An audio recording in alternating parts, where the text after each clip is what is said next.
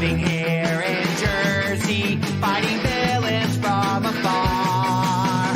You gotta find first gear in your giant robot car. You dig giant robots, I dig giant robots, we dig giant robots, chicks dig giant robots. Nice. Hello again, everybody. It's that time. Welcome to the Anime Boomer Podcast, episode number 6. We have Spooky Weep Trash and Cody making his long-awaited return after a couple of weeks. He's been very, very busy. How you doing, Cody? I'm doing great. I haven't been very, very busy, so I've been paid off. My book reached its funding goal. Woo! So that's part congratulations. Congratulations. It's part of what's been keeping me so busy. Everybody clap. Do the Evangelion gag. Congratulations. It's relevant. Congratulations. You lost your virginity, Shinji.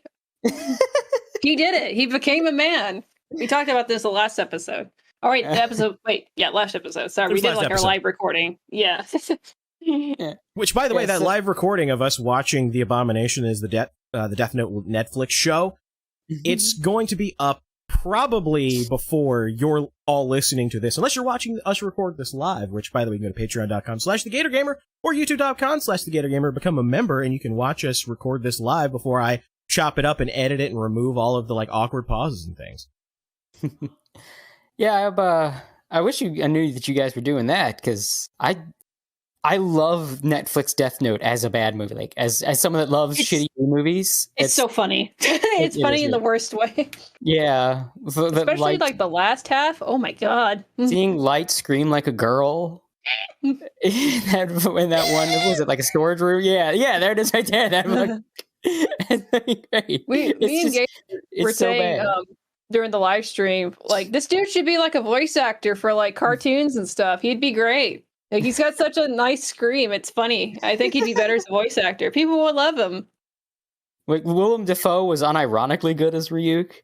And I'm just going to say it. Black L was actually good. If he had, if it wasn't for the fact that he wasn't L. Well, he got the mannerism. He had the mannerisms and speech patterns and shit down. You tell this was a guy that watched the show and was probably a fan. So the writing of L, it was nothing like him. He was an over emotional baby. Yeah. The writing was bad, but you could tell this actor was this guy was probably. You could tell this actor had autism. He's been preparing his whole life for this autism role. I feel like I was watching, I feel like he's watched the anime. This guy this guy knows the character. If I was casting it and he came to the audition, I'd probably hire him too. Race swap or not, I don't give a damn. He had the mannerisms and behavior down, which was a pleasant surprise, because usually you see a Netflix casting, the Netflix adaptation joke, and you see that and it's oh Lord, it's Netflix being Netflix. I think it's the one time that it actually worked out, and I guarantee it was by accident. They did not mean to hire a guy that knew the role and knew how to play L, and then he just ended up being pretty good at it.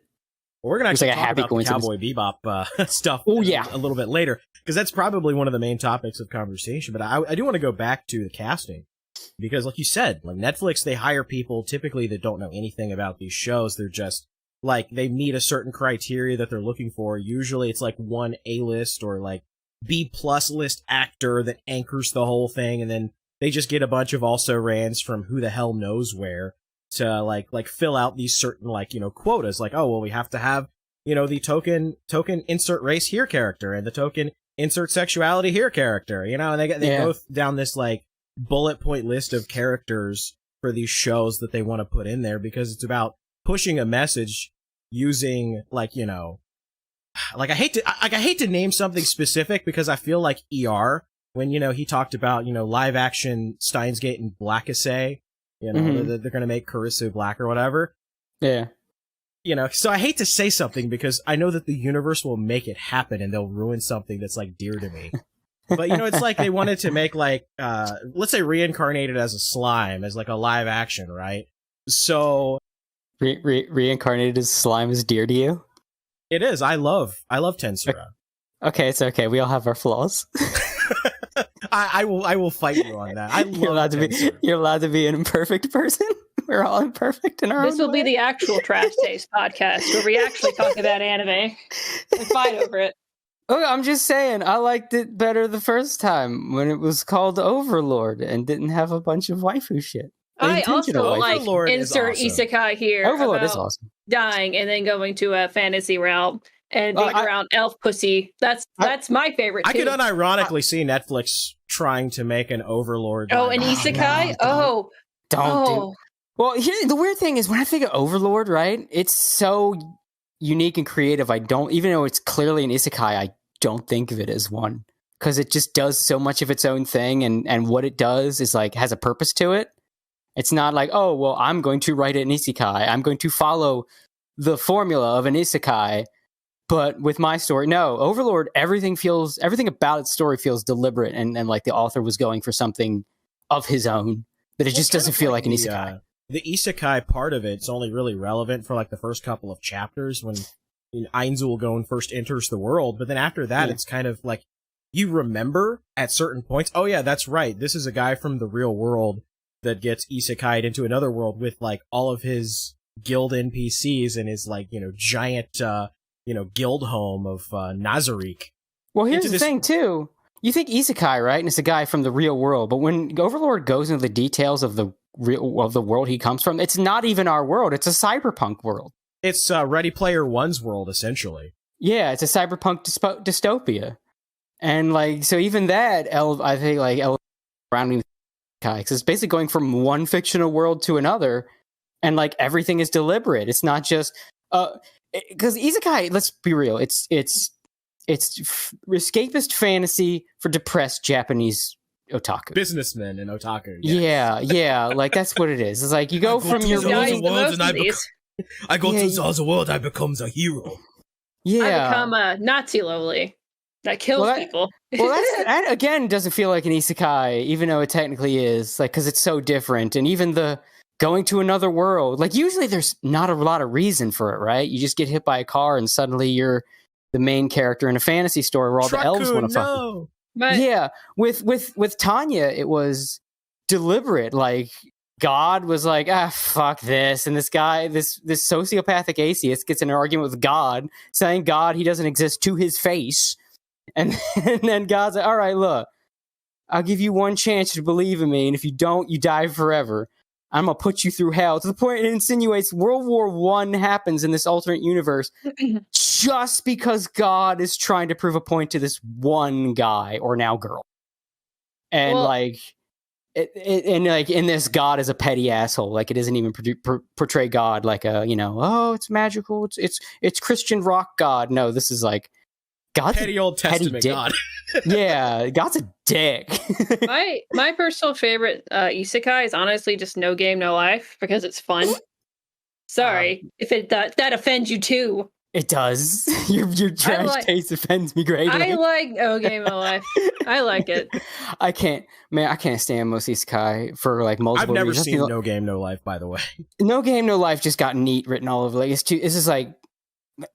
I've said before, there's certain anime that as someone with access to real life friends and pussy, there's some anime that just feels like it's not for me. It's like watching Nick Jr. as a grown man, like it's like, oh, I'm too old for this. I'm too something for this. So like, No Game No Life is one of those things. Like, oh man, I got like this is for someone who's like, yeah, well, I don't have any friends and all I do is sit around and play video games, but that makes me the man in Fantasyland. So like, I watched it when this came out 2012, so I still would have been technically a teenager back then. 17, 18, okay. But like I guess that would be like I think that would have been like the good demographic for me. But I liked it. It was fun. It's just about these two. It's about a guy and his sister, his little lovely sister, and they just are really good at video games and like they're best at video games. That's all they do is just play fucking video games, and then they die. Or no, they get sent to another world. I don't think they die. They get sent to another world, and the world's just like, okay, you're so good at video games. Just do nothing but play games, and then they become like the ruler of the world. Just for playing games. There's like an anime equivalent of the Western consumer, the 00 consumer, and I feel like there's like a lot of tropes in anime that like that a certain demographic eats up, and it's very similar. It's like the anime equivalent of the person that's like, oh, Marvel and Star Wars and yay! Oh, no, it's literally like, I mean, I don't know if you know who the YuGiOh Corner is, but I talked to him. He likes films. Yeah. And, yeah, well, he was on this podcast actually, but like, we'll talk to him and I'll be like, okay, I have to weeb-splain what the cape shit equivalent to anime is. And I'll be like, okay, well, you got your shonen, and then the losers like isekai. Perverts just watch fucking hentai all day. They probably don't even watch anime most of the time. They just fap and then play video games. So it's like, yeah. And then you have stuff like Serial Experience Lain. Like something completely different, never done before. Yeah. One of the greatest anime that's ever been made of all time ever. Mm-hmm. I've never seen it. I've heard mixed things on it. I have a very close friend, one of the AO guys, and the way he put it is kind of what I expected. He's like, I really, really, really liked it. I will never watch it again. I don't know if I can recommend anyone else watching it. It's very good, but it's not entertaining. Well, I mean, fair. That's the thing. Like, that's the thing, though. It's like, do all films about the human condition have to be, like, super entertaining? No. Sometimes they're just, like, a pieces of art where you kind of have to respect it for existing because of its ballsy behavior. And it's, like, one of those things where, I mean, it's not an anime that just, like, puts its fist out and they're like, here, eat it. Eat this plot. We're going to explain everything to you. Every little fucking bit so you're not confused. It's more like, you have to listen to the characters, how they speak to each other, how things connect. But even still, after that, you still might have to go in a forum to like see people's opinion about it. It's one of those. I don't think there's like no middle ground between like Shonen and Lain, but I personally want to be entertained because I feel like my time is valuable. So if I'm going to watch a show, you need to make me want to watch it. You need to give me a reason why I stepped away from working on comics or playing a game where I'm directly involved in things.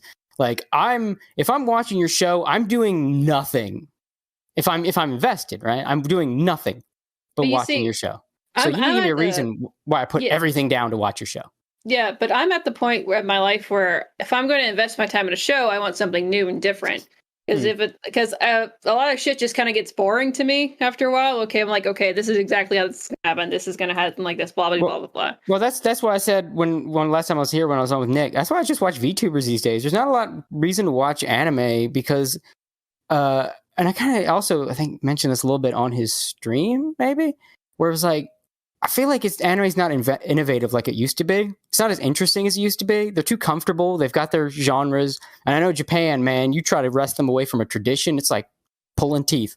So they found their traditions, they found their formulas, and they're just locked in them. And everything that comes out now, unless you get like maybe one or two of something different, fits just into a niche, and you can predict it. And it's like, it's boring. I don't give a shit.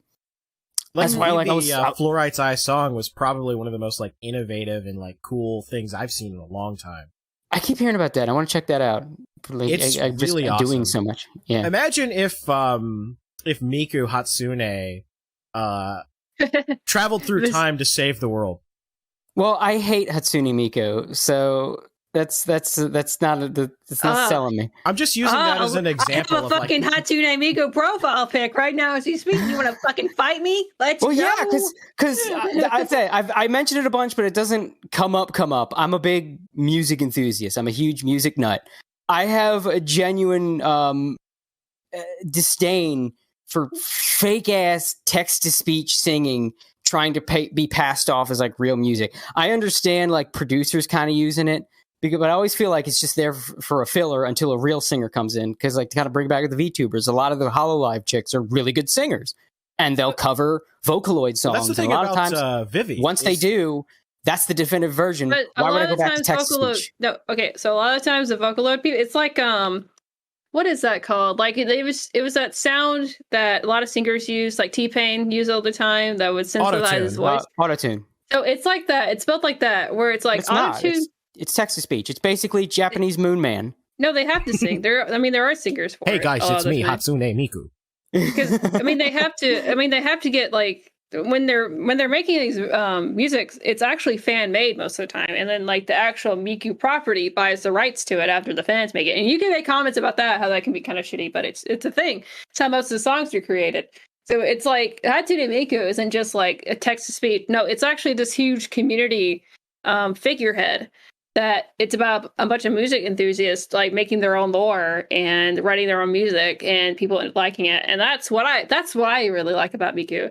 I don't think it's just like text to speech, and it's literally people like musicians who are, you know, no names, like living in their basement, living in their fucking little Japanese hut, making music for people to entertain them for like it's like their own lore, their own art, and their own interpretation of like what Hatsune Miku is supposed to be, what she represents. Well, there's a whole world of music makers that have real singing in them and don't need. I understand. I can understand using something like that. Synthesizer. It is. I can understand using something like that as like a vocal. What's the term? Like when it's not actual a singer singing, but use like vocal clips and a lot of like electronica and stuff. I think it works better there. Samples. But, is what the yes, like a sample. Well, I know it's technically sample, but there's like more of a technique to like in a lot of electronic music where there's vocals, but the vocals aren't the central instrument like they would be in like a rock song, where like the vocalist is front and center. They're the ones carrying you through the song. Whereas a lot of electronic music, the vocals are as much of an instrument as the bass or the synth line. Where it's like the you know, just like the same words or like bits of a word like put together. Yeah. It's. I mean, that's a primitive way of looking at it, but well, absolutely, we'll go with it. But like that I think. But when the vocals are front and center and it's a text to speech, it does not. I'm telling you, Cody, it's not just text to speech. There's actual like synthesizing that goes into it. It's a synthesizer. Yeah, but it's never going to be a song called Happy Synthesizer. It's never going to be the level of the music. It's never going to be the level of a human being. You can even see that in just how people will cover these songs, and then you never need to listen to the Vocaloid version ever again.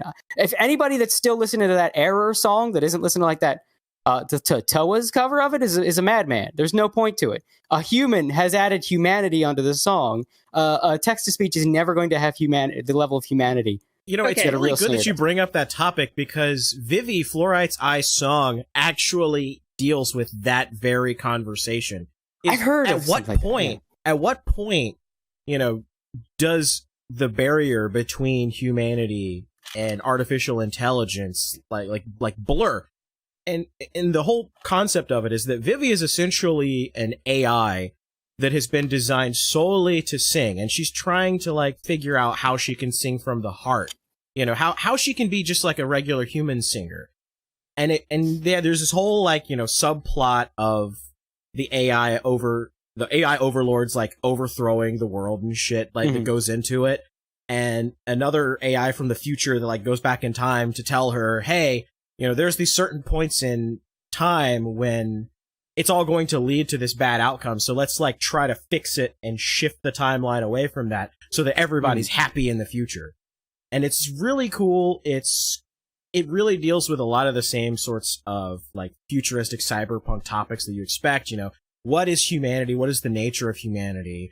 You know, what is the source of the soul? You know, what does it truly mean to be alive? And the music is fantastic. Like it's not like the Vocaloid crap at all.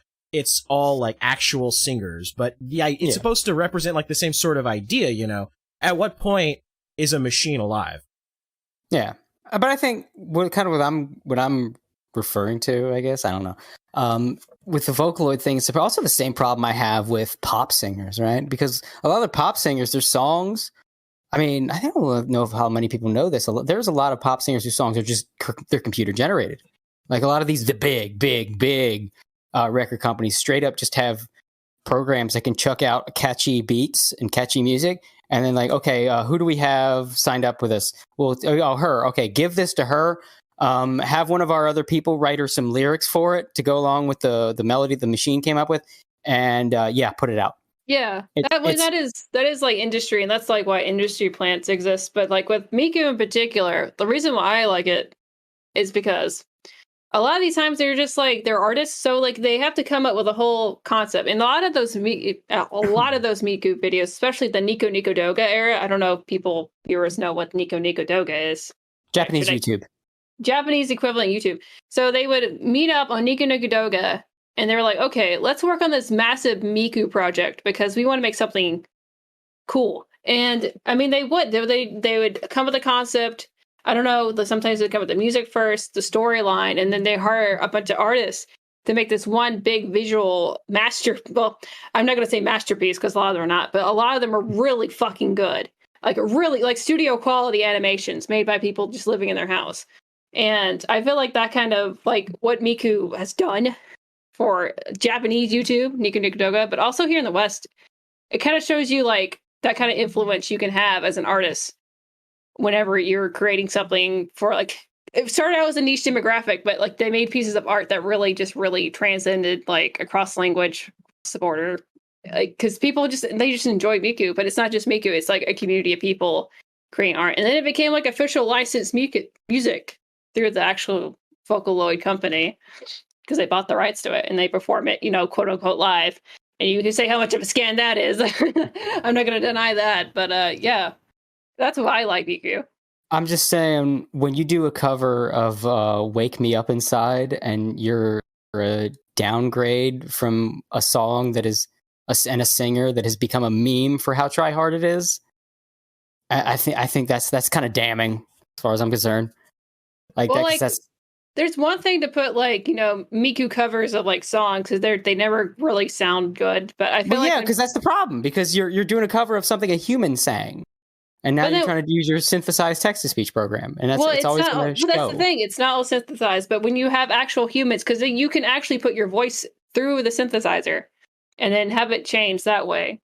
And there's just something like, there's a music video that could not happen if it wasn't like an automated machine. Like, I believe it's called the Deletion of Hatsune Miku, where she's just speaking like a million fucking miles per hour. Like, I could only exist through it like a machine. Like you could only anyone familiar with fast rappers could no, it's faster than that. I mean there's a VTuber that pulled that off too. It was Fubuki. She sang to one of those like supposedly too fast to sing songs, and she did it perfectly. I don't think this one. Like I forget the name of it. I would have to like look it up. No, let's see. I have to look up the name of it. My point is, I like Miku. I like Vocaloid. As I'm saying, a human being still rapped the lyrics to Rise from Final Fantasy XIV, so it's not like humans can't sing fast. No, it was faster than that. It was like if you put like a fucking 1.5 speed time. Let's see. Disappearance of Hatsune Miku. And it was her speaking like a million miles per hour. But there's like certain like songs that couldn't exist unless you fuck with the vocals, change the pitch, because she's like sometimes with some of the sorry, my brain's scattered. But sometimes with some of the music, you have to pitch the music to where she sounds like an actual robot, and sometimes it's like Miku isn't so much as just like in text to speech. It's just like machine that you can make art with. It's just Miku is a tool, but let's not pretend like a tool is not a tool. Like the idea of making Miku into some kind of superstar or like actual pop star singer is like, no. At best, it's a tool. Yeah, I mean that's the thing. It's like I view Miku as like this piece of equipment that like other artists use to make original pieces of art. That's how I view Miku. Like people can be like, I stand Miku or whatever. That's fine by me, but I think with like Miku itself, it started out as an instrument. It started off as this little synthesizer because they were like, okay, what if we take, people singing, but we can make her sound like a little anime character. Anyone could sound like the anime girl. And there's like actual artists in Japan that have done that for like anime openings. I think what was it? I think it was was it a One Piece opening that was like, I don't think it was One Piece. It was some anime where it was like, it turned out the singer that was like a woman like, who sang this? And like, no, it's the guy that composed it. He just put himself through a filter to sound like a girl, and I can't remember what it was. I mean, there's a band that's like kind of like that. Fuck, what's their name? They're also animated band. They get like recommended all the fucking time through YouTube. Let me see. They're like a Swedish band. Studio Killers, where it's like the kind of chubby like animated girl. It's actually voiced by a man. So yeah, it's been done, so I know it's a thing. Miku was before even that, but like that's the thing. Is like I view Miku as kind of like this tool for storytelling and making pieces of art and original pieces of music. It's just another aspect of it. And I think these fan creations are like pretty amazing if you actually go through and watch all of them. And then there's like stupid stuff like Triple Baka. Obviously, it's fun and it's stupid, but it's supposed to be like that. And then there's other pieces of animation. I wish I could like name them off the top of my head, but it's been a minute since I've seen a bunch of Miku stuff. But yeah, I mean that's why I like Miku. I view her as kind of like an instrument and more of a character that represents a community of artists. I mean, I've heard many of Vocaloid, many of Miku's song, and my even the better ones. I always feel the same way. This needs a human, like especially if you hear one first sung by a person, and then you go back and hear the original Vocaloid song. It's like I've heard multiple covers of what the hell is that song? Echo, which is a pretty dope song. But then you listen to the original Vocaloid version. Oh God, it's rough because it's not a human, and it's got that synthesized, it's got that text to speech like little hiccups. It's like this just doesn't sound right. It doesn't sound, there's no emotion in this. It sounds like a soulless machine. It's like especially after hearing it covered by multiple people, like even ones singing in English that English is not their first language and they're clearly making mistakes. It still sounded better because it's a human singing with the soul of a human. Yeah, but back to that original version, it's like ugh. You put like the Vocaloid aspect of it, but it gets more people watching it. I just feel like I feel like these are just incomplete songs waiting for a person to cover them.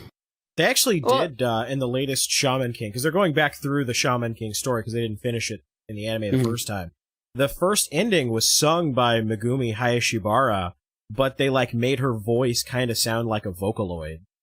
Well, yeah, because like I might be getting my timeline wrong, but this one you're talking about, is this the old show that did that? No, it's the new show. Because they're going back through the anime now because they never finished it. Because it like they Full Metal Alchemist it, where they just like made up an ending and like that was it. Right. Yeah. But now they're actually going to go through like the full, and they're going at like light speed. Like they're already at the tournament arc in like less than 20 episodes. I'd say the manga's been complete for like at least like over 10 years, right? Like it's been done for a while. But it was like the anniversary of Shaman King or whatever, so they decided, let's release a new anime. That's good. Because I have a couple friends that were fans of it back in the day. It's funny seeing that kind of art style in current year, because it's totally like late 90s, early 2000s shonen manga style. I miss that era, man. The 80s and 90s. It felt like anime had more style. Now it just feels like it just tries to look anime. And it feels like back then it was trying to look like stylized realism, I guess. Like you'd have the big hair, but it was big, and they would like do all kinds of crazy shit with it, or crazy line work, or crazy styles. Because now it's just all the girls. She got a bowl cut. Oh, she got a hair. Oh my God, a ponytail. What the hell happened to my brain there? It's just like, it's just kind of normal, except maybe sometimes it's not, as a little skew, or it has to be something like JoJo. Like that's where where someone just deviates from anime, what you think is anime, to get your style anymore. Because if it looks anime, there's a handful of reasons. Like, man, I've become like a pariah even among like groups of my friends for this. I can't get into Chainsaw Man, and part of the reason is just God damn, the character designs are boring. The Chainsaw Man is cool, but like his regular human self, it's just down bad Ichigo. And this chick, it is about simping, isn't it? That's the moral. The chick down bad Ichigo and like dark Kurisu.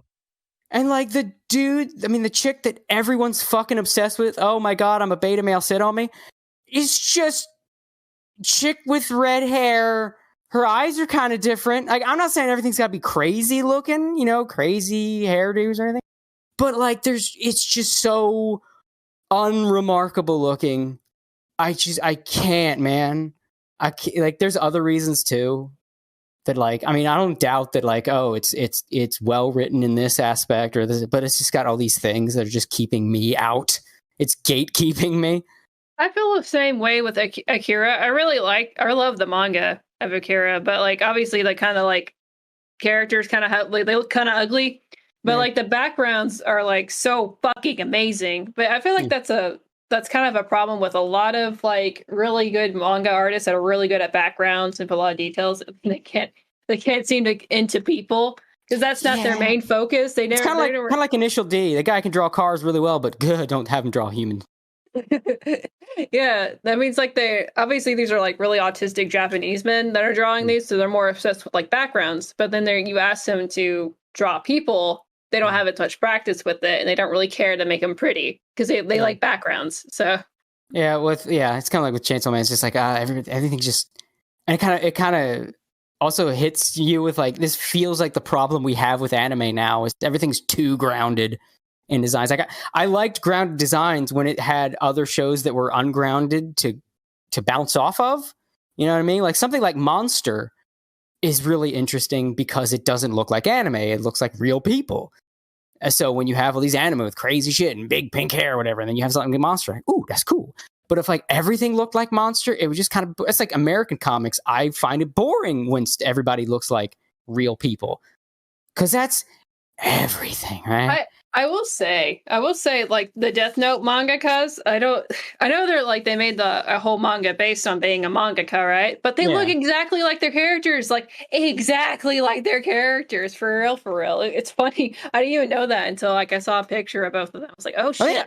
I think Death Note had it better too because the art style was so unique. Striking, unique. Like even Light was just a dude with a bowl cut, but just the way the hair was drawn, the way his face was drawn, it stuck out more. It looked more unique. And then you had the exaggerations of the expressions too. Yeah, and then you had people that looked like eat it. Yeah, and then you had people that looked like L, right, with his big unkempt hairdo and the weird eyes, and you had a mixture of down to earth people with exaggerated people, so they all contrasted each other very well. And you have something like Chainsaw Man, where it's like the only thing that contrasts the normal looking people are monsters. And I feel like these designs need more oomph. I think I've always said one of the best examples of character design is SNK in their fighting games, because they are right in that sweet spot where it's not too crazy, but it's not boring.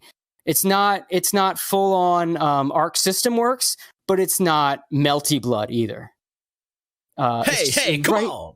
It's right in this sweet spot. Like you look at Terry, right? He's just a burly American dude. The weirdest thing about his design is how long his hair is. But he's just a dude in like a trucker hat with a jacket and jeans. But there's just the way each element is done, and he's got that long hair just to make him stand out a little more. She's just all these little things that make that design pop without having to be an Arc System Works outfit. It's just all the right little touches. It's just all these little things. Or Vanessa, right? Hot redhead chick with like a dress shirt with no sleeves and like dress pants. And they kind of changed her outfit with 14, but really that's all her outfit is. But it's memorable. That's all. Yeah, even those striped pants, that's new. That's like in the recent couple of games. Like all you need is like a couple things and bam, Vanessa. To the point where when Guilty Gear Strive dropped Giovanna, everyone was saying she looks like Vanessa. Because it's a simple design, but it's so striking that's Vanessa. That's what Vanessa looks like. You see anyone else that has that look? Like, oh, they look like Vanessa. And they didn't have to have all this extra shit. Yeah, and then you have Shermie looks so funny. I'm a big fan of Shermie. Everybody loves Shermie. But like bringing back Those to like hips Death don't Note lie. too, like Death Note, like it's like even like their clothing, because I really like I like fashion, but I like people that can really bring a piece together, even if it's like really simple pieces. And with Death Note, like the fashion was like a big element to it too, but like they had very simple pieces. That's why everybody cosplayed as fucking Death Note characters for like 3 fucking years after it showed. Mm-hmm. Like Elle especially, like all he wears is just, a white sweater and some pants, blue jeans, baggy blue jeans. But even that was just enough to like make him stand out. And now I like see white shirt and blue jeans. I just automatically think of Elle. Like that's. Right. I think that's the magic perfect spot in character designs. Not saying that if it's complicated, it's bad, but I think the best character designs are the ones that the outfits and the hair, it's striking and noticeable without having to be wacky. And even if it is wacky, if it's like not too wacky. You know what I mean? Yeah. Like it's this magic middle ground. It's that fucking porridge that Dorothy went with. Or not Dorothy. Yeah, like even was it Dorothy? Yeah. Goldilocks. Why did I say Dorothy? I'm mixing up my shit. It's the porridge that Goldilocks went for. It was like, oh, that's just right. Like, look at Misa here on here. Like every girl, like I know I go on TikTok because M girl, but like so many girls, they're like, one of the things they do is like they'll do like these fashion trends, and they'll be like dress up as your anime character, and they'll do Misa all the time because hers is so simple. Like her hairstyle alone, it doesn't matter what your hair color is. You can just put your little pigtails on and little goth outfit, and then you're Misa, and it's just like because there's so many different interpretations of her outfit because she's like a fashion model, but like goth stuff. So yeah, I think like that it feels like anime's moving too far away from like you like in the early 2000s, like, oh, you guys are nailing it right now, like, right? They moved away from the 80s and 90s, which I love those 80s and 90s look, but it felt like they were starting to figure out that I always compare it to SNK because they have so much of it that SNK, that perfect SNK spot where it's like that, there you go, perfect. And then they moved away from that to be more, I don't know, relatable, and they had more of the milk toast protagonist you're just supposed to project yourself into. So anime got inundated with short, kind of messy brown hair. That main character who's 5'6", has short brown hair and barely shows his face. He's my favorite. Okay. Don't you talk shit about him. Like that. It's like, because, and I've talked about before, anime got to, it's relying right now too much on otakus and NEETs to stay afloat. And there's multitude of reasons for that, including the birth rate problem in Japan. There's not enough young people and not enough kids. So in order to make their money back, they need to advertise to people that will spend inordinate amounts of money on their hobbies, which are otaku and NEET, which is why anime is kind of in the state it's in right now. Yeah, it's kind of weird because, like, I mean, when we were growing up, like, I mean, there were so many children's television. I mean, that's how, like, most of us even got into anime. I mean, my first anime was honestly just Pokemon.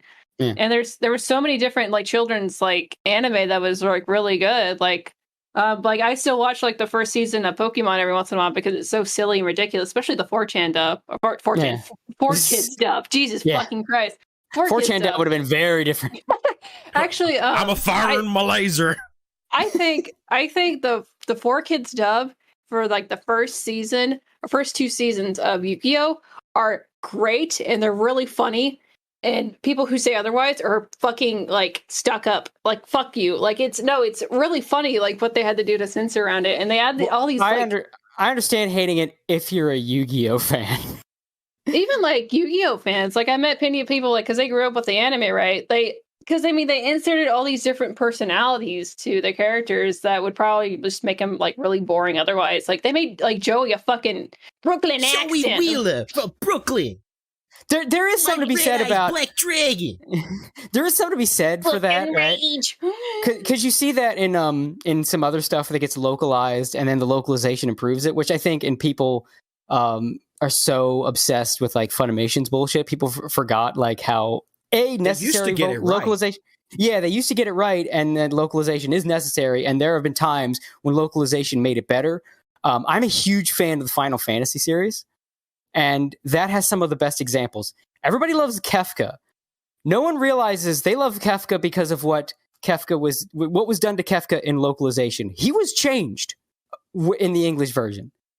The Japanese didn't like Kefka very much. They thought it was boring because he was very much just like I act like a child. Tee. It was the English version that added the dark aspect to his goofy clown behavior. And a little bit of the tragic element. Like, that was added in localization. That was the kind of shit that people would decry. Oh, you changed it. Oh, you rewrote the dialogue. Well, you know what? It worked so well, they now retroactively take that, the overseas, the English version of Kefka, and now any other time you see Kefka come back, it's based on that version. His depiction in Dissidia, in Final Fantasy XIV, it's all based on what Ted Woolsey did when he localized Kefka overseas. And there are a lot of Pizza Cats is another great example. They didn't even have the script for that show. So they just had to make it up as they go along. And even the producers of Samurai Pizza Cats in Japan have pretty much said, no, this is great. This is better than the original. Yeah, they have then went and translated Samurai Pizza Cats back to Japan. Right, exactly.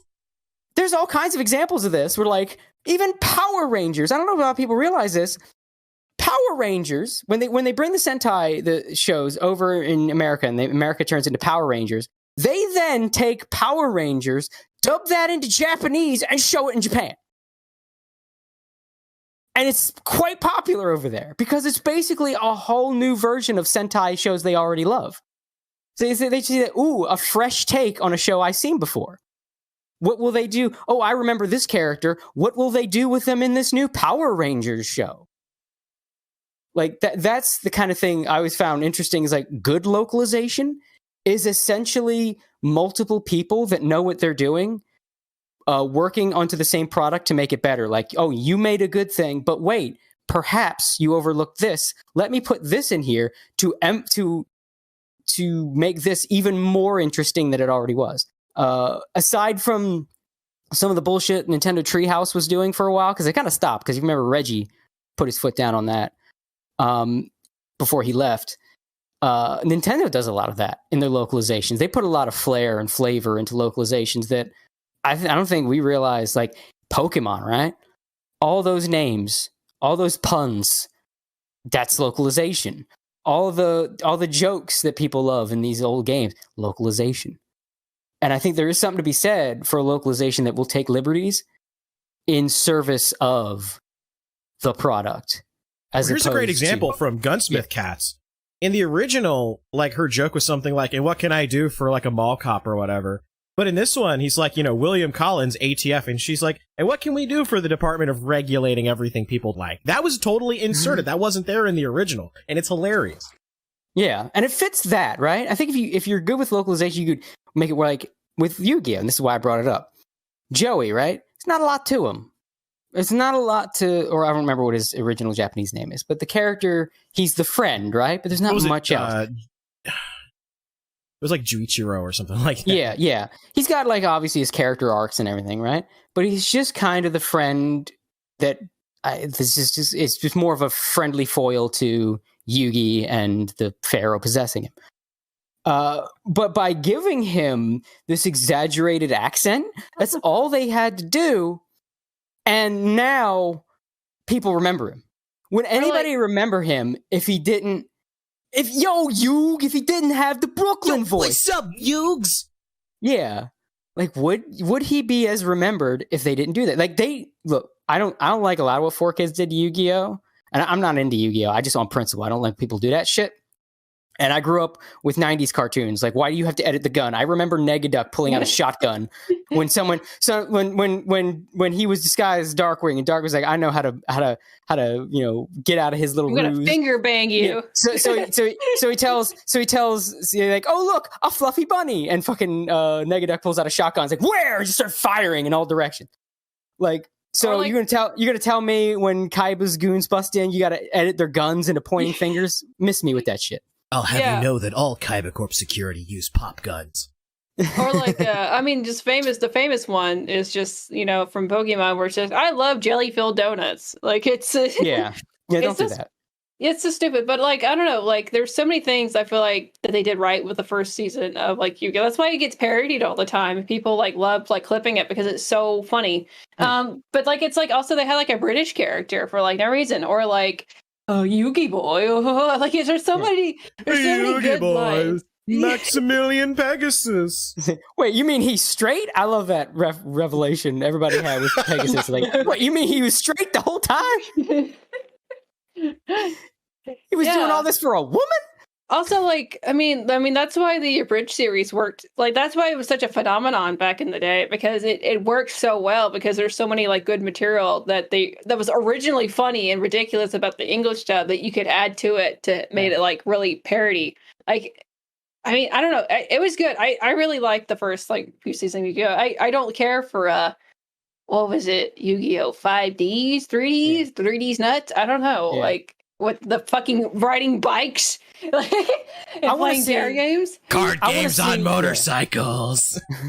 I want to see crazy localization in service of a show come back. I know people are going to spurg about it because of the Funimation BS and, like, the political localization and all that stuff. and like people are still kind of wounded and gun shy about it. I want to see localizations like Cyber City 080s come back, where you get like the license for the show. The person looks at it and is like, well, this is pretty gritty, so I'm gonna up the cussing. Like I'm gonna up the even more. This guy's like an ex-con. He's gonna cuss every 5 seconds. I'm gonna have. You know what? Let's give. This guy. He's clearly got some kind of manner speech. Let's give him this crazy accent, because like I can see the way what they're trying to go with here. Oh, this guy's like say he's like nonchalant. He's too cool for school, right? So maybe it would bring that out a little more, like a try hard, too cool for school. If we gave him a Brooklyn accent, so it's like he's just trying to be. He's really almost like he's trying to be the Fawn. That'll make it even. Exactly. I was thinking Greaser, like yeah, like, hey, what's up, everybody? What's going on? Like we're taking that what the Japanese are going for, and we're using the tools at our disposal to bring it out even more. The biggest problem with like dubbing and all that kind of stuff, well, not only is it because they're just like, politics now, it's just fucking gay. But I mean, I've been like kind of starting up Japanese like the past like couple months because I'm a weeb, and because it's like a language I've always wanted to learn a different language. And I was like, why not just learn Japanese? Because I like this anime shit. Yeah. And when I've been looking it up and putting the pieces together, because like that's how language is. You just you put 2 and 2 together, like you're a dumb baby learning a language for the first time. You're like, oh, okay, that's how that works.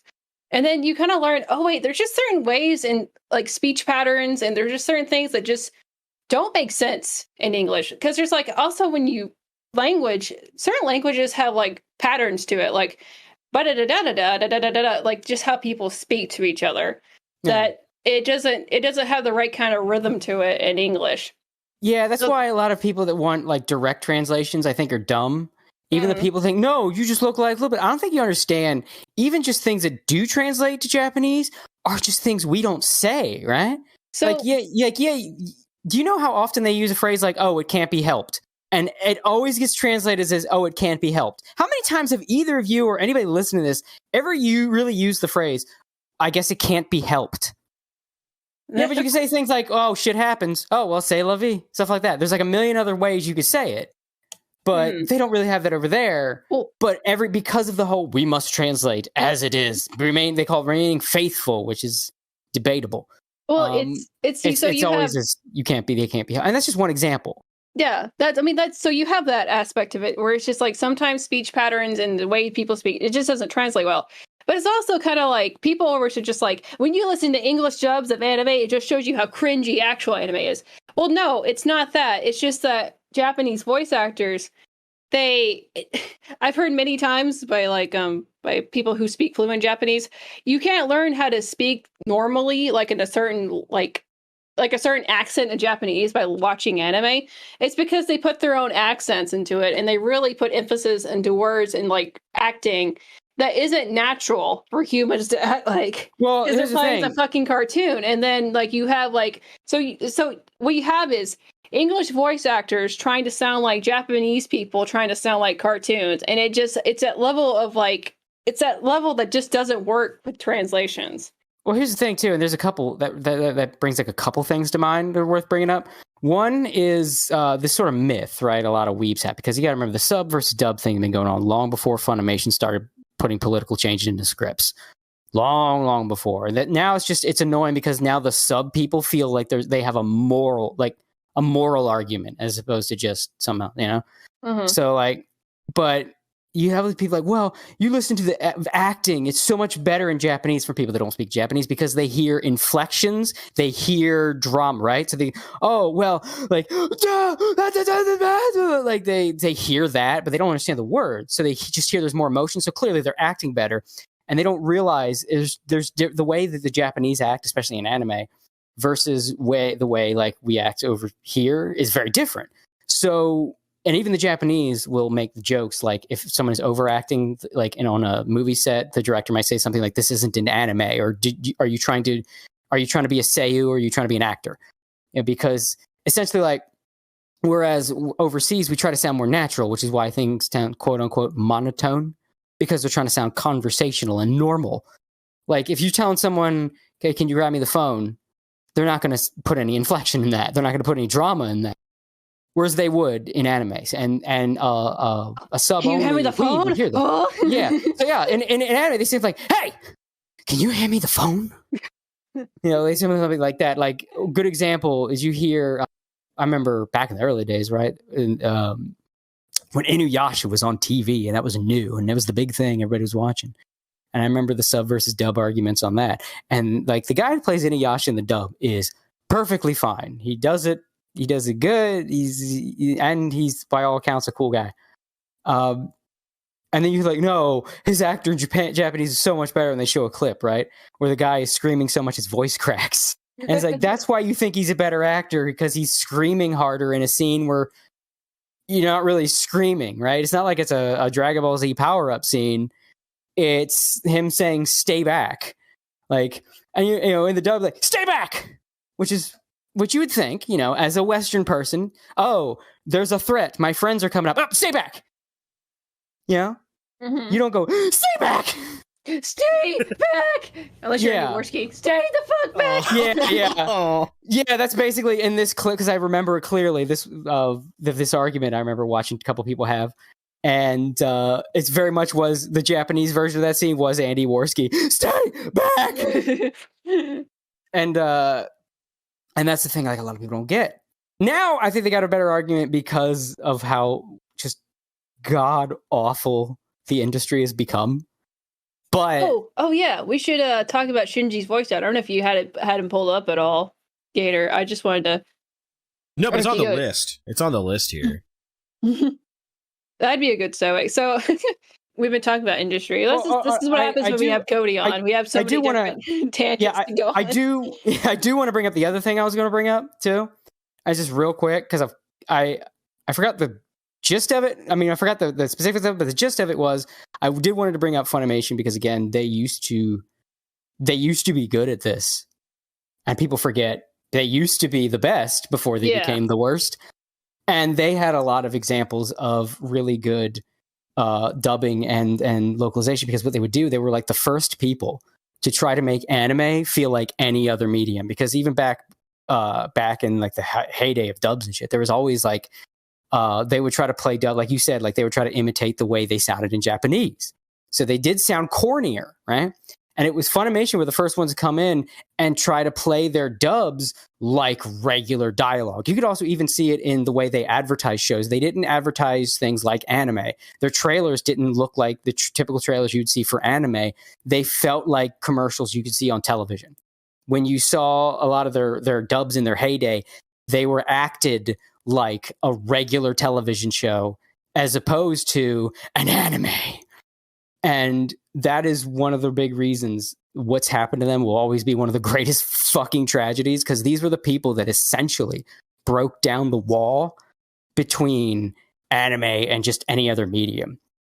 They were the ones that essentially made anime less alien in their dubs. And that's why if you ever can just check out a Funimation dub from like the 2000s, it does not feel like you're watching fun. If you're familiar with the way Funimation is now, it does not feel like the same company, even if it's the same actors that you recognize, because it's just they really wanted to bring this to a wider audience and like take it seriously. Like, don't act like you're playing an anime. Fucking act. Just act normally.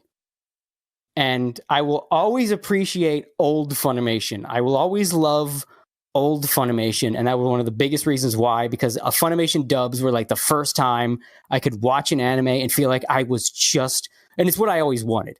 I wasn't watching an anime. I was just watching a show. And God damn it, I want that back. And that was my other point. Yeah. I really miss too bad those you days. have gay lords like this working in the anime industry now. Yeah. And see, I see that tweet and I see it's the voice actor for Shinji, and I'm like, this might be one of those times when they typecasted appropriately. You might want to explain what we're looking at in case somebody's just listening to this audially. Yes, so this is Casey Mongillo or Mongillo. I don't know exactly how to pronounce it. Oh yeah, didn't they recast everyone in the Funimation, the Eva movies? Yeah, I think so. They got to be fair, a lot of the voice actors would be kind of like, it's a 20-year-old anime, so they would be kind of like on the older side, so it might be harder to sound like Well, 14-year-olds. also there's other things going on. Some of them are retired. Spike Spencer is in kind of a weird place with Eva because I think he respects it as a movement, but I mean, he said before he don't like Shinji. Yeah, that's right. He would make fun of even like there's a recording of Shinji getting like he's making fun of it while he's recording it, right? And there's like a bonus on like the English dub, I think. Yeah, it's like where did everybody go? What's going on? Like, was that it? Was that the ending? Is that everything? I didn't get any character development. What's my resolution? Yeah, I'm on a big blue ball. Does the bus go through here? Yeah, it was fucking legendary. It was like a hidden audio track you had to use your remote to get to. It was so funny. It was great, and like Spike Spencer's pretty based, so I don't know how well he'd get along with Funimation and a lot of their clique. So that probably contributed a little something too. I guarantee the Funimation crowd's like he has wrong think, so he can't have work. Yeah, and you know they've been doing a lot of that lately, which we're going to get into in a minute, because there was yet another situation like that. So they actually got a guy that's like, Shinji's literally me, and he also kind of has like a haircut, kind of looks like Shinji. Kind of strange. That's a weird. That's some of those things you should just keep in the closet, man. That's a demon you shouldn't let out into the public. That you're relatable to Shinji. Yeah, you keep that on the down low, my dude. I think I brought this up before. Keep that man out the hospital on the podcast, but like there was a live stream that featured me, Necro13. Well, it did feature me. It was like Necro13 and Scratch, but I was in like the audience, like watching the live stream, and they were talking about Goblin Slayer. Yeah, I talked about this in like the Eva episode, but I'll tell Cody this. They were talking about Goblin Slayer and the rape scene, right? And they were like, "Oh, it's so problematic because blah blah blah blah blah. Rape bad. Actually, you shouldn't have rape in an anime about killing goblins and why they're bad." And so they just kept poking and prodding this guy, getting his kind of psychology, his kind of person. And they're like, okay, so who's your favorite anime character? What do you consider a good anime character? And this motherfucker says, Shinji, because I'm relatable to Shinji. And then I start bullying him in chat, and Chad like follows along with me. And we just start spamming Soiji. Well, now Soiji. So... I think a lot of these people that get offended over stuff like that start revealing more about themselves. That's why it's always good to poke. One of the best examples was that, what's that guy? We made so much fun of him when AO was on Twitter. Oh my god, that dude that's like simps for Digibro that became a girl. Is it Pedantic Romantic? Pedantic Romantic. Yes. I was like, he's a trans individual. Yes. Yeah. We actually, when I did these handful, the Mr. Brilliant. It was like a parody of Anatubers, and one of them, the Tanya video that's only on BitChute, was a parody of his Tanya video, or her. I don't know if I care. Yeah, it's. I doubt that this motherfucker's transition is real and not part of some other demons. But not to get into a drama, but like just a side note, Pedantic Romantic first came out as trans when they were dating their transbian girlfriend thing, who's also a really gross, ugly person. And then they kind of came out as I'm actually a femboy when they started talking to femboys. Oh, is Pedantic Romantic a femboy now? No, I mean that's the thing. They can't make up their mind. Okay, yeah, fuck it. Like I said, that's a lot of that is demons brought up by the fact that Pedantic. They're just a really unfortunate looking person, so they thought maybe a girl would make them look less unfortunate. Well, but it made it worse, actually. There's more going on. Like they got a fixation on Yuri and trying to make their fetish for anime lesbians into a woke thing and trying to pretend they were anime lesbians, Pedantic and his significant other. And I know Pedantic has a bad relationship with his father, and I think a lot of that was part of it. So, usually the case. Yeah, so it was a lot of that. Like I said, that was not a genuine case of dysphoria. But anyway, Pedantic puts out that video about Goblin Slayer, right? Trying to like, oh, this is so problematic. I'm so woke and intellectual. And then what does the motherfucker do? Says that, oh, actually, you see, the goblins are supposed to be Jews. Wait, did he really? Yes, he did. I feel like that's a fucking 4chan meme you took seriously, you fucking idiot. Yeah, it's like one of those things was like, no one saw that, my dude, but it's an interesting that you did. It's one of those things where it's like, saying that this race, this fictional fantasy race, is supposed to be black people because they're violent, and that's racist, and I'm going to rage against it. And everyone looks like, no one thought black people when they saw that race, my dude, but it's interesting that you did. It's like all the people getting upset by the goblins in Harry Potter or whatever because they happen to, like, run the banks or whatever. It's just like, nobody else noticed that, but you did. Yeah. And they're always, like, woke libtards that do it. Yeah. So it's, like, a lot of the same shit where it's like, if you just poke them like that, they'll always like pull back some curtain. That it's like most of these people that are like, I mean, it's common knowledge, I don't need to say, but most of the people that are super woke are themselves. They're basically he's literally me. I'm literally the rapist, Lamau. They're the hardcore racists of the old days, right? It's the same. Well, they're trying to cover. They're trying to cover for like the stuff that they've said and they've done. So they think that if they act like super woke or whatever, it's going to excuse like all of the things that they've said and done that they're like terrified are going to get out. Like Aaron Hansen. Hansen. A religion. Like it's weird. Yeah. Like I was watching so like I've been writing like a script for like the past few months of like this research project. And again, not to go too political on this, anime boomer podcast, but like I was watching I had to watch some Vouch videos, funny enough, because he was interviewing a lot of the Gamergate people. And that's kind of the theme of the video. I'm not going to give out too much information, but I was watching it, and it's like weird. It was like let's say Chris Gaygun, Chris Red Dick, whatever his name is. So he was on Vouch's stream, and he was like, Vouch was basically making fun of him and talking, well, not even making fun of him, just talking down to him like a religious pastor would for somebody like admitting to sin. They're like, do you really still uphold these views against feminism? Because I would consider myself a feminist. And I also like things that are like super inclusive too. So do you just hate feminism as like a big social construct by the the capitalist society, or do you actually like trans people? Please let me know. Is this really just about you hating women? Is there some deeper philosophical, and he just goes off and then Chris Reagan he starts like whimpering and starts being like, well, I just like video games and I don't actually hate women, or feminism isn't that bad actually. I was just a trend hopper and I just like video games and video games. It was like a weird religious come to where Vouch just manipulating Chris into saying shit he wanted him to say, but also Chris is also a clout chaser, so he obviously like wanted to get Vouch's clout of his audience too to admit his religious sins. Well, look, it's something that we've seen really in the last like year and a half is the YouTube changed the algorithm because of internet blood sports and like all of these like alt-right characters that were like hopping on streams and getting like really popular and shows were growing.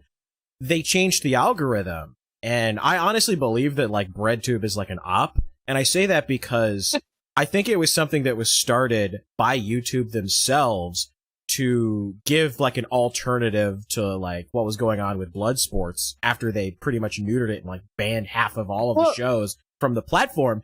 And so they deliberately altered the algorithm to promote Breadtube to the point that it's trends all the time, or at least it did. I don't know if it's still that way. Well, but, like someone videos obviously trend all the time.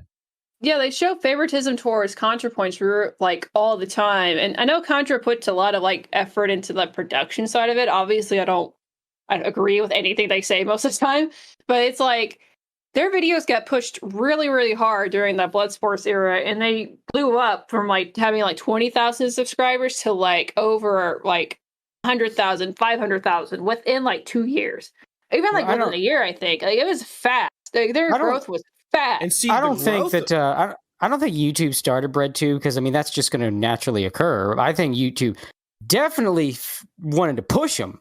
I think is very much Breadtube is very much astroturfed, and just look at all of the Breadtubers getting money to promote like certain political theories and certain narratives and things. Well, they also get hired by like industry people. Like, so they get hired by Google and like these people like in the journalist aspect of it to hang out and go to parties with and like do articles with. So they get promoted like all sorts across the place. Yeah, it's all like, AstroTurf. But yeah, anyway, about Shinji. Sorry. Oh, yeah. I do want to make this point real quick though, because this is where I was going with the Breadtube thing. It's all AstroTurf, and on top of that, like because it's so popular, now we've seen a lot of the like the ex-skeptics like Chris Ray Gun and Shuon Head and all of those people starting to like become like super woke leftist communists or whatever, because the Breadtube grift is just that strong. These people have no like strong convictions about anything. They see money. They see, oh, you mean I could completely sell out and become, like a corporate shill and pretend to be like this far leftist that hates capitalism while also being the biggest capitalist on the planet? It's Sign weird. me up, baby, yeah! Well, it's weird because it's like, I made a tweet the other day. I was like, do like lefties, liberals call themselves feminist anymore? Or was that just a fade? And they're like, no, feminism went, they're commies. They all think that they all identify as excuse me, but women don't exist anymore, so therefore it can't be called feminism anymore. It's too gendered of a language. That means feminine people are invalidated. And what was like? Oh, that was. We're trying to talk anime, but we can't get away from politics. It's really addicting because we all have our little politics side of us. But yeah, it kind of goes back to this too, where it's like I'll just say the tweet because we keep getting distracted. But this is the voice actor of Shinji. He literally tweeted out, "Tired, gay, ready to slay." Like, does that not sound like someone paid him to say that? Like, sounds like some like weird corporation. No, that ain't corporation. Like that. I'll tell you what that is. That's kind of thing's been around forever. This these motherfuckers. This is what you saw on Tumblr a lot, right? These motherfuckers they are outcasts, right? They're social outcasts. They adopt these basically safe fringes, right? Mm-hmm. Because they want to feel rebellious. But they don't want to be rebellious because that's scary. So it's the be gay, do crimes crowd, right? So they say these things that sound, ooh, I'm sassy. I'm being gay is a crime in some places. Well, yeah, I'm gay, I'm sassy, and I've got catchphrases. Boy, I could go into Hot Topic and be the coolest dude there in 2020 in Hot Topic. It's that same shit. It's like we saw. Remember the image of, I don't even remember what it was, but it was like someone with a be gay, do crimes shirt weeping as they were being arrested for something. It's that. It's like I'm ready to slay. I'm so gay. I'm no one cares, but you think people care because like you had a stuck up parent that you're still fighting with in your 40s. It's that kind of shit. It's not like a corporation thing. It's a failure to be sassy and edgy from what is essentially a someone who is thoroughly mediocre and a little bit of a coward.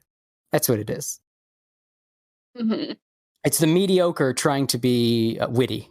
And this is Shinji's voice actor, and he's actually really a big fucking I can't say slurs on here. He's a nice guy who happens to be really fucking annoyingly gay, like Shinji is. He's a Sonic Fox. It's a perfect casting, if you ask me. He's a Sonic Fox.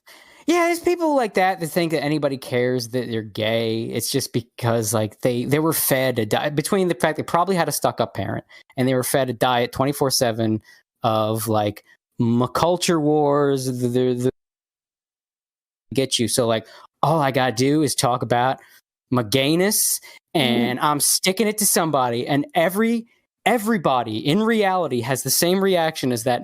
Like, rest in power, Norm Macdonald. If you remember when he talked about the joke he tried to tell at San Francisco that bombed. Oh yeah, about gay pride. That's how everyone feels about gay pride. Like, no one hates you, they just don't care. And they don't want to be made to care either. Yeah, exactly. This guy's also playing as the femboy in the new Shin Megami Tensei. Also, once again, perfect casting in my opinion. Good thing I won't be listening to the English dub of Shin Megami Tensei. Right. I'll just keep the Japanese dub because it doesn't really matter. It's a Shin Megami Tensei. It doesn't matter what language. It's the same. Well, to be fair, a lot of those games tend to have very good English dubs because all the good people that left, that responsible for the good dubs of the 2000s left and went to do video games. That's why Arc System Works' dubs are fantastic. Like, have you ever heard the dubs for the BlazBlue games? They're fantastic because all the people that were doing the good anime dubs left and went there. So, like, it's kind of weird. Like, see, a lot of voice actors are obnoxious, and people are like, that's why I'll never watch a dub. I don't give a shit, for the most part, because they're actors. Actors are stupid. There's a reason they were treated as second-class citizens in the Roman Empire. Like, actors are dumb. Actors are dumb. You just, like, you look at any medium, Western animation voice actors, film actors, actors for anything. Actors are stupid. This idea that we want actors to be our friends because we like the characters they play is psychotic and for some reason immensely prevalent, and we have to stop. I can confirm this because I like doing voices and I consider myself kind of stupid. So there you go. I'm also kind of retarded. But like, just actors are dumb. And it's like, I think a lot of weebs have spent so much time only consuming anime, number one, and deifying voice actors, number two, that they are like getting a crash course in reality over the last 5 years of like, nah, actors are dumb. They're not your friend. They're not your role model. Their job is to play pretend. That's all I need them to do. This idea that we need them to be our buddy because like, oh my God, I love you in blank. I want to be friends with my favorite character. No, that's stupid. Stop it. Like, just why? So like, but there's times where an actor is like especially dumb, but like then someone casts them in a way that like you knew. And one of the best examples is when some brilliant motherfucker cast DC Douglas to play Yoshikage Kira. Yes, oh my God, that was literally the best person they could have cast for that. It's like, you mean a really, really creepy guy that you see walking down the street, like he looks completely normal, but if he ever opens his mouth, you get this like really, really weird vibe and you feel like you shouldn't be around him anymore. Yes, that is a perfect Yoshikage Kira. Yeah, like DC Douglas can act. As much as you hate the guy, and for good reason. The guy that filmed women in the bathroom taking yes, shit. That's him. He filmed himself. He filmed himself because, like, lol, I accidentally went to the women's bathroom. First of all, no, you didn't. No one does that. They're clearly labeled. But he's like, lol, I filmed myself. He films himself in a selfie, and you can hear the women in there. And it's supposed to be like, he's trying to go for like a reaction. But like it raises questions like, bruh, no one does that. Wait, so you should know what a women's bathroom looks like. Did you not walk in there and say, sure are a suspicious lack of urinals in here? You know, like just anything. And like, what are these strange dispensers that are at the side of every one of these stalls? Like, I accidentally walked into the boys' bathroom one time in high school, and I immediately turned around. I was like, oh, there's boys against the wall. Okay, they're pissing. I need to get out of here. That took like a split second to get out. So like, I think because gotta be fair, right? Because otherwise you're a bitch if you because then you're lying, right? And you're willingly lying. He wasn't a creeper that was filming women under the thing or whatever. He wasn't doing all that. He tried to like, lol, relatable, am I right? I accidentally walked into the women's bathroom. Oh my God, so funny. Yeah, that's and it's like, weird. Okay, Dougie, 1, bullshit. 2, you're committing a felony. So it's like your attempt to be what just revealed some weird shit about you. Why did you do that? Because he's plus DC Douglas, and we did a video on him. The AO was like, we did all this research on him and found out like he's a fucking sad mess. Like, there's no point in hating him, right? You can't, no matter what you think about DC Douglas, you can't hate him more than he hates himself. His life is a perpetual spiral of self-loathing because despite all his successes in voice acting, he wants to be a leading man on the big screen. And he never will. And he'll sit there in his nice house that you and I wish we had, and he'll still hate it. Because he's not a leading man. He does voices in cartoons and video games, a medium that he doesn't really respect. He hates himself. He's a fucking junkie. He's depressed and he self-medicates with magic mushrooms and other fucking drugs. Wait, what? Really? Yeah. He's got like mental issues because his like mother's side of the family was like schizophrenic or some shit. Oh, damn. He's just a sad sack of shit. He's like, after we released that video, because the AO Twitter wasn't banned at that point, we just stopped antagonizing him because we're like, oh, why would this you guy's beat a got man? actual fucking issues? Maybe we should not poke a little too hard. Yeah, he's got actual issues, and like nothing we could say could beat what God already did for us. Like, there's no point in beating a defeated man. So he has to die in this life and get resurrected as a Nazi lowly to say fuck you to God. I see what you're doing here. Come on. He would be. Like, he's not far off. He's just a sadder version of the guy Tanya used to be. Like, so, but that, like, someone, and I think it's more known in the industry what he's like, that he is a creeper, that he is sad, and he is off in the head. There is no fucking, because again, the things that we know about people, I think a lot of people don't realize. The anime industry, for all the problems it has, there's a lot of people with heads on their shoulders. They're stuck, you know what I mean? They can't say anything, they can't do anything, or they lose their job and they can't feed their family. So they're stuck. And Nick's talked about it before. A lot of them have sort of confided in him. There is no fucking way that, because a lot of the stuff that people know, that's a reason that Sean Schimmel doesn't get that much work. He could get a lot more work. He doesn't. Why? Because he's a dickhead. He's insufferable. No one wants to work with him. So he doesn't get work. So he's just Goku and one guy from any like video game character that references Son Goku might cast him for we cast Goku to play Goku. I mean, like, to be fair, that's like playing the Mickey Mouse version of anime. Like, that's like you're guaranteed a role for probably the rest of your life. But he gets no other work outside of Goku. When there's no Dragon Ball media, he doesn't do. It's people in the industry in places where they have both power and no power. They know the shit we know. So there is no goddamn way that some of these people are not being like, we joke like, it's a perfect casting. Ain't no goddamn way. At least half of them aren't actually cast for that reason. Like DC Douglas playing Kira. There's no fucking way that a casting director didn't go, bro, this is perfect. Like, this dude is creepy and nuts. This character is creepy and nuts. Do it.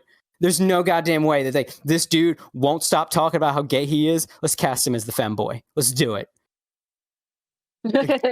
I will put money on the fact it is more deliberate than you might think it is. I'll tell you somebody who has like a really wide range, and it shocks me every time I see his name pop up, is Todd Haberkorn.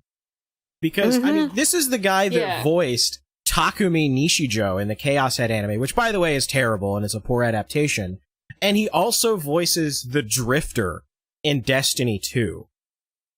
And like the difference between those two characters is astounding. Yeah, he's really good. It seems like all the people that they're trying to cancel lately are the ones that are really good. Actors can have their job, and I think I think that might be another reason why a lot of the great anime actors moved on to video games. Oh yeah, like, the fucking green-haired Karen that we have here. That's another segment. Like, how many times lately have you heard Johnny Young Bosch in an anime that wasn't reprising a role he's already played? Versus, like, how often do you hear him? Yeah. How often do you hear him in video games? Because like a lot of the greats from anime dubbing went on to do video games. Partially, well, also, I could imagine because it's more money, but I think a chunk of that is like, man, I like doing anime, but that scene is cancer, and this makes more money. There's no reason to go back. That kind of catty bullshit. It's kind of like, I mean, it's literally like, I mean, there's plenty. I mean, I can think of plenty of times I've been on a job where it's just like it's low paying, it's full of catty bitches, and all they want to do is complain about their job, and they're not interesting to talk to. And that was enough motivation for me to, okay, I quit. I mean, I mean, it's still like it's a job. At the end of the day, it's their job, and if they can make their career better for them, better for their mental health, I guess, even too, and not deal with assholes all day. I mean, good for them. Like, it's like this bitch over here trying to cancel. Who was it? Yeah, Chuck Huber. Over a little mistake. Yeah, and Chuck Huber didn't do anything. He was just sticking up for some guy with heavy autism. Even if the guy with heavy autism is a dick, maybe Chuck was like, you know what? Maybe it's just the autism. Maybe he's trying to give him the benefit of the doubt. And this chick's trying to cancel him for what? Chuck's trying to be nice to a guy with mental problems? Okay, so we should probably, again, and we have to consider the people who are listening to this program. Yeah. So right, this they can't girl, see it on the screen. This woman, her name is Terry Doty, I believe. And a nobody, an absolute nobody in the industry. She literally looks like a green-haired Karen. Like, it's literally like a feminine, like, imagine like feminist, like gross-ass hair dye. but as a Karen. Like, it's a very toxic person that I'm looking at. And she blocked me before I even knew who the fuck she was. To put in perspective how little Terry Dottie means and how clearly this is just an attempt to take out the competition so she can have something. Her claim to fame is playing young Jiren, a bit part in a 1-episode flashback that lasted, 5 minutes? That's where she's at. That's the big part of her career. She got to be in a flashback in Dragon Ball. Now compare that to Chuck Huber and everything Chuck Huber has done, and every role Chuck Huber's had. If you want to compare Dragon Ball roles, who was Chuck Huber? Number fucking 17. You know, I never want to imply people are asking for it, but this woman wanted her Me Too moment. She was hoping some like weird creepy actor would put his hands somewhere that they shouldn't be, or hit on her where she was drunk or something, where they were both drunk. Like, she was hoping something like that would happen. But this is the most she can come up with. It's just a story about an autistic weirdo being an autistic weirdo. You wanna read it, Gator? You know what comes up the most in the IMDb searches for Terry Dottie or Terry Doty? It's the word additional voices. Yeah. Because she's in just about every Funimation production, but it's always additional voices. She plays background characters 90%. That's what this is about. She's trying to go after someone that gets a lot of work and has a lot of big roles. Terry Dottie's not going to take any Chuck Huber's roles, but she's going to remove somebody that's got a lot of pull and experience and seniority to lighten the load and get her name out there. She'll be the big hero, the big social warrior, fucking culture warrior hero, and that might get her another role or two that she wouldn't. That's all this is with the Funimation people. That's all this fucking is with them. Yeah, they're all trying to tear each other down so they can try to drag themselves to the top. Because a lot of and one thing about the industry is that a lot of all the voice actors also do other production work, because the voice acting stuff doesn't really pay the bills for the most part. So they're also script writers and production assistants and editors and all this other stuff. And so I feel like it's not only the fact that she wants more voice roles, but it's also that if you get rid of the people with seniority at the company, you also get to move up in your other roles too. So maybe she necessarily doesn't want to take a role from Chuck Huber because, Chuck Huber voices guys. She wants to kick him out of his role in the production side of the company because maybe it'll allow her to move up. But I don't actually know what her non-voice acting role is at the company, but there might be something to that. And I think she sees Chuck Huber as vulnerable because Chuck Huber's social media presence is getting more and more right of center as of late. So she's thinking he might be expendable in an environment like target. Funimation. Yeah, an environment like Funimation. Just like Vic was. And Chuck Huber also, if you remember, stood up against Chris Sabat. So that also contributes to what she might see as his vulnerability. Yeah. So Chuck Huber, wasn't he also sorry, I kind of zoned out, but is it you guys brought up Vic Mignogna, right? How you stood up for Vic, right? Mm-hmm. So, obviously that puts a bigger target because it's, again, that catty kind of bullshit of he liked him. I don't like the other person he's standing up for. So I'm going to try to destroy his fucking career. Yeah, it's not so much that. They're not going to go that... See, we like to think, they're so obsessed with their worldview that they're going to do that. No, there's always more to it than that. That contributes, but there's more to it than that. Because otherwise, they would have taken out Chuck Huber much earlier, and it wouldn't have been more than just this chick. This chick just sees blood in the water and wants to raise her own profile. So they he's been questioning the vax mandates, and he stood up for Vic. He went against Chris Sabat. I want to go up in my role, and I can't do that because I'm mediocre, so I don't have any talents to set me apart. So let me get rid of this guy that these weak points have now emerged so that I can claw my way up over his corpse. That's sort of what she's just taking the initiative to try to raise her own profile at the expense of Huber's because she sees blood in the water on Huber's. That's all it is. Mm-hmm. That's the same way with Vic. Vic was going up and up and up and up and up. And then he was on that broken staircase hit list. As a lot of people thought, well, let's now's the time. Let's get rid of him because it worked. It worked on the first guy on that list. So So I guess we could Gator, can you read out the the twit longer? By the way, this is not a twit longer if you guys are just listening. Fucking twit longer. Yeah. It's like anytime that there's like some goofy internet shit, it's always like, let me tell you my story, twitlonger.com, you know? Yeah, at this point, if someone writes a twit longer, you can just disregard. You can disregard anything that's in there. That's why people like shitpost half the time. They're like, you're gay, Lamau. Yeah, exactly. It's like, let me tell you my story. And it's just like, as LMAO or whatever. Okay, so let me read this thing. It's Terry Doty. I don't really know how to pronounce her name. That is 25th of September, 2021. Yeah, let's talk about Chuck Huber. I can't take it anymore. I keep seeing post after post of people being taken advantage of by someone who isn't a friend and is barely even a colleague at this point. I met Chuck during an internship in 2008. Since then, I've directed and acted alongside him in numerous properties. When my friend and I decided to start a podcast, Chuck approached me with the idea of working together. He saw the opportunity. By the way, Chuck, if you want to come on this podcast, that would be awesome. He saw the opportunity to monetize the show, and I declined. It was after this that I saw past the veneer. He became shorter with me. Condescending. But I've been in the biz since I was 14. I know how to deal with fragile egos. In the summer of 2017, Chuck and I were booked at the same convention. I was given security because of an issue I had with a fan. The fan had harassed me for months. He'd said numerous disturbing things, one of which was something along the lines of, quote, I'm going to teach her a lesson, when he'd see me at this particular con.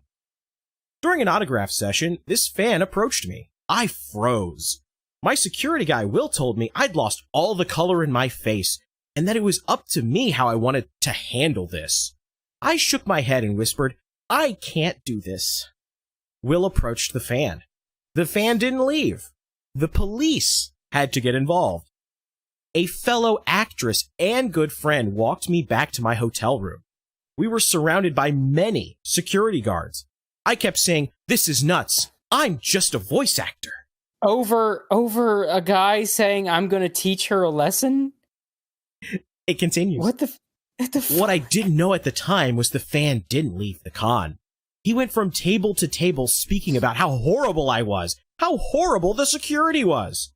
Chuck, with no skin in the game, messaged the security service and tagged myself and other guests coming to the defense of the fan.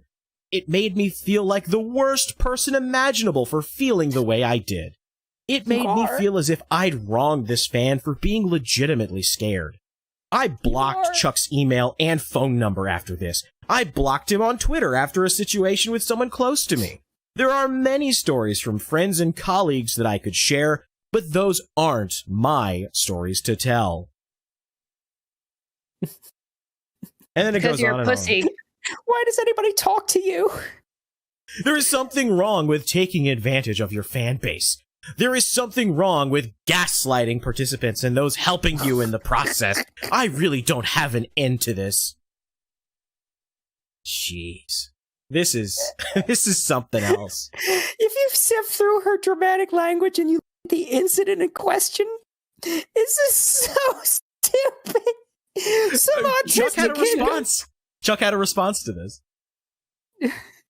So some autistic kid goes, I'm going to teach her a lesson, which he's watched anime. He's probably just in his lexicon for anything, right? Like, I'm going to, some dog barks at him. I'm going to teach that doggy a lesson. And then he like, no doggy, like that kind of thing. You had in his mind, he's like, I'm going to teach that dog a lesson.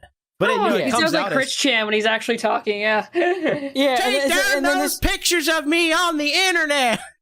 Yeah, and then over this chick's like, I need security. we need to give secrets. Get a circle. We need to form a circle around me. I need to be walked back to my hotel room. The autistic child might get me. You gotta look out. The autistic kids, they'll jump out from the rafters at you. You gotta be careful. the autistic kids, they're in the trees. Coming out of the walls. I mean, look, they don't know social skills. They might be living in the walls because they don't know it's wrong to do that. They might breathe a little heavy around you. You never know, man. You never know. The stuttering. This chick needs a security detail. They may scream talk when they're talking to you, like they're yelling in your face. Jeez, that can be kind of scary. She gonna need a fucking kind of bad. She gonna need a fucking one of them, not security animal, them fucking those animals you need to make yourself mentally sane. I forget the name of it. She need to walk around with one of those now, one of those harnesses. Oh, an emotional support animal? An emotional support animal. Yeah, she gonna need like an emotional support pig or something. Like, to understand. Come here, bacon, I need you. Come here. She gonna be like at the grocery store, like, man, you can't bring that up. You don't understand. An autistic child said he was gonna teach me a lesson. I can't even recall it. I can't recall. It's like triggered by like puzzle pieces. She gonna be in some support group with like women that were raped, and they're like, "Oh, what happened to you? Some kid stuttered. I'm gonna teach you a lesson. He was so fat, and his beard's so unkempt. He was wearing a fedora, and it scared me. He was wearing a worn Sailor Moon T-shirt that was a size too small for him. I can't even think back to it. Oh God." Why did you bring this up? Pitch stains. Just don't go to conventions. If you can't handle the quirks and behaviors of people with autism, don't go to a fucking convention. And I say this also to like the voice actors, like, oh, look at that weirdo. Yeah, they're weird. They're socially inept. They have autism. That's kind of how it goes. It comes with the territory. Would this be like a leftist term called ableist? Is she being ableist right now? Sounds unironically, like yes. Unironically, yes. Unironically, yes. Yeah. It's like, it's one thing, right, to make fun of autism. Because you know what? Sometimes an autistic person, they do something they don't realize you shouldn't do, and it's funny on its face, right? But you're not laughing at them. You're laughing at the situation of a guy. Yeah. You're laughing at a guy saying this thing you're not supposed to say. You're not like, fuck you, You're laughing at a guy freaking out about a man in a pickle costume. Yeah. Just the juxtaposition of the situation is just, it's too funny not to laugh about. Right. But like, you don't look at the behavior of an autistic person and like, I need security to step in and protect me from his unwashed hands. Like, just don't go to conventions. Just don't. Just get out of this profession. If you're going to be in any kind of geek media, or like, niche media, you're going to deal with people that are socially off or inept or disabled or something. Just assume everyone that likes anime is autistic. Then you'll be better off. You got to deal with that. You got to deal with it if you're gonna get. I can't even imagine how many emails Vic Mignogna gets from people that with autism that are giving him too much personal information, saying something awkward, phrasing something in a bizarre way. And, he can take that. He knows he comes with the territory. He deals with it and he's friendly about it. That's what you have to do. If you can't handle that, you don't need to be working in anime. That's just how it is. If you can't handle people that don't have their social skills straight, get out of this profession. Go do something else. It's clearly not for you. Because what do you think? Oh, I'm going to do anime as a job. Fun. Oh, it's hard work sometimes. No, that's the dirty part. It's it tells you a lot about this woman, this Karen's like fucking psychology too. Because like, if that's like one of the worst things that happened to you, an autistic kid, like kind of sort of threatened you, then how easy is your fucking cushy life? Like, there's so many like the normal person has gone through way worse shit than this bitch, but this is like a point of contention in her life. Fuck her. Yeah, you can tell she didn't get told no much by her parents. It's like in my day job, I work as an administrative position at a grocery store, right? Like, it's not, it's one thing. It's like, oh, so I get to tell people what to do. People have to listen to me. I get to be boss man with the keys to the locked rooms. But like, if you can't handle the fact that you're also the guy the Karen goes to. Like, even if it's not the manager, sometimes, you're the guy between Karen and the manager. And if you are the manager, or if you're only a division manager, like the shift lead. Like something like that. And you're the guy that has to deal with the stupid old woman that can't read a sales sign. And that's going to be, and then you have to deal with the fact that when you showed her she's wrong, she's not going to go, oh, sorry. She's now humiliated, but it's your fault. And she's taking it out on you because she's because you can't handle the fact. This says $3. I expect to pay $3 for this giant jar of pickles. Oh, I'm sorry, ma'am, but you're looking at the pickles next to those pickles. These pickles are $6 because they're twice as large. Oh, well, you should have labeled this more properly so I didn't get confused. It's Bro, that fault. Is the exact thing. That is the exact thing. That I was like, well, that's very life in 2019. That was very misleading. You know, that's very misleading. And so and here's the thing too. Like if you can't handle that, then it doesn't matter. Ooh, fun. I get to tell people what to do. I'm in charge. Like, it's a part of the job. I mean, that's the job thing. Every job has their shitty aspect. Not everyone can I don't want to say like not everyone can handle autistic people, but not everybody like knows like how to handle autistic people, because it's not like obviously when people say autism they mean a bad thing, but it's not a bad or a good thing. It's just like a thing people have. It's just like it's just a part of people's mentality. Some people are just socially retarded. Yeah, that's the thing. Like you just deal with it, and like if you can't handle the dirty part, the dirty work, then you can't handle the yay fun part. It's not all yay fun. No job is all yay fun. Because there's always going to be a part like, and you can like bitch. I think there's a difference between bitching and complaining, right? Because if you bitch, it's just a vent. Complain is like you're trying to make some kind of change, right? You're trying to get something fixed or something altered or something changed for your sake. So you get to bitch. You don't get to complain.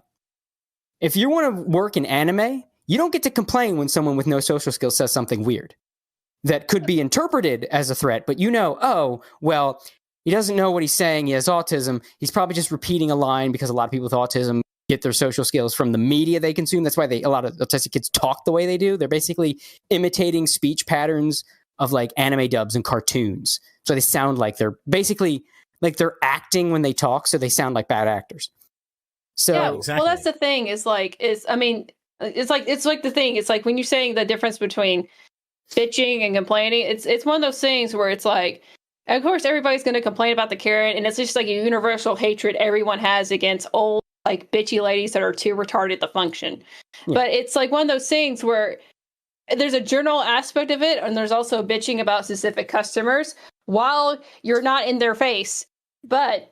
Her attacking this autistic person and then Chuck explaining like, hey, this is just another autistic person not understanding like the situation. So I tried to like empathize with them. It's her like almost vicariously insulting her audience, right? It's her like insulting the people that have autism, that have trouble. And they were probably double thinking like, did I attack this person? Was I being mean? And they overthink it and then they have a fucking panic attack. So it's one of those things where it's like you can, complain about stupid customers you get, but you can't do it towards their face because it's unprofessional. Exactly. That's just something that just comes with it. It's the equivalent exchange of a job that's otherwise fun or enjoyable. Like you got to deal with this. You even as much as I like comics, making comics is my fucking life passion. And when you make comics, you get weird readers, and you don't attack those people. You don't put them on blast. It's like, that's just, you're going to get that. It's just something, it's the trade-off. You're doing this, but you're going to get the weirdo. Well, it's like doing internet content. It's like doing internet content, right? Like, you're going to get these just weird people in your chat. Like, it happens all the time. And when you're also, like, an internet figure, like you're also Gator get weirdos? I know. That's the first time I heard of it. Shocking, yeah. It's a deep secret that I've never revealed, that weirdos show up in my chat all the time. And the other thing is you're going to get like detractors and stuff that just hate you for no reason, or because you hang out with X person or you're friends with this guy. It happens all the time. But it's what you sign up for. You sign at the dotted line when you do this stuff. It's like, yeah, I'm going to have to deal with some weirdos. But you know that going in. Every anime voice actor knows going in that anime is a subculture with a lot of weirdos in it. And so you're going to have to know how to handle those people in a way that doesn't cause an absolute meltdown situation. Yeah, it's like you have to be professional because you're at a job, not at a catty bitch fest. Like, I know cons are fun. You get a little drunk, you party, but it's also like if you're there for a business thing, it's kind of like, I guess the thing that we could like probably related to would be like if like let's say me Gator went to VidCon or something, right? Something with like a bunch of YouTubers, streamers, like people we could work with or colleagues. No one's going to blood sport to get in the fights with people at these events because it's unprofessional and you're representing yourself. Despite you may hating somebody like a certain YouTuber or whatever, you're not going to show your ass because you have to still represent yourself as a person, as I guess like a LLC. Like you still have to be like, okay, I'm on a business trip, but a fun business trip. And right, I'm not going to go up and like scream obscenities at like Aaron Hansen because I disagree with him trying to like, you know, change his image and bury like all of the really funny stuff from Game Grumps back in the day because it was problematic. No, if I were to like actually bump into Aaron Hansen, I would have like a, you know, a normal conversation with him. Just because like I'm not trying to go there like and, altogether, or avoid like, them altogether, like because I don't like that person, so I'm not gonna, you know, just like go out of my way to like try to, you know, mess with that person or just be a jackass. Mm-hmm. And I feel like that's the thing with like what Cody brings up, the whole celebrity aspect to it, because they're so caught in the moment. They think that they're just having fun and they can be just catty bitches, whatever. But it's like you're here to work. That's what you are. Like even if it's like a vacation. Like you're going to be like a bunch of YouTubers or whatever like industry you work at, you're still representing yourself and you still have to be professional about it. Well, a great example is we were planning on going to Anime Matsuri before it got canceled due to the pandemic. Like going there, you know, hanging out with Nick Rekieta, Yellow Flash, all of those guys, like it would have been like a professional thing. We would have, you know, we wouldn't go around and like try to like pick fights with like the kick dick people who are like sneaking and stalking around or whatever. No, we would be hanging out, having fun, and just being normal people. That's all it would be. I mean, we would drink and talk shit, but again, it's one of those things. Like normal people do. After the con. Yeah. We wouldn't make a scene there in the middle of the convention or whatever. No, that's for, you know, getting drunk later at the bar and having fun. That's when Gator flashes his tits. Oh, yes, my beautiful, beautiful my memories. Big scaly tits, because he's an actual alligator. My big scaly boobs, yes. I should really read this statement from Chuck Huber, because he did respond to the allegations thrown against him. Mm-hmm. So this was September 24th. He said, "One time, a bunch of voice actors were saying an autistic fan was dangerous. It turned into a kind of frenzy where security was stalking him. I sent an email to the head of security and the other voice actors in the hopes of shedding some light and avoiding a tragedy." So this is the post here, once the image actually loads.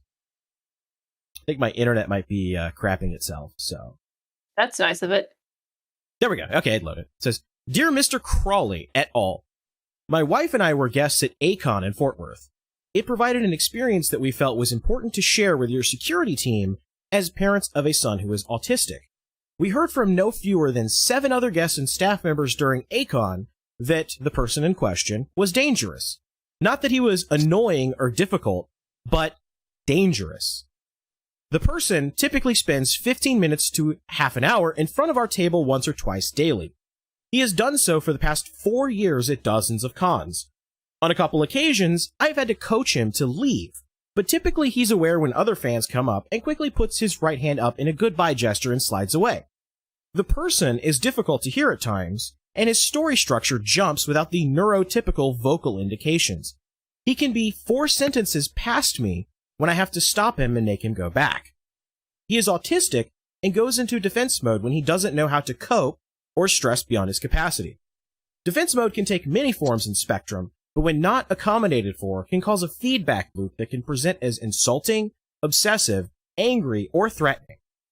Jessica has shared with me several stories of autistic adults injured or killed by police intervention that was unnecessary. Typically, mirroring the physicality and repeating what they say can produce calm and rapport. Redirection into their next chosen activity also helps. The misunderstandings of person, in our opinion, are not malicious, without cause, or without caution. But he's a good kid. This is not to minimize anyone's feelings of insecurity regarding the person in question. We all have the right to feel safe. We even have the right not to be annoyed. We just felt it important to share our perspective. Kindest, Chuck and Jessica.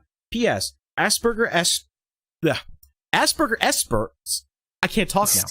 I'm having the problem Spooky did last episode. P.S. Yeah. Asperger Experts is a great resource for training. Getting tongue-tied there at the end there. It's a tricky title, apparently. Asperger's Experts. Asperger's Experts. Asperger Experts. Asperger Experts. Asperger I can't do it. I can't say Asperger Experts. Asperger Experts. There we go. Okay. Ugh. I mean, all that explanation makes way more sense to me than this fucking weird, like, anime main character drama fest that she tried making it out to be. Like, oh, I was standing there and he was staring at me menacingly. He's standing over there menacingly. Wee woo, wee woo. It's amazing to me that people that actively hate, like, anime fans try to persist in an industry that is supported by anime fans. Like, I don't understand it. Is it just that this is all they can do? Or is it just simply the fact that, like, they thought they could do better and this is just the end result because they can't? Well, like, if you look at some of the replies too, it's from actual other autistic people, and they're like, "Hey, thanks, Chuck, for sending this email trying to explain to people, like, in staff or whatever, how autism works, because a lot of them just don't know and they need this kind of explanation to them." And they're really grateful for it because they're autistic, they don't really know how to explain their feelings. Yeah, like this guy. He said, major respect to you, Chuck. I too am on the spectrum, and I know how creepy I can inadvertently be when in public. It's common for me to freeze when I get nervous or don't know what to say, and that might make others nervous too, which makes things worse. Yeah, so there's like a bunch of people that are replying and basically saying, yeah, what Chuck is saying is correct, and if people don't know how to handle autistic people, it can kind of weird them out or creep them out. Yeah, I mean, I have like three things at once I want to say. Yeah, but it's on one hand, clearly Chuck knows more about this. I think it's mentioned there. He's got a son with Asperger's. He knows more about this than some entitled green-haired fucking bitch. Number one, green-haired Karen. Yeah, number one. Number two, like, as much as, you know, we're on the internet, we make fun of autistic. We do, but I do feel bad for him because I see, like, you know, it's one thing. It's funny when they act like idiots, but then you do see, like, the realization they have when they fucked up, and that's rough on people. You realize that you've fucked up that colossally, especially when you're in a convention environment and you're in front of a lot of people that you admire. And and just the way she has escalated this is just such a piece of shit move, right? Because you already got this kid that clearly he's heavy on the spectrum. You got your lightly autistic people, and then you got your, like, heavy on the spectrum. And this kid is clearly, like, if he's got, like, weird programming like that Chuck's talking about, and I'm inclined to believe him because Chuck does not seem like he has any kind of other motivation to post this. That's clearly, like, heavily, like, this kid, you know, it's. I mean, like, I think he said in, like, the email, like, apparently he's just known at that specific con for doing that, like, for being that kind of self-aware and just standing there all the time until, like, people, like, other fans come by, and then he's like, okay, well, I guess it's time to move, because he doesn't know. Yeah, and I get even that it's frustrating, like, you're trying to have a convention, you got one guy there that just won't get the hint here and here and here. But to take it to the level she did, to call it security, to need a fucking a cone of, like, a donut of protection, to need to be walked to a room over just some autistic kid, words cannot express how low of a person you are. Like, you're not only low in the sense of just you're a piece of shit, but you're also pathetic. It's almost like you're, like, bullying a defenseless child, because this person probably has, like, the mannerisms of, like, a child who's unself-aware, and that's kind of the hint I'm getting at. Like, they just are not.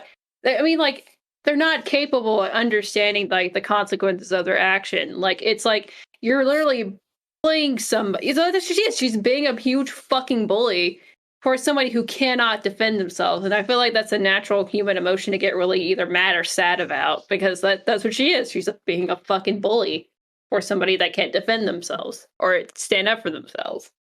Yeah. Because she's uncomfortable. Yeah, but it's like, you know, you're bullying what's essentially a kid. And then you need security detail. You need security to intervene. What do you think he's going to do to you? What? Seriously, let's say he's not autistic, right? Let's say he's a big burly motherfucker, an actual incel. Like, you know, the word's kind of been ruined, right? But let's say this is an incel. Let's say this is like, how dare, like your how dare women? Yeah, your fucking worldview has come to life before your eyes. Like, look, you fucking bitch, you don't belong here. my patchy beard grows in anger at you. Let's say that was the case, right? What the fuck was he gonna do? Leap across the table and rape you right there? Is that what he was going to do? In the fucking convention hall? In the fucking, the whatever dealer room? He's going to pull out his glorious Nippon steel folded over 1,000 times. That he bought from the vendor over there. That he got from the vendor, right? Yeah. He's going to do that, and then your security detail is going to, well, boys will be boys. No. Nothing's going to happen to you. Nothing's ever going to happen to you like that unless you decide, that rickety alley will make a good shortcut. Like, you are in and never have been in any danger. You're pathetic. That some autistic kid's like, I'm gonna get you. And like, he said he's gonna get me. And even then, I don't think the autistic kid is gonna be the primary threat if you walk down a dark alley at night. Yeah, like, Bill, we need a wall of people, but I don't want to say build that wall because people might think I'm all. Help me, please. The overweight man-child said a thing. Everybody, can you walk me to my apartment, please? I need you to walk me back to my hotel room. The overweight man child. What's he gonna do on the way back? On their way to your hotel room? What do you think that the guy that can't even figure out a conversation figured out where you're fucking located? Do you think he's gonna be waiting in the bushes and you'll be able to smell him probably if he's coming? He's not gonna stealth his way in there. There's a funny thing that I just thought about that I didn't really think about until this exact moment. She seemed scared because there weren't a ton of people around. Because there was nobody in her line to talk to her at the con. And so she unintentionally dunked on herself because it's like, this kid was like... That was her only fan, and she bullied the shit out of him. The only people that gave a shit about you, and you shat on them. Way to go. I'm sure your star is on the rise. I can't imagine how someone with your talent and networking skills have been acting since you were 14, and you're still additional voices? I can't imagine why you're not a leading lady yet. It's shocking to me. You seem like you've got everything that it takes to be the next Vic Mignogna, and yet here you are, with your claim to fame, playing a child version of someone else's character in a 5-minute flashback. You did it. Way to go. You did it, man.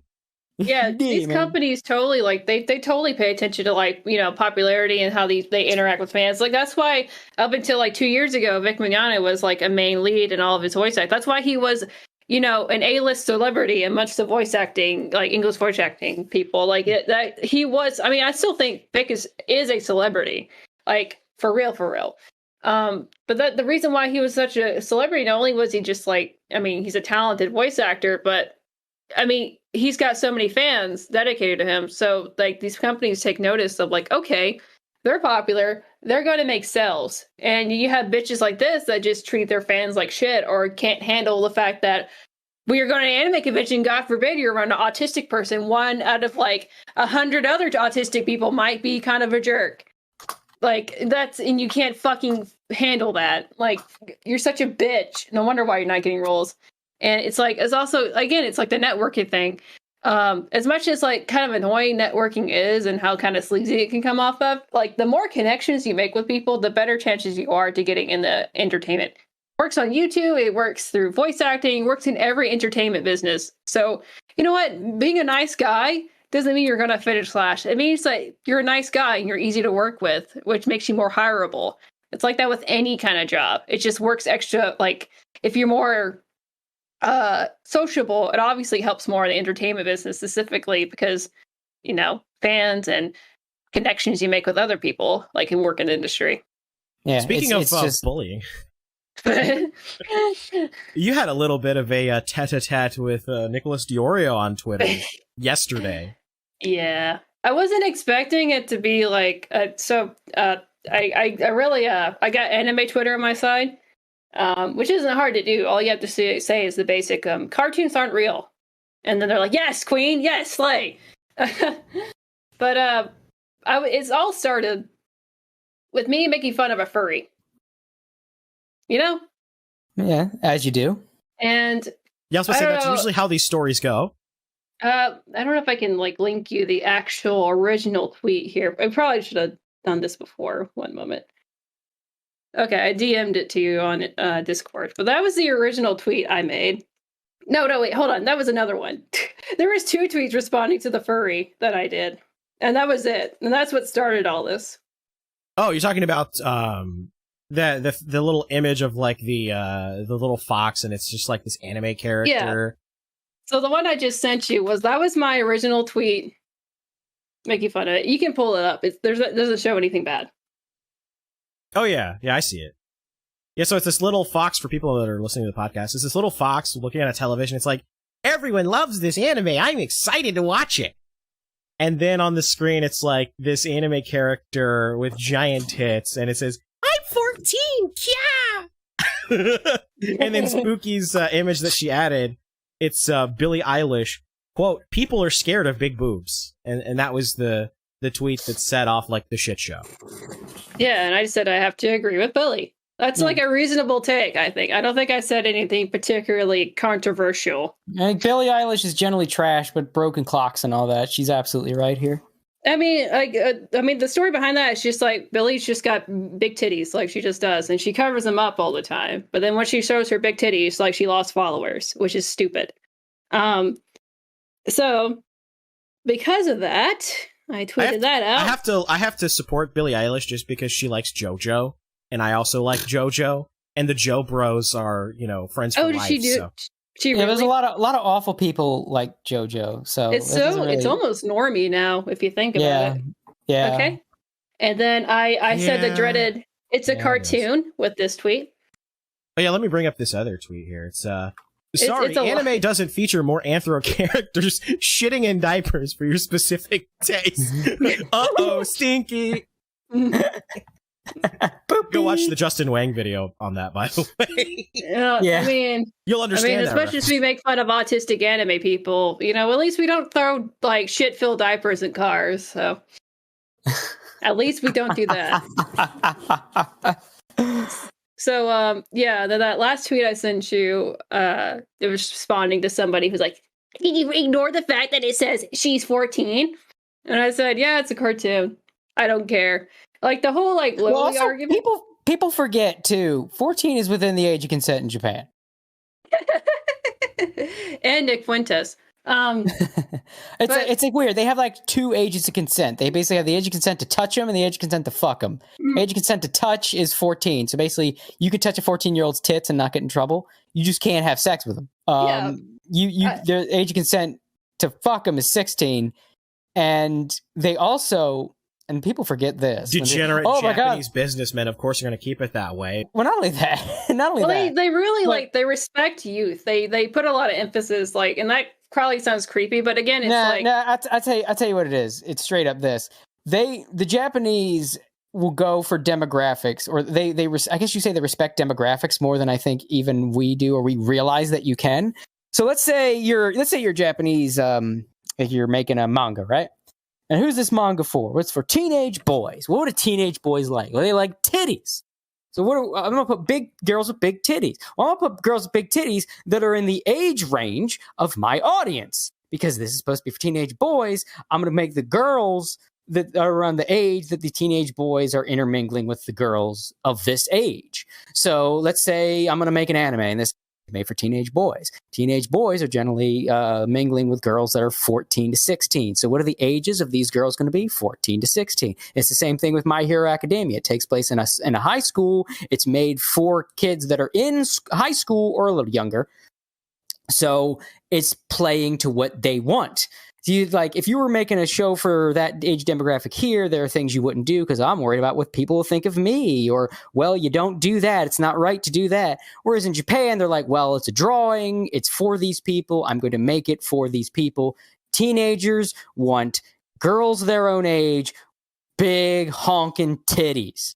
So I will draw girls their own age with big honking titties. That is the extent. There might be from one author to another, depending on some situations, the other,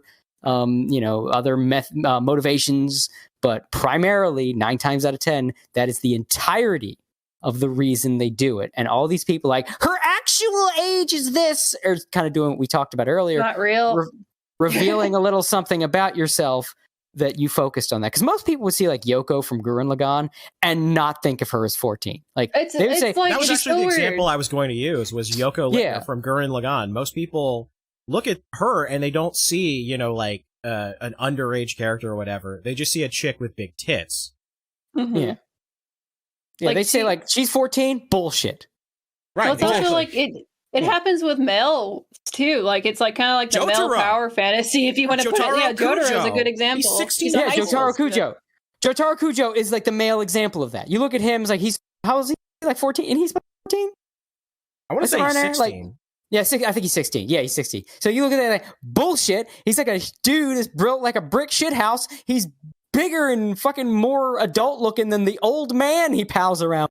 Bullshit, he's 16. Yeah, again, it's like kind of like I guess it could be like a male power fantasy, but it's a fantasy. It's just not real. And people were obviously comparing it to Loli. I wasn't defending Loli. I don't like Loli. I kind of find it kind of degenerate and distasteful. It's disgusting and degenerate. I mean, I make fun of little girls. Yeah, I mean, I make fun of the Loli figs as much as I make fun of the furries. Like, it's like, I mean, you guys are degenerates to me, but is it like the same thing as CP? No, obviously not. Yeah. But because I was saying, the 14-year-old anime girl was a cartoon, that was enough for Nicholas Moonface Diorio to unfollow me. So he took it as me spurging out. So the reason why I made even a point of contention to be like, you unfollowed me, Nicholas Diorio, was because Nicholas Diorio is like super sensitive. And he cares a lot about his little fragile ego that he has. Because he's really expanded, because he's huge, because he's got really thin skin, get it? So, it was a stretch, but yeah. So, like, because Nick is so sensitive, and it's not if he's going to see if you talk about him, it's when.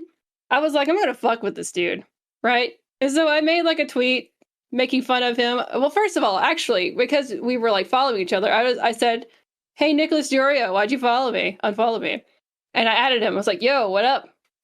And then he just kept tweeting and ignoring me. So I was like, okay, I'm going to keep prodding this. And then I responded to Cecil McFly making fun of him because she also was making fun of him and calling him fat. So I was like, hey, Cecil, look at this. I don't know much about Nick Diorio. I just know that he's fat and sensitive. So a lot of people like him. He likes causing drama. There's a lot of people like him. A lot of people don't like him.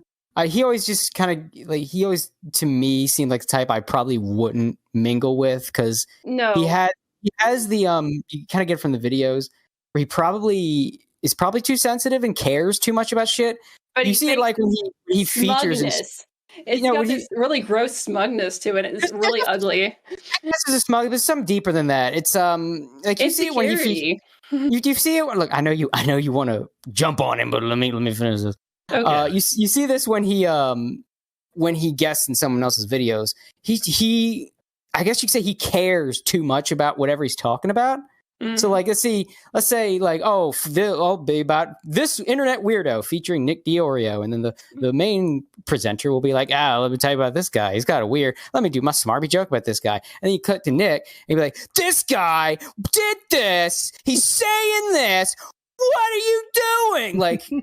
When someone has that, and then they're in that kind of tone and mannerisms, and then they're involved knee deep in this sort of like a world of drama, I always find that to be like a bit of a warning sign. So I mean, maybe he's a nice guy. People seem to like him. There's people that don't like him. I don't know. I just always kind of felt like he seems like a dude that I would probably keep at arm's length. He seems like a guy that would take something the wrong way and then Well, he literally did, like with me specifically, and he didn't want to like hear my side of the story, so I kept making fun of him. But like, it's, yeah, he's difficult to get along with because he does this thing where he talks shit, but he doesn't want to get hit, and so yeah, I've seen that. Yeah, so he like literally will block people. I made a joke later on the tweet where I said you touch the block button almost as often as you touch your fucking pecker.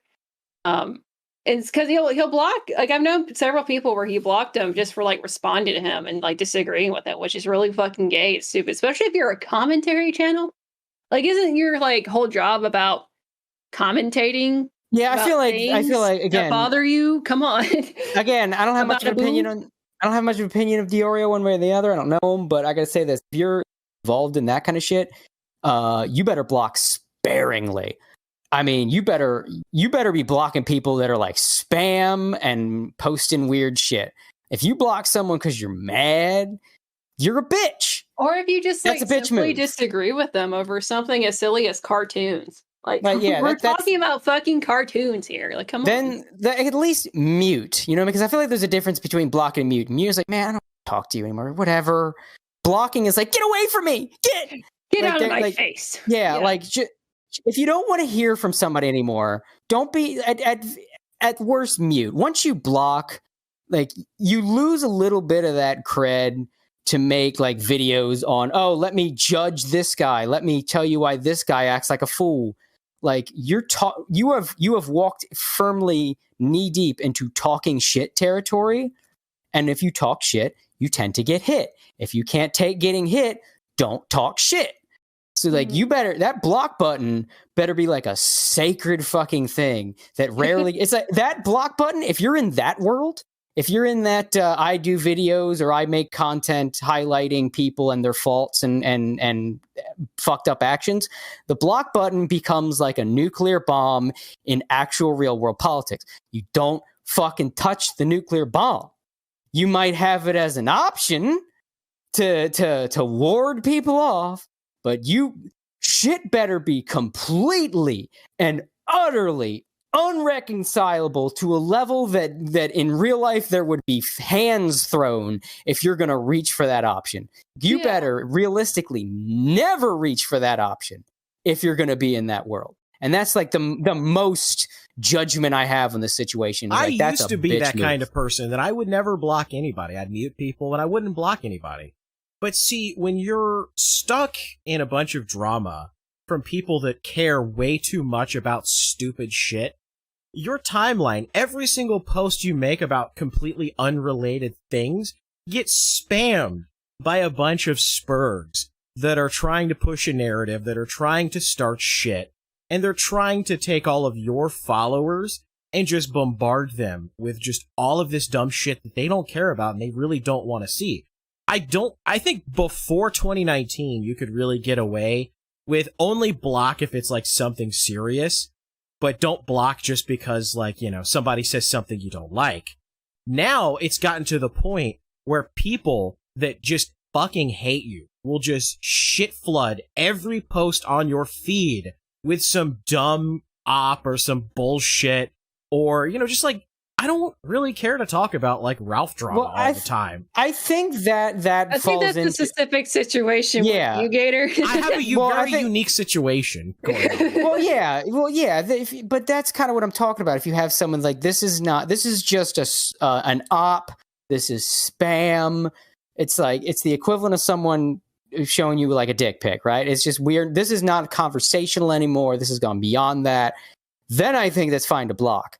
But if you're in this kind of world and someone's just annoying you or says something you don't like, because that's what this boils down to. I was arguing with him on Twitter, and I didn't block him. I just ignore him and occasionally snipe back at him. Like that's what I do. Yeah, like this thing was spooky, right?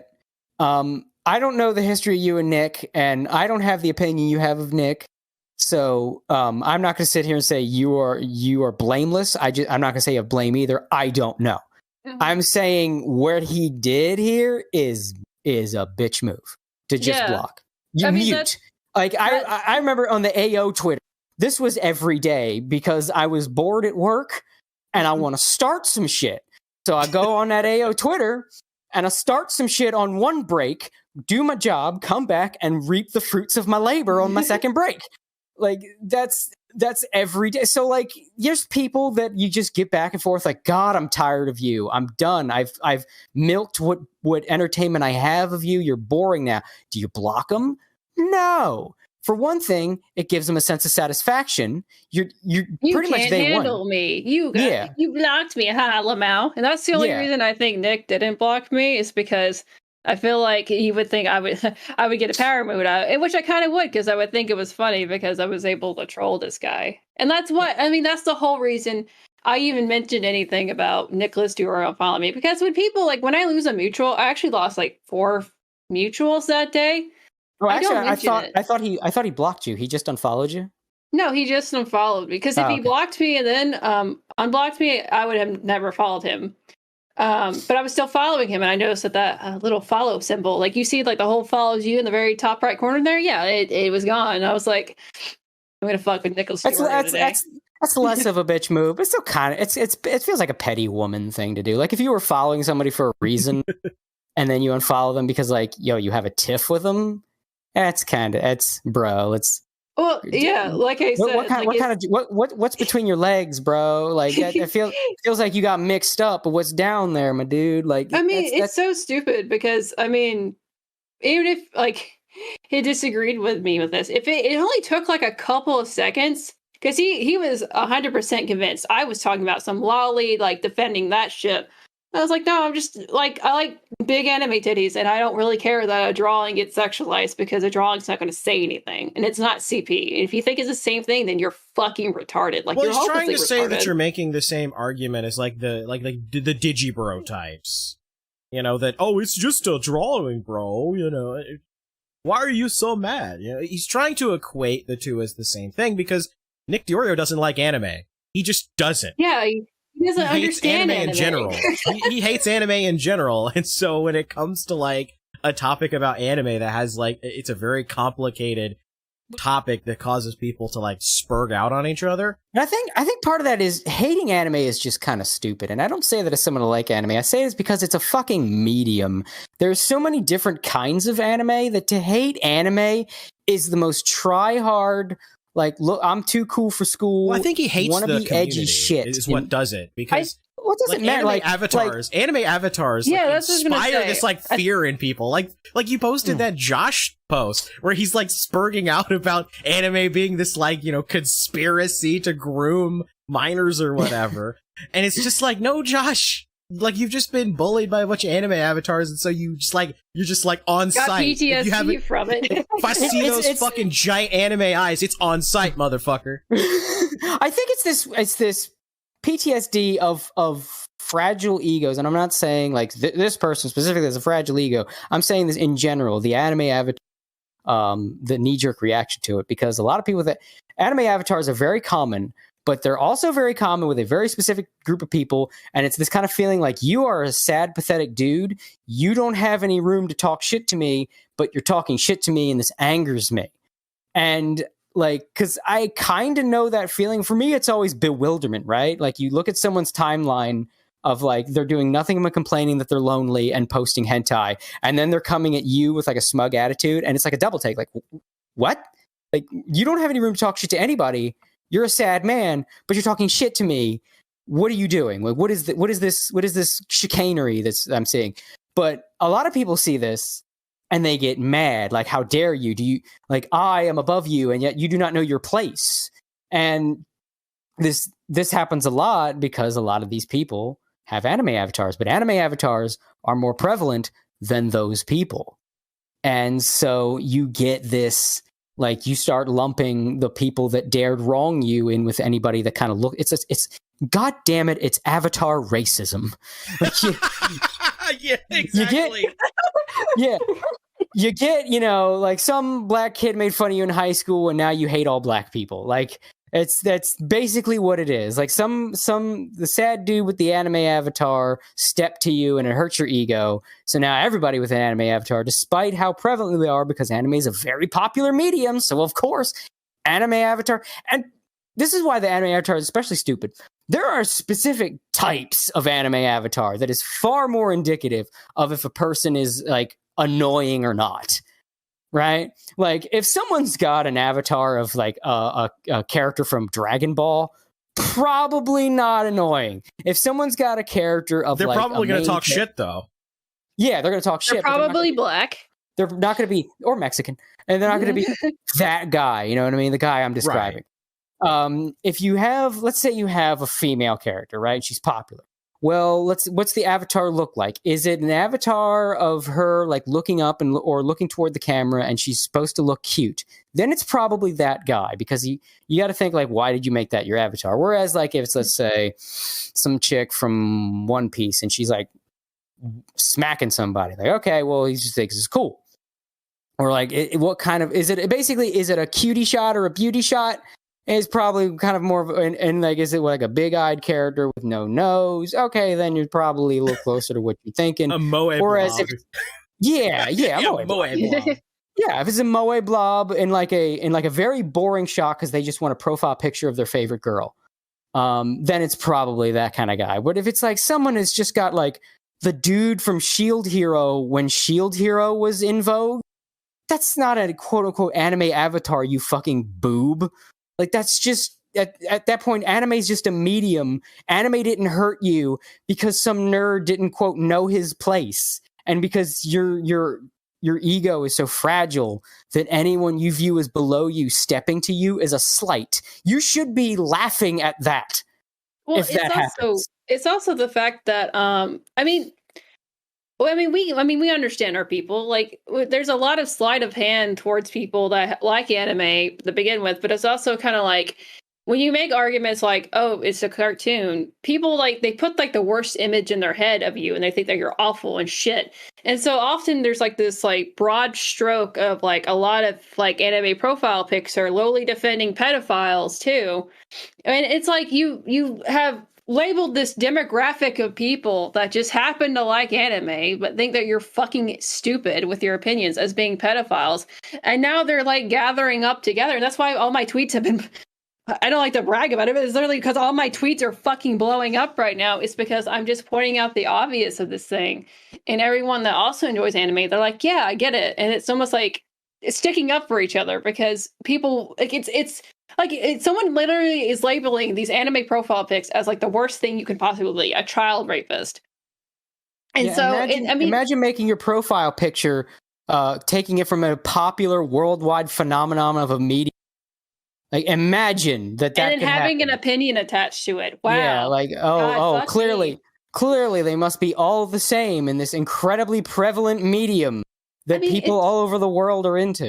It's literally the same shit that happened to Brittany Venti when she made that dumbass take up like people who like Guaragura are all fucking weird, lovely pedophiles because like a couple of them got horny because it's like a cute anime girl. Like, it's like you're literally saying this whole demographic of a large, well, now it's huge, like a large amount of people are pedophiles because they like watching Guaragura, and Guaragura is like really talented. Like, she can sing, she's funny, she got little quips. Like, she literally sung fucking Sabaton. That was That was great. Yeah, she's really good at video games too. Like, she's really talented, and she like not only that, she had to like, I mean, what she does is improv too. So she does improv the whole time because she's playing a character. Yeah, and then you were like, and then Brittany Venti's almost literally saying, "You're a lowly con pedophile. Kill yourself." Because you enjoy a thing, and it's so stupid. And this is why like people hate anime profile pics. So it's not only like there are like smug, depressed assholes. I mean, that's obviously a thing. But we start to stick together. I guess I'm not an anime profile pic, but I have weeb trash in my name, so obviously I like anime. You're sympathetic to the anime profile pictures. Yeah, because I mean, they're my people. We get each other. Like, and when I'm sympathetic like that, they latch onto someone like me because I'm willing to put my opinion out there. And not only that, I don't really fit the mold of a typical anime profile pic. I'm a girl, a woman. You're not a morbidly obese man pretending to be an anime girl.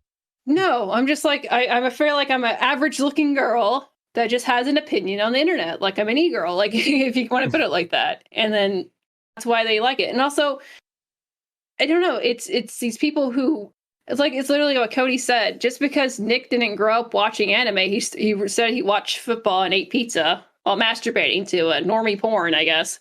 Oh boy, what a cool! You're like the average. He grew up in fucking New Jersey too. He's a fucking New Jerseyan. Even worse. Oh boy, you're so much cooler than these nerds. I bet you watched the Man Show and you were like, "That's me. I'm like, dude, Adam and Jimmy." Hey, bada boom. He's probably too young for the Man Show. I think he's like 19 or something, or 20. There is nothing. I'm sorry. There's nothing sadder than when you're like, I'm such an average guy. There's one thing is like, okay, I'm surrounded by nerds. Let me kind of pull back and, like bros, I'm not as deep in as you. It's another thing to be like, I'm not like that, man. I grew up watching football. I was like, when I think about friend groups, I'm like the boys rolling up to go hit on girls at the mall. No, that's totally a thing that he does too. Okay, so this is something like me and my friends like to make fun of him all the time. At that point, if you're doing that, I am 1,000% convinced you are the lonely fat kid with no friends. When you say things like that, that you are doing nothing but announcing to me, oh, you actually have cried yourself to sleep more than once. No one actually. It's the same shit like with It's the same shit with I don't know. I've been watching recently. He's this dude that everybody's known about for a long time. Never watched him until recently. This guy named Asmongold, he's a big Twitch streamer because he started playing Final Fantasy 14. So I was like, oh, this is interesting. And I just started jumping on that. He's got this friend of his named McConnell that's super, super fucking try hard. And everybody makes fun of him. But he's like, I'm the regular dude. I'm not playing Final Fantasy 14 because that's anime stuff. And anime is lame. And people that like anime are weak. And it's so transparently try hard. Everybody sarcastically calls him McCool. Like, when you do that, no one buys it. It is the internet equivalent of driving a fucking Ferrari that's outside of your fucking price range, but you drive it anyway, and everyone says you have a little dick. Like, you drive a Ferrari that you remove the muffler so it sounds loud. No one sees that and says, wow, what a cool guy, man. He's so much more of a masculine man than me. If only. I look upon him and I ask God, why? Why did I end up as me and not him? Nobody does that. I'm sure in Nicholas's head, he's actually has really an 8-inch long penis with a huge 6-pack. But in reality, he looks like Eric Hartman. But like, you know what this motherfucker does? And we make fun of him all the time. We're good friends. He brings up the fact that he had sex like all the time. He talks about his fucking fat man sex life, that he had to have his girlfriend sit on top of him because he obviously can't be on top of her or else he would crush her. He's like, guys, you know I had a girlfriend. You know we had sex. Really? Yeah, we have sex because I'm a girl. And it's like, motherfucker, if you have a girlfriend, isn't that kind of implied? That you do that at one point? Like, it's like, you don't have to literally say it. But no, he'll have fucking Justin Wang on and talk a bunch of shit. Like, trying to impress Justin Wang because Justin Wang's an actual Chad. And he's in a band. And ladies love him because he's charming and funny and good looking. But the whole I think we found one lady that loves him. Hey, I like long hair men. But I'm taken. But anyway. It's that kind of thing where he got in a podcast with Justin Wang. He just brought up the fact, he's like, oh yeah, I had my girlfriend go around people like, look, this is Nicholas DiOrio. He's in a YouTube video. And I was like, oh my God, I'm so embarrassed. It's like, okay, bro, that totally happened. Your girlfriend was going around random ass strangers in this fucking bar telling them that you were the YouTuber Nicholas DiOrio. I totally believe that. Trust me, bro. And then also he brought up the fact that he wore a condom suit for a video, like a condom costume.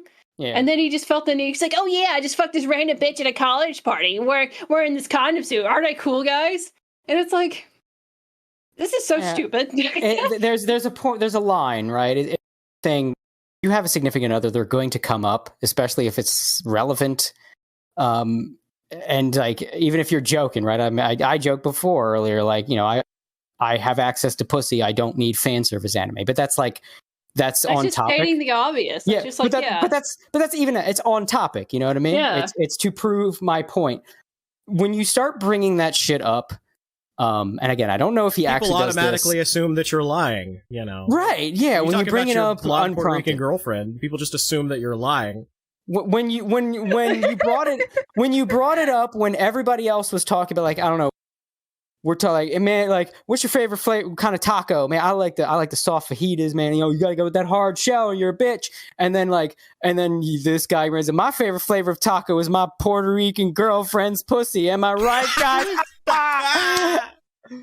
It was weird because then everybody's like, "You're single." The weird part was just it was. And obviously, Justin's more believable with his storytelling. He was like, "Yeah, you know, I'm actually a really decently big YouTuber, but none of my friends give a shit in real life." And that's like the normal YouTuber experience. No one in real life gives a shit. They're like, when they find out that I do YouTube, they're like, "Oh, okay, that's cool." There's a reason. There's a reason I have no qualms using my real name.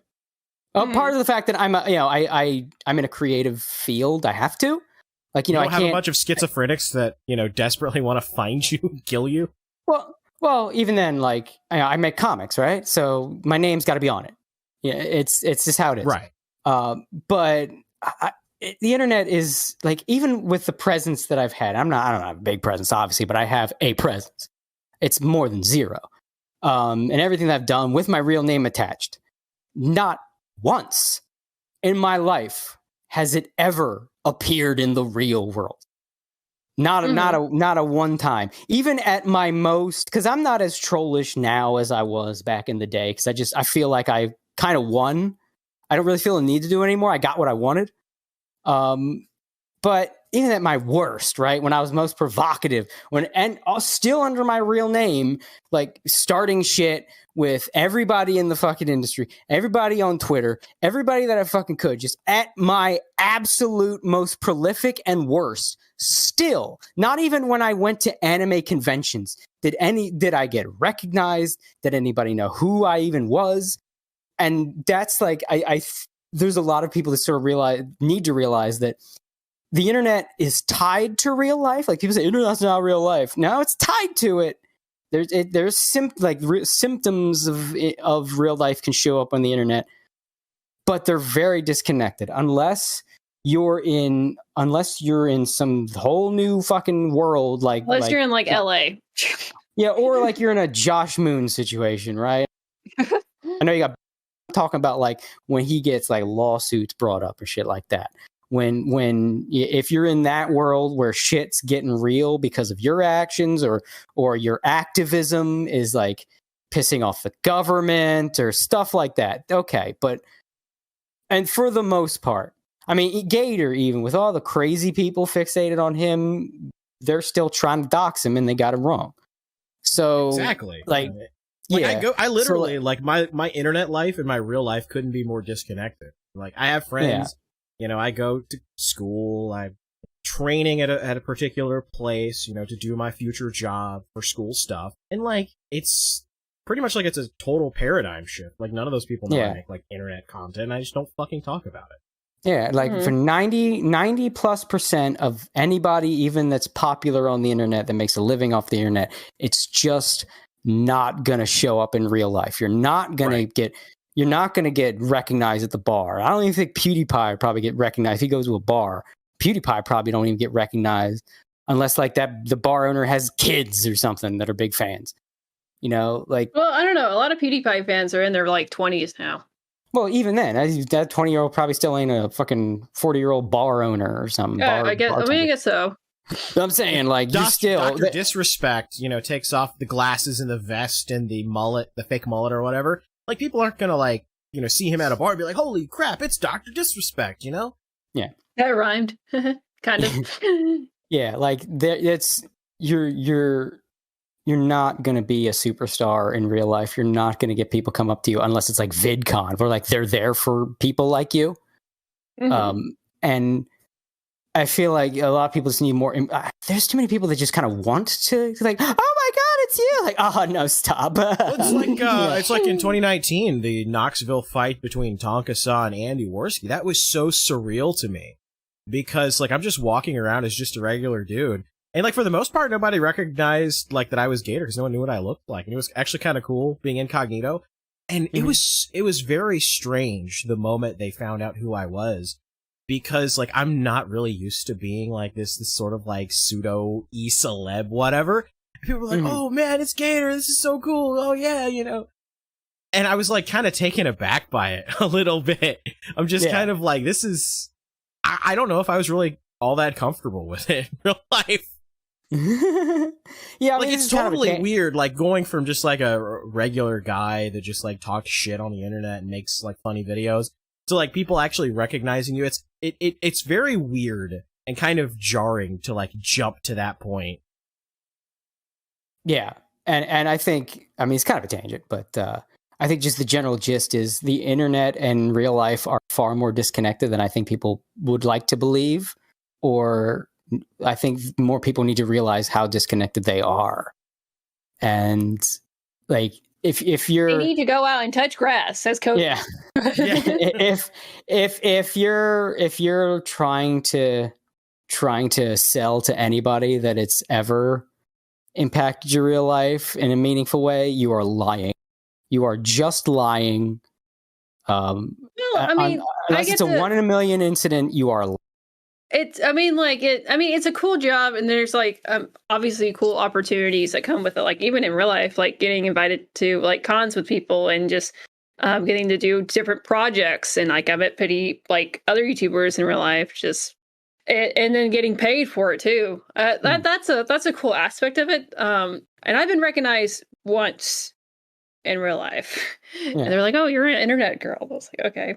Yeah, I think if you have a presence, you might get one. You know what I mean? But it's not going to be like, it's not going to be. If we go to Anime Matsuri next year, like people are probably going to recognize us. Like 1 or 2 people will recognize us and be like, "Oh yeah," I mean, because we'll probably be hanging out with like Nick and all of them. So they'll be like, "Oh, Nick hey, was like basically a celebrity there, though. I will say, like, it's like one of those things where it's like it depends on your size, your location, and your demographic of people. I think no one is a better. It's not as connected to anything than Nick Rikita. Like he does his work to stay anonymous, not anonymous, but like away from the internet as much as possible. and not doxxed. And I think he said like he's prepared in the event that he does get doxxed. But with how much shit he's stirred and how much of a figure he's become under his real name, involving his real life business, and still he's fine, then I think that's a testament to how, whether you want it or not, the internet and real life are very, very separated. As again, the real life will bleed onto the internet will bleed onto real life, but on a individual basis, they are quite separate. There's quite like a bit of a wall. The most horrifying aspect of it, sorry, my voice may be going a bit, but the most horrifying aspect of it is like, you know, obviously getting someone trying to kill you, like with, what's it called? Sending a squad over to your house. Swatting. Swatting, yeah. Having a swatting, but it's also kind of like... there's even ways around that, because you can call the local, or it's like, hey, Gator, I think you mentioned you might have done this. Like you could call your local police department, hey, I have an online presence. Someone might try to swat me. Yes, I have actually done that. I Yeah. called not only the police, but like all of the local like delivery places know that like, hey, you know, if I'm calling you and not placing an order online, it's probably not me. And I'm going to pay every time. So if somebody calls and says that they're me and they want to deliver, you know, like 400 pizzas to my address and they're not immediately giving you a card number that's valid, it's not me. It's probably somebody from the internet that's figured out my address. And you'd be surprised how effective that is. Yeah. Yeah, and that's the thing. Like, even the things a lot of people are scared of, most of the time, except for extreme circumstances, you will not encounter any real problem if you are smart. And yeah, if you just have a decent head on your shoulders, you'll be fine. The internet cannot hurt you, nor is it going to give you that ego boost in real life that you're like, oh my God, it's you. That almost never happens. Like, no matter how popular your YouTube channel is, you're very rarely going to be recognized. Yeah. And I know it's like a massive tangent, but I felt like it was an important one. I feel like a lot of people on both sides of like fearing it and wanting it tend to forget this. So I felt it was important. The internet isn't real. like it's a myth. Close your eyes. Like go outside and read a book. Everybody you're listening to right now, this podcast, we're all fictional characters. Exactly. I mean, how can a gator be a gamer? TV. Yeah, how can a gator be a gamer? That's not even physically possible. They can't hold controllers. They don't have opposable thumbs. Yeah, exactly. You've been hoodwinked. Before I knew what gator looked like, possibly fooled.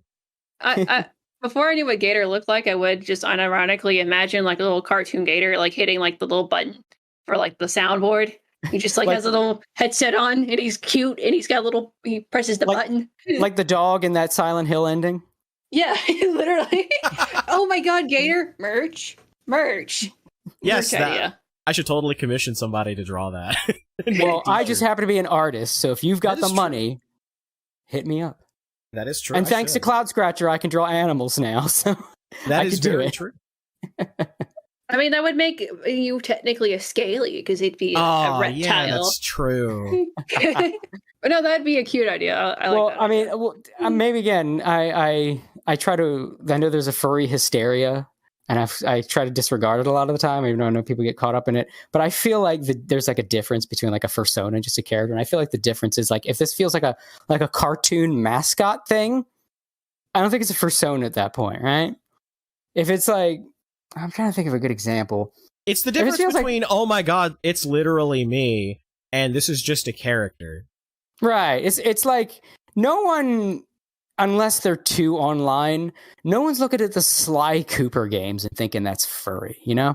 True. And, yeah. So it's that line where it's like, if this is clearly like some kind of cartoon character or as a character with some kind of purpose to it, then unless you're way too online and fixated on the furry fandom, you just probably, that's not furry. That's I guess I grew up with like anthropomorphic characters in my childhood medium, or like I like Animal Crossing. I think it's got cute designs to it, even though they're all technically anthro. If you're in a certain age bracket, I think for the actual statistic, this is why I had to learn to draw this to do Cloud Scratcher. The actual statistic is like 85% of all animated media, we're talking series, movies, everything from the 80s and 90s had anthropomorphic characters. Like there was more furries than not in all of cartooning. So like if you grew up in a certain generation, yeah, you grew up with anthropomorphic characters. It's just a fact. I mean, you can like the design of like anthropomorphic characters, I guess, and not be a furry, or you could just even like the art. But I feel like the thing like that really is the biggest like indicator like this is fur bigotry is the fake Disney eyes. That's one of the biggest things. And like I wouldn't call them Disney eyes anymore because it started with that, right? Because I remember following the evolution of this fucking fandom. It is a story and a half. It was fascinating. Like because they got a big boom in the 90s, right? Because they got focused on a lot of those cartoons that we all grew up with. I can't remember if I brought on this podcast. I know I brought up on Nick's about the fucking Minerva Mink wedding and you briefly mentioned it. Yeah. I don't know if it would get too into it, but basically the guy that ran a furry convention, he fixated on Minerva Mink and he put together this huge wedding event at this furry convention where he marries Minerva Mink and a bunch of girls from other 90s cartoons were there to like, no, you're supposed to marry me instead. And it was the saddest fucking thing you've ever seen. And it just so happened that two animators from Warner Brothers who worked on Animaniacs were at that convention and saw the Minerva Mink wedding. And so they went back. I don't know if they went to their hotel rooms or if the studio is nearby. Is like conflicting stories on this, where they went to draw this. But they drew an image of Minerva Mink holding a sign that says, "Sorry, fat boy, this mink is still single." Made copies of it and distributed the copies around the convention. Like stuck them on walls and shit. The image is there if you know how to look for it. And it is drawn by one of the Warner Brothers animators of the "Sorry, fat boy, this mink is still single." I don't know. I got sidetracked just remembering the fucking. So it started with the Disney kind of Warner Brothers stuff right there, right? And all the big early furries were like the big early popular furries were they had that look, and then it evolved because they had that Disney wave, and then a second wave came, and it was the weeb wave, the anime stuff. Yeah, because a lot of people don't like to remember this, especially because the anime fandom and the furry fandom, despite how alike they are, they hate each other. They both come from the same groups.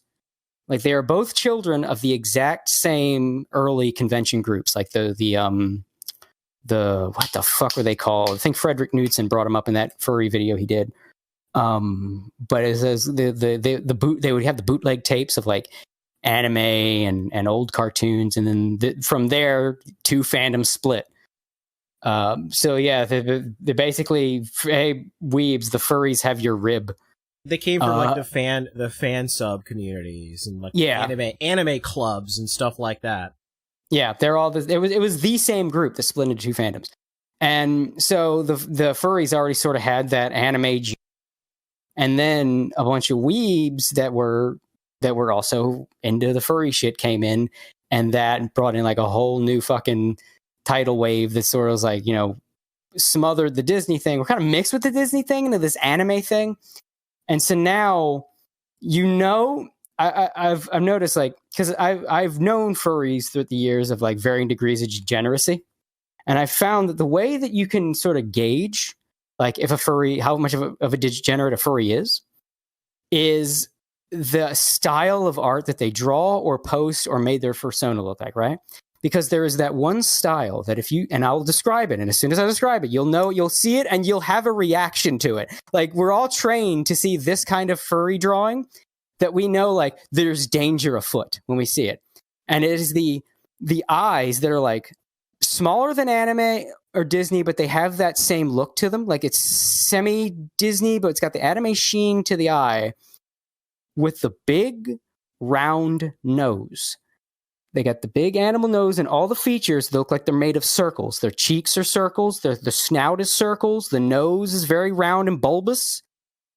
They've got the same smile where the middle of the mouth is very mouth is open, or if it's not, it's very round, right? It's more circles. But that nose is like hella prevalent and probably has some realistic details, little dots, the little whisker dots or whatever the fuck. And then they've got the mussy hair. And also they're either like a dog. They're either like normally a dog or like a dragon. I would say less dragon. They're more a dog, a bear, or yeah, they're either a canine or an earth sign, basically. Or a lion too. Yeah, I think that's or a lion. But it's always that half anime, half Disney look of like the two generations of furries that sort of mix together. And that's always how you can tell who the biggest fucking degenerates are. They've always got it's the same. It almost looks like they're all. It's, you know what it is. It's kind of like the furry equivalent of, you know how everybody who's awful on Twitter that on the left had that avatar of like a very soft cartoon version of themselves that looked like it was all drawn by the same person. Yeah. Oh, like the Pick Crew or whatever. Yeah. It's the furry version of that. They all have that look with like they were just made out of too many circles. The eyes are small, but they're that. It's like that. I guess I said that half Disney, because Disney eyes aren't detailed, right? Like the actual the way that eyes are drawn. Because I studied a lot of Disney art to draw Cloud Scratcher, so I noticed a lot of eyes are very simple. It's just the circle inside, and then maybe if there's color to the eye, there'll be another circle. But anime brought in detailing the eye, so you get the shading of the eye, you get the sparkles, you get the iris area will have a little more texturing to it, and you'll see a lot of that. So you get this half Disney, half anime, heavily circle based. I guarantee you, people listening right now can picture it in their head. If you see that, then you know that motherfucker has demons. Demons in that. Or it's like messy tails. But yeah, and he had messy tails. Stinky. Yeah, his avatar, it's not as detailed, but it's in that same style. It's that look. That is how you can tell. I know that people, you know, they're all furries are degenerates, blah, blah, blah, but if you're going by that logic, all weebs are degenerates. It's the same. I said before, they're the same fucking shit. The furries that I've noticed, generally, they don't bother you as much. They tend to have more, I want to say, stylistic designs. Yeah, I mean, like I said, I don't mind like bad character design, even if it's kind of furry. Like, I mean, I think I'm following like a few like furry artists just because I like good designs. Now, does that make me a furry? I don't think so. I think I just like art. When I've interacted with a furry, like, oh, you ain't bothering me. You're seeing seem like I could get along with you. And they have like their Fursonas design. I always notice that it looks like something that could be commercially sold as a mascot or a character in a video game or something like that, right? It sort of blends. It's normal, is what I'm saying. It feels normal. Like clearly it's an anthropomorphic character. Obviously that's your Fursona, but just looking at it, if I were to show this to an old person, they could buy like, oh, that's a character from a video game, or oh, that's a mascot for something, right? The likelihood of that guy shitting into a cat box in a hotel room at a convention is very low. Yes. Yeah. They could just like art. Like there's one furry artist I follow, and I know he's a furry, but he really likes Don Bluth characters. So he draws like his furry characters to look like Don Bluth, but also he may like be referencing, I don't know, Mario or something. But it's wait a Don minute, Bluth I think I know this. Is this guy Cosperry? I think so, yeah. Cosperry? That guy that can imitate Don Bluth's style better than anyone I've ever seen. Like it looks like Don Bluth drew it. Yeah, but he's clearly a furfic, excuse me. He might. Thank you for catching yourself, by the way. Yeah. Cosperry, he's kind of in the middle. I actually don't know with that guy because he's just so fixated on imitating Don Bluth and imitating those old cartoons that when he draws like the furry characters, it feels like he's just trying to draw something that like it would have been back then. Because when he's drawn like his depiction of Mario, and there's there it is right there.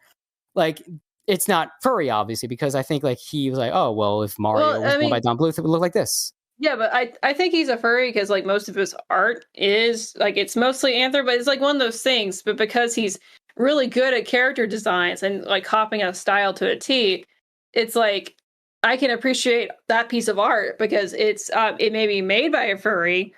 I don't really care whether or not they're a furry, and they don't make it their whole fucking personality. It's just like they're an artist that likes a specific kind of style. Yeah, I think it's 50. Yeah, I think it's 50-50 with that guy because he does a lot of anthropomorphics, but it's so in line with the general theme of the sort of Don Bluth what if thing that it could go either way. It could be just he's just doing 90s style cartooning. So it could be either way. And he doesn't seem to be doing anything else that could be furry. You know what I mean? Like, I think like there's a difference between drawing anthropomorphic and drawing furries is are you involved in furry fandom? Because if are you doing this for a furry reason as opposed to... Are you getting commissioned off of different furries who get off to you? Like, or like... Commissioning them. Like Rivals of Aether, that Smash Brothers clone, I wouldn't call that a furry game, even though all the characters are animals. Obviously, they're going for a thing with the animals. But something like, even though I thought it had a lot of cool designs, there was a fighting game that's clearly like by furries. I'm trying to remember it because it didn't end up getting made. Even though it actually looked kind of cool. What was it called? Like Beast's Fury or something like that. That was clearly by furries, right? You look at the designs, you look at like it. I guess it's like, is this really? Yeah, like his like animal sign. But even still, like you look at the actual design for it's like you can tell which character is what in the X, with the little personality inside it, with the Don Bluth style, and I can appreciate that. Yeah. So that's why I think it's 50-50. Like it is kind of like you could think of furry like, well, he did that and he's done a bunch of like Back to the Future stuff. Was like if it were a Don Bluth cartoon. So it's like, yeah, he made them all animals. That's kind of furry. But he did it because he's trying to make it feel like a 90s Don Bluth thing, which they were all animals. I think like Don Bluth, the majority of the stuff he did was animals. So that could be it's 50-50. So that's the kind of thing I'm saying. Because I think this is kind of an interesting discussion with the what is furry degeneracy? What's just good art? What is a good character design, and what's just porn? Yeah, because I think some people are so mired in the gas the furries meme that they not that it isn't deserved. But. But like I think they get lost in it. You know what I mean? Like they become like overly vigilant. Like oh no, he's a furry. Neopets there in the bio. He's a fucking furry. Yeah, like the furry equivalent of like a religious crusader. You know what I mean? Like not everything is heresy, my dude. You know what I mean? Yeah, no, he's got. I was saying he's got Neopets in his bio, so he likes Neopets, so he is a furry. Yeah, it's. I don't know much about Neopets, but it's got we've cracked the case. Neopets has its own like autism because like there's this I really like her videos. Her name's Izzy. She did like a way detailed video. Oh yeah, my girlfriend watches her. Yeah, like she does really good videos of like these deep dives. So one of the deep dives she does was Neopets, and the economy to deal with it. And there's still people that play Neopets to this day and try trading really valuable like skins and characters. Like it's got its own economy and like life to this day. So it's got its own specific brand of autism attached to it. Yeah. I think it's interesting because, like I said, I think people are too gun shy about anthropomorphics these days. But they assume the worst because we all have PTSD. Yes. Yeah. I said this on Nick's show. I think it's kind of fucked up that we surrender the oldest form of cartooning to a bunch of niche weirdos on the internet because we're so, I guess, afraid of even being associated with them. Well, I guess it's this insecurity. I feel like it's like the guy at the gym trying to prove he's not gay. Well, it's also kind of like, you know, the whole... Yeah, exactly. It's also kind of like the whole like thing of like artists have a joke where they're like head and shoulders is what you call like your little portfolio, because I don't know, you draw humans all the time. They have the same shape, same whatever. But then like, I don't know, sometimes you like to play with shapes and like do with different characters. And like, I feel like furry characters, I guess if like what the Don Bluth style, for example, because it's got different geometric shapes attached to it. And it's a different way of challenging yourself in your art. And plus, like, see what you're saying of all this stuff that you can do as a character designer and an artist. And I feel like that's one of the big reasons that it drives me nuts. Hey, that looks familiar. And that it drives me nuts that we sort of, oh no, furries, and we completely disregarded it because we surrendered it, right, to this niche group on the internet. And they don't even do anything with it. They just draw porn. Not even just that, right? You look at a fursona. The fursona is always the same thing. They take whatever body shape that they're attracted to, they stick an animal head on it, have a tail come out its ass. And that's an anthropomorphic character to these people. Like anthropomorphic characters, you can do all kinds of shit you can't do with humans. I think one of the best examples of anthropomorphics and why the furries are terrible at it are sharks. Because if you look at like the street sharks, that's an anthropomorphic shark. That's how you fucking do it. It's this big motherfucker got the mouth takes up so much of their body because it's a fucking shark. That's what you think when you think of a shark, is that mouth full of teeth. So you have the mouth take up like such prominence in their design. And they're like big. They got the smooth head. They got the fin sticking out because you think the fin, you know, the cresting the jaws. So the fin's in a prominent spot. So that's like, as corny and dumb as the street sharks was, if you're going to make a shark character, that's how you do it. You ever seen a shark fursona? They look like people. It's just a latex wolf with fins. That's all they do. They put hair on this shit. You don't put hair on a shark. What the fuck is? What is Unless wrong it's with Gawagura. Yeah, but that's like a girl who is a shark. You know what I mean? Right. That's like if you're gonna anthropomorphize a shark and you put hair on it, unless it's like if I were doing it, it would be like some dude wearing a wig, right? Like because since you got Cloud Scratcher on screen, I got the biker gang in Cloud Scratchers, all alligators. So like I would have one of them wear like a mullet wig, and like they get hit, and the wig would go fly off. I think you're just trying to describe that one like knockoff Ninja Turtles cartoon that had nothing but sharks driving motorcycles. That was Street Sharks. That's what I'm talking about. That's exactly what I'm talking about. Street Sharks was pretty cool too, by the way. Although I mean their attempts to push catchphrases was well, that's what made it great. Was it was so stupid that it was good. Yeah. But I'm saying like Jawsome. Jawsome, and what was it? Kick some serious fin. Right. But that's the thing. Like we gave this shit. It's got the world of potential that you can't do with humans. And on the flip side, there's character design shit for humans you can't do with anthropomorphics. It's the same thing. So, but like we threw away all that shit to these people, and they don't do shit with it. It's like you had a car, right, growing up, and you fixed that shit up. You kept that. You replaced the parts. It's probably and then a furry throws their diaper at it. Yes, nah. See, hold on, follow me here real quick. So you get this car, right, and you've put more money in it than it's worth because that's your car. Like you put all this effort into it. Maybe you got 2 cars, and this other car, like you love them both. You got your truck, and then you got your car, and your car you put all this stuff into, and you souped it up, but it's still like that old model. It's that vintage car, and it's your baby, and then like it gets to be too much, right? Like the cost is too much. I don't want to put any more money into this. Maybe I'm moving into a bad neighborhood. This shit might get stolen. I can't have this anymore. And some guy comes and buys it from you. And all he does with it is he lets it sit in the fucking front yard and rot. It's on that your baby that you put years and years and years of work into, and you know how great it can be because you've been updating that interior and putting all this shit, and you know that's a great car. And what does this asshole do with it just because he wanted one? Because he likes, I don't know, it's like a muscle car and he likes muscle cars. He just lets it sit on his fucking front porch on fucking bricks. But I got a muscle car. And you look at it and you're like, what have you done? What are you doing with it? We gotta talk about the NFT Lindsay Lohan had today because we're talking about bad character design. Oh God, I saw that on your Twitter feed. Yeah, I saw that on your Twitter feed. No, I just linked it to you on the DM. Like, just pull it up. We got it. I don't know if Cody has seen this yet, but it's God, yeah, it's pretty. I've seen people talking about it, and it was the most surreal shit because like, where did it come from, right?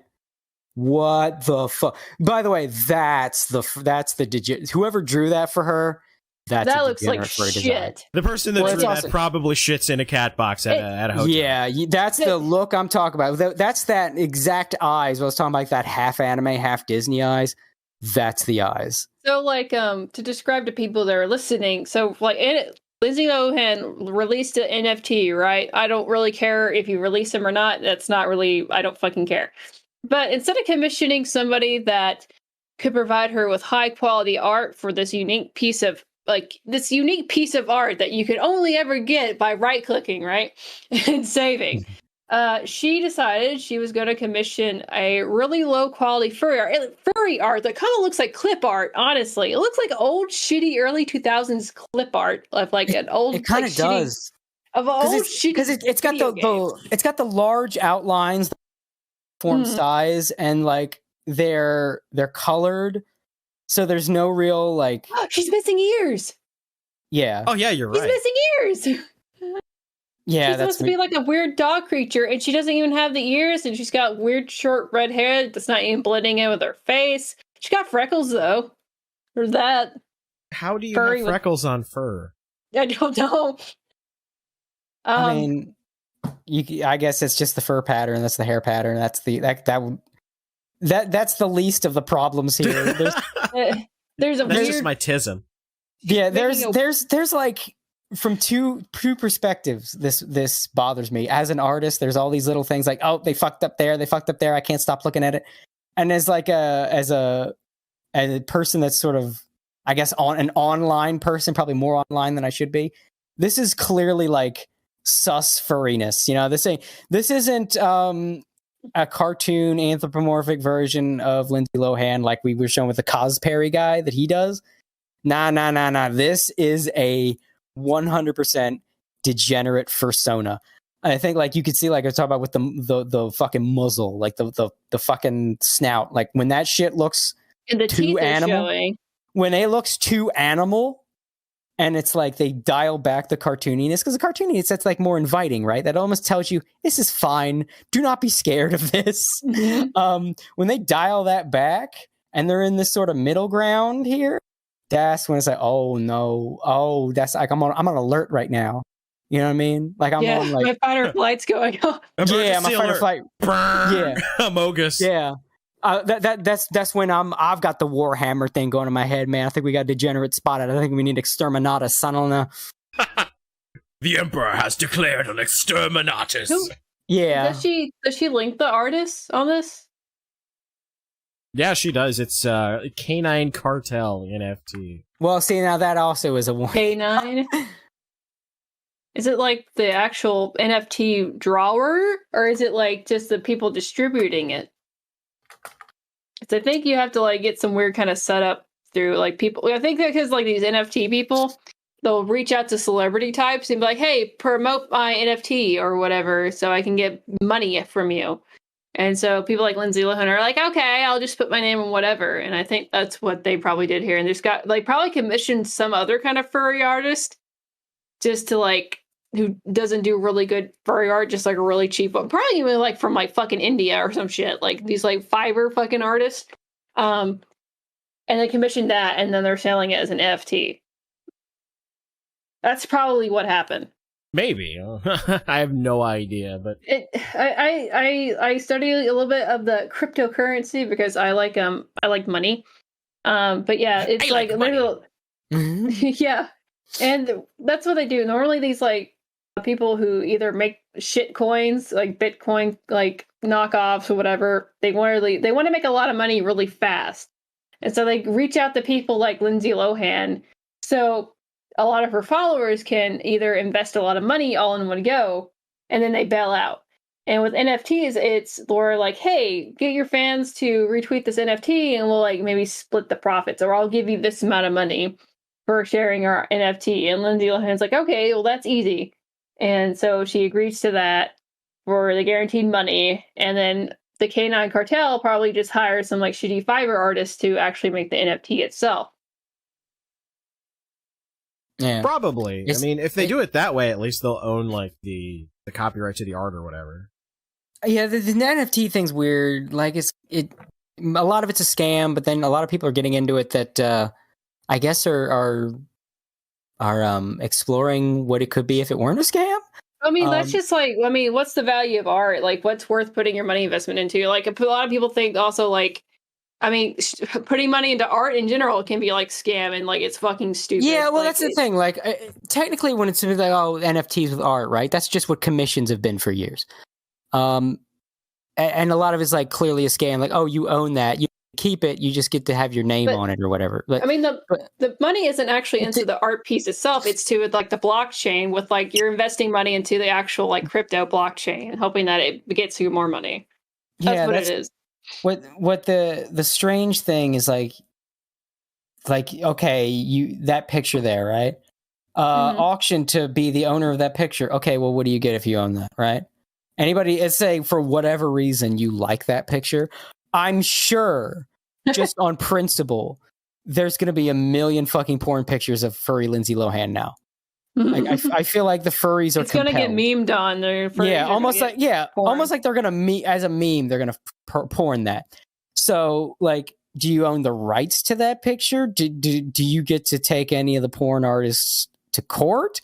You don't. You can't really own the picture because anyone can just right click save as. There's a difference thing. Like, there's a site that I've promoted a bunch, and I have Cloud Scratcher up on it. It's a great site. It's called Crypto Comics. It's in beta right now if anyone wants to check it out. Like, and a bunch of like small comic publishing companies and stuff have jumped onto it, where they use the blockchain essentially to give digital comics value. So it's an actual digital comic. It has like, it's not just a singular image. Here it is. It's a great site. I'd recommend people check it out. It's not just a singular image. It's an entire digital comic with all the pages. You can even attach audio files to it. Like if we want to do director's commentary or whatever. And that gives value to that specific comic because the blockchain can keep track of that comic, that file with all the pages and how many people are buying that comic, that specific file with all the pages, and who you sell it like a physical comic. So it basically allows a digital comic to have the same value a physical comic would. Well, that makes sense because it's a file essentially. It's the you're paying for a product. Yeah, well, not only that, it's the whole of it's this digital comic. It's technically not a paper product. It's not there, but it's this entire comic with all the pages and everything. Yeah. When you're getting into making an NFT of one fucking JPEG, that's when I have to call scam. Because you could blockchain me all you want. I right click save as, I have that picture. Like you can't even prove that's unless you look at the blockchain to see this is the original picture. Well, who gives a shit? It's a picture. I copied it. What makes your blockchain connected JPEG any more special than the right click saved as version I have, aside from its connection to the blockchain? What value does it have to an average person, right? Like the crypto comics thing, that has value. That is the comic that you can read. So there's a value to that, to having that digital comic connected to a blockchain. Because now, like, it's like the same way that they determine the value of an actual physical comic. How many are in print? How much demand is it for this one? Like, there's something quantifiable there. There's nothing quantifiable for a JPEG. I don't care if it's got the blockchain stuck up its ass. It's still the same JPEG of this other picture. If I'm looking for reference pictures on Google Image Search, right? I got to draw some. There's no. If I got to draw a picture of someone swinging on a rope. I got 80 fucking images of someone swinging on a rope. If a duplicate of an image of someone swinging on a rope shows up, there's not a goddamn thing that makes copy A and copy B any better unless one is like bigger and like a higher resolution. If they're the same damn picture, they're the same damn picture. So what I'm saying is Lindsay Lohan is running either a scam right now or she's so fucking gullible and wants to jump on this NFT blockchain shit and didn't get it. And someone poorly explained it to her. I don't know what brought about her commissioning a Fursona. I feel like that's the real story here. What led to this? That's the real question. Yeah. Because it's one thing, like Lindsay Lohan is doing an NFT of her Fursona. That's fucking insane. And that's so insane, I think we're being distracted from the real mystery here. How did this happen? Is Lindsay Lohan a furry? Has she been a furry for a while? And this is an artist she knew and this has been her Fursona? Or is she friends with a furry and really didn't understand that it's like a thing? Lindsay Lohan doesn't have much money. So whenever she's given an opportunity like this, she's probably not going to say no. But I think there's more to that. Like, because the money, that comes later, right? I'm talking about the steps that happened before that. Well, how much is... Okay, where the fuck did this picture coming from? How did this get here? How much is your value? Cody, how much are you valued to where you would put yourself out there as a slight chance of being a furry for the hopes of getting a lot of money? What would you value that? I can draw anthropomorphic characters and I've never drawn porn. I think that should tell you all you need to know. Yeah, well, that's the thing. Imagine putting value to that. Okay, well, Lindsay Lohan, we'll draw you a furry creature for money. Instead of you commissioning a furry, you've just yada yada yada over the important part that how in the fuck did we get to even this part where Lindsay Lohan's trying to sell this? How did we even get to there being in existence a Lindsay Fursona as promoted by Lindsay Lohan on her official blue checkmark Twitter? Why does this image exist? There is a story that led up to it, and I feel like that is much more interesting because that's where the real questions are. We can like, oh, the bitch wants money. Yeah, obviously.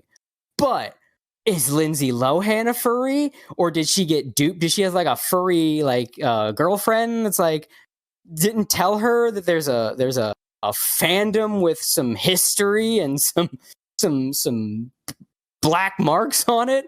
I think she's crazy. I don't know. She's a weird girl. But crazy is like that. There had to be a process, even with a crazy person that got here, and that's the shit I want to know. How, like, imagine, right, that like fucking, I don't know, like Clint Eastwood showed up at Anthrocon, right? Clint Eastwood visits Anthrocon, not in a fursuit, doesn't post anything about liking furries on social media. He's just there as not even a guest, right? It's not like he's voicing some Disney thing the furries like. Nah, he's a guest. And like the mystery there, right? Like, is Clint Eastwood a furry? Does he have like a furry nephew that he's there with as like the adult? Maybe it's a young kid that doesn't really get that this is like some shit. And he doesn't get this is some shit. And he's there as like is he a chaperone to somebody? Is he like, why is he there? What series of events? Like some series of events like the Clint Eastwood calling up to Anthrocon, like, yeah, I need a ticket. One, like, how many tickets did he order? Is he there with somebody? Or is it one ticket? I need to get one ticket to Anthrocon. Does he know? Like, there's a story there that I think is more interesting than just the initial meme of Clint Eastwood at Anthrocon. So as much as this is funny and a meme, I gotta know the hows and the whys and how this even fucking happened. Because we got here somehow. This isn't even like at some point this has got to be like a Justin Wang or a Frederick Knudsen video, because there's some there. There's something deeper going on behind this. Well, yes. You guys, what would be funny if there was like a furry Illuminati and then you see more and more like big mainstream celebrities with furry art being pushed by this one people? That'd be a good fucking Justin Wang story. Or yes, that's not even far out of the realm, because there's always the suspiciously wealthy furry, and the meme is there for a reason. There is a weirdly high amount of people. If that's one thing the furries have over the weebs, there is a weirdly high amount of people that are successful that are furries. People that got money, spending thousands of dollars on these fucking costumes and their degenerate art And they seem to have an unlimited supply of money to the point that it is a meme for artists on Twitter to talk about, like, you know, do I do the art that I want to do, or do I sell out to the fucking furries with their thousands of dollars? Yeah. Like, there's something up. Like, there's that one, is like a fucking brain surgeon, a prolific brain surgeon. That's like, you can't really make fun of this guy because of what he does. But what does he spend a great deal of that fucking life-saving brain surgery money on? Star Fox macro gay porn. Like, art of the Star Fox characters being 50 feet tall. Fox. Yeah, like 50 feet tall, butt fucking in the middle of a city, just destroying, like it's like gay 9/11, just destroying buildings with the power of their gay furry sex. And there's so much of it because of this one guy. If you look up, what's that furry site? It's like E-numbers. I just forget what it is because it's the most innocuous fucking, it's like a fucking code. It's like E and a series of numbers. But if you know what it is, go to that site. It's like the big furry image board and look up like Star Fox and I think like gay macro. And then keep in mind, as you see all of the pages and all of the artwork, virtually all of it, because of the brain surgeon, come from this one brain surgeon, and I think like the Philippines or something. Wow. Oh, and like, there's like, this is like a regular thing. There was that one politician that got added as a furry. I forget who he was. It's like, I think a libertarian. That's not surprising. That's the least surprising party you could have said. Gay furry libertarian, huh? Yeah.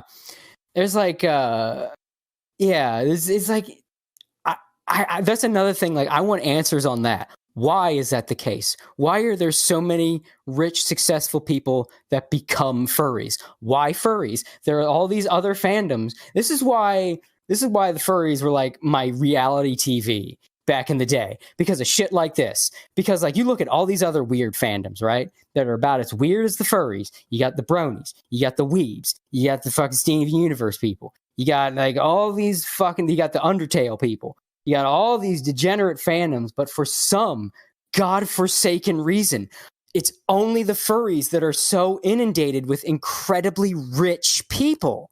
Why? What is it about making all that money that makes you want to yiff?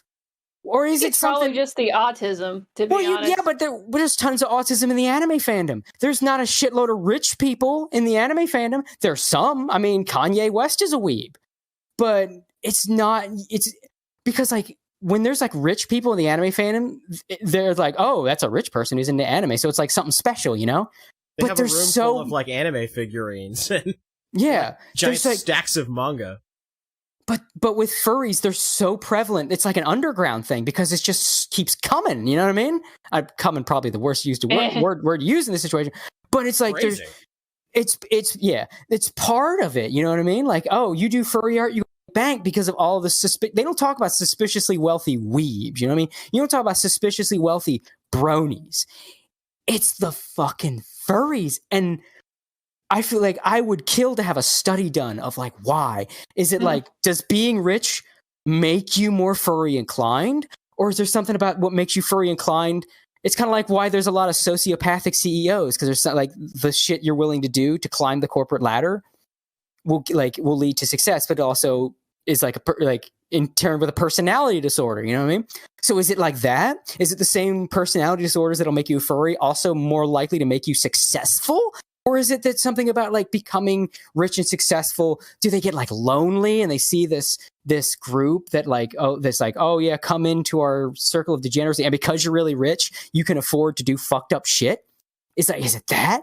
Yeah, I want to know, because I feel like there's something really fascinating that we can learn about people and the human condition there. So what I suspect was like, because they're like autists, right? So they're naturally like better at math and doing all these like specific things that pay a lot of money, right? Well, a lot of them are gay too. So more than likely they're gay, autistic weirdos, and they're lonely. And they probably don't spend a whole lot of a lot of the money. So they just accumulate wealth over time, right? From just doing their autistic job, coming home.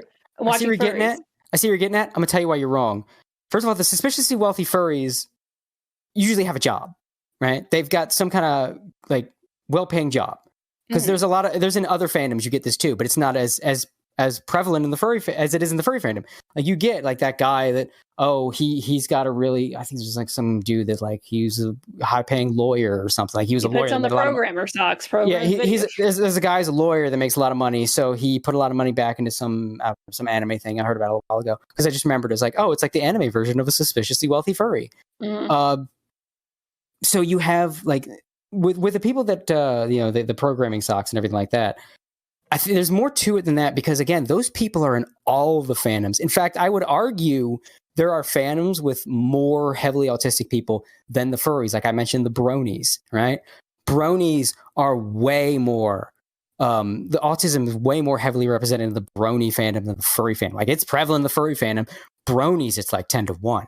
Like no joke. No, this isn't me memeing. It's like. You're more likely to find an autistic brony than a brony with like social skills. Like but you don't have suspiciously wealthy bronies, right? There's something else going on because there's all this, like even the like the people that can code, right? Like they're everywhere. And then, so it would stand to reason that if this were the case, that there would be wealthy people commissioning stuff in all of these fandoms, but there's not. They're there, but it's not to this level.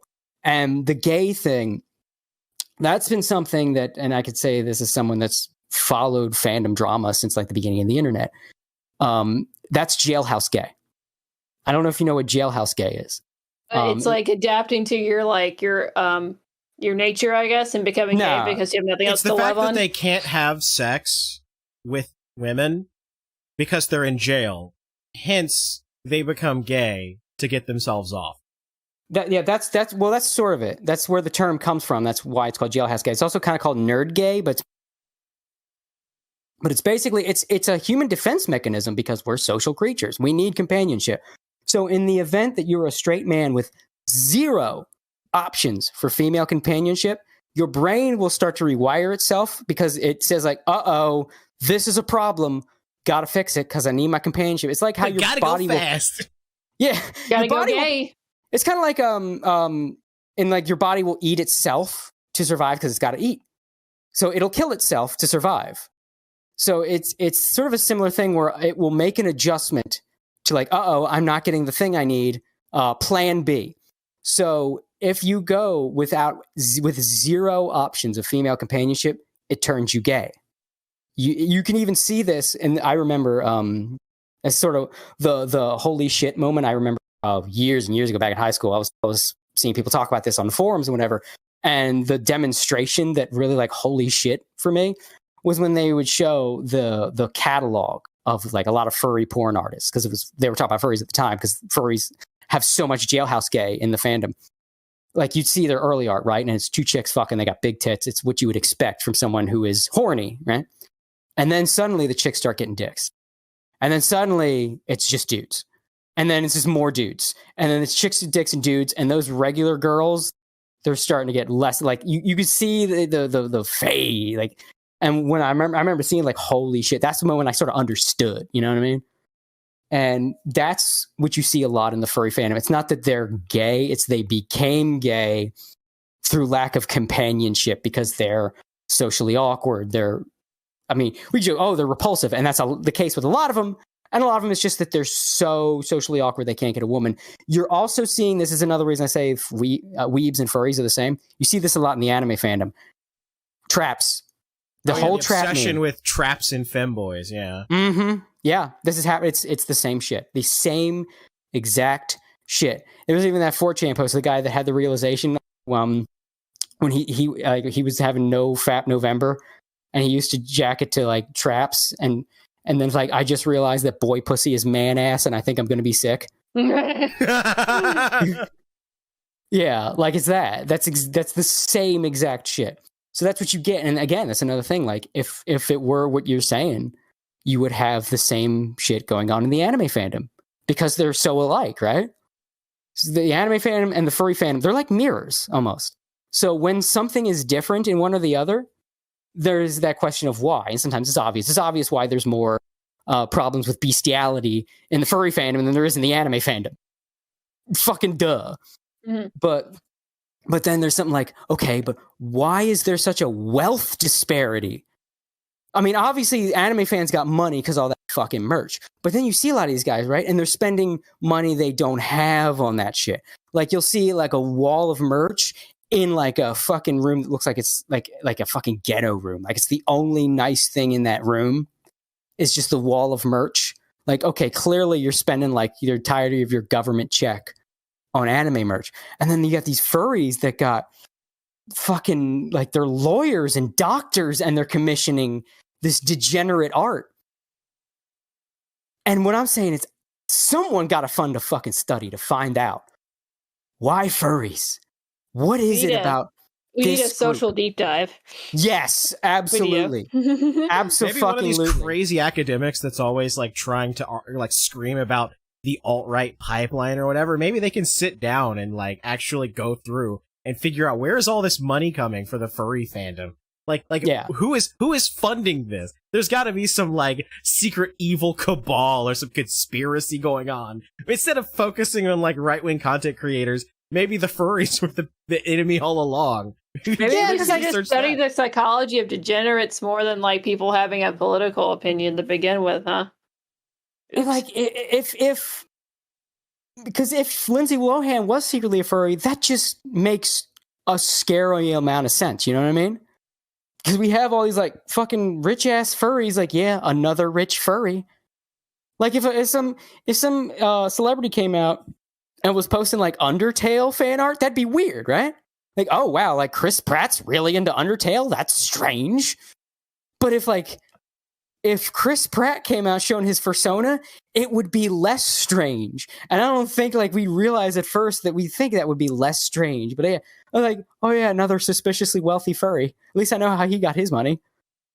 Right. Like that's it's so strange. It's fascinatingly strange. I need to fucking know. Where is this coming from? What should interview Vivy? He's a scaly. He lives in Romania. He's a doctor, I believe. Yeah. Yeah, see, there's another one. Where are they? Why? V actually Were you a furry before or after the money? We need to know. Yeah. Is it inherent or does one the other? I need to know. This is too weird for us to just let sit. Like you can't find something and then not explore it. It just science is dead if we don't find this out, because you don't look at like answer to the furry question. Yeah, that's like looking into the abyss of the ocean and not going and basically going, I don't care what's down there.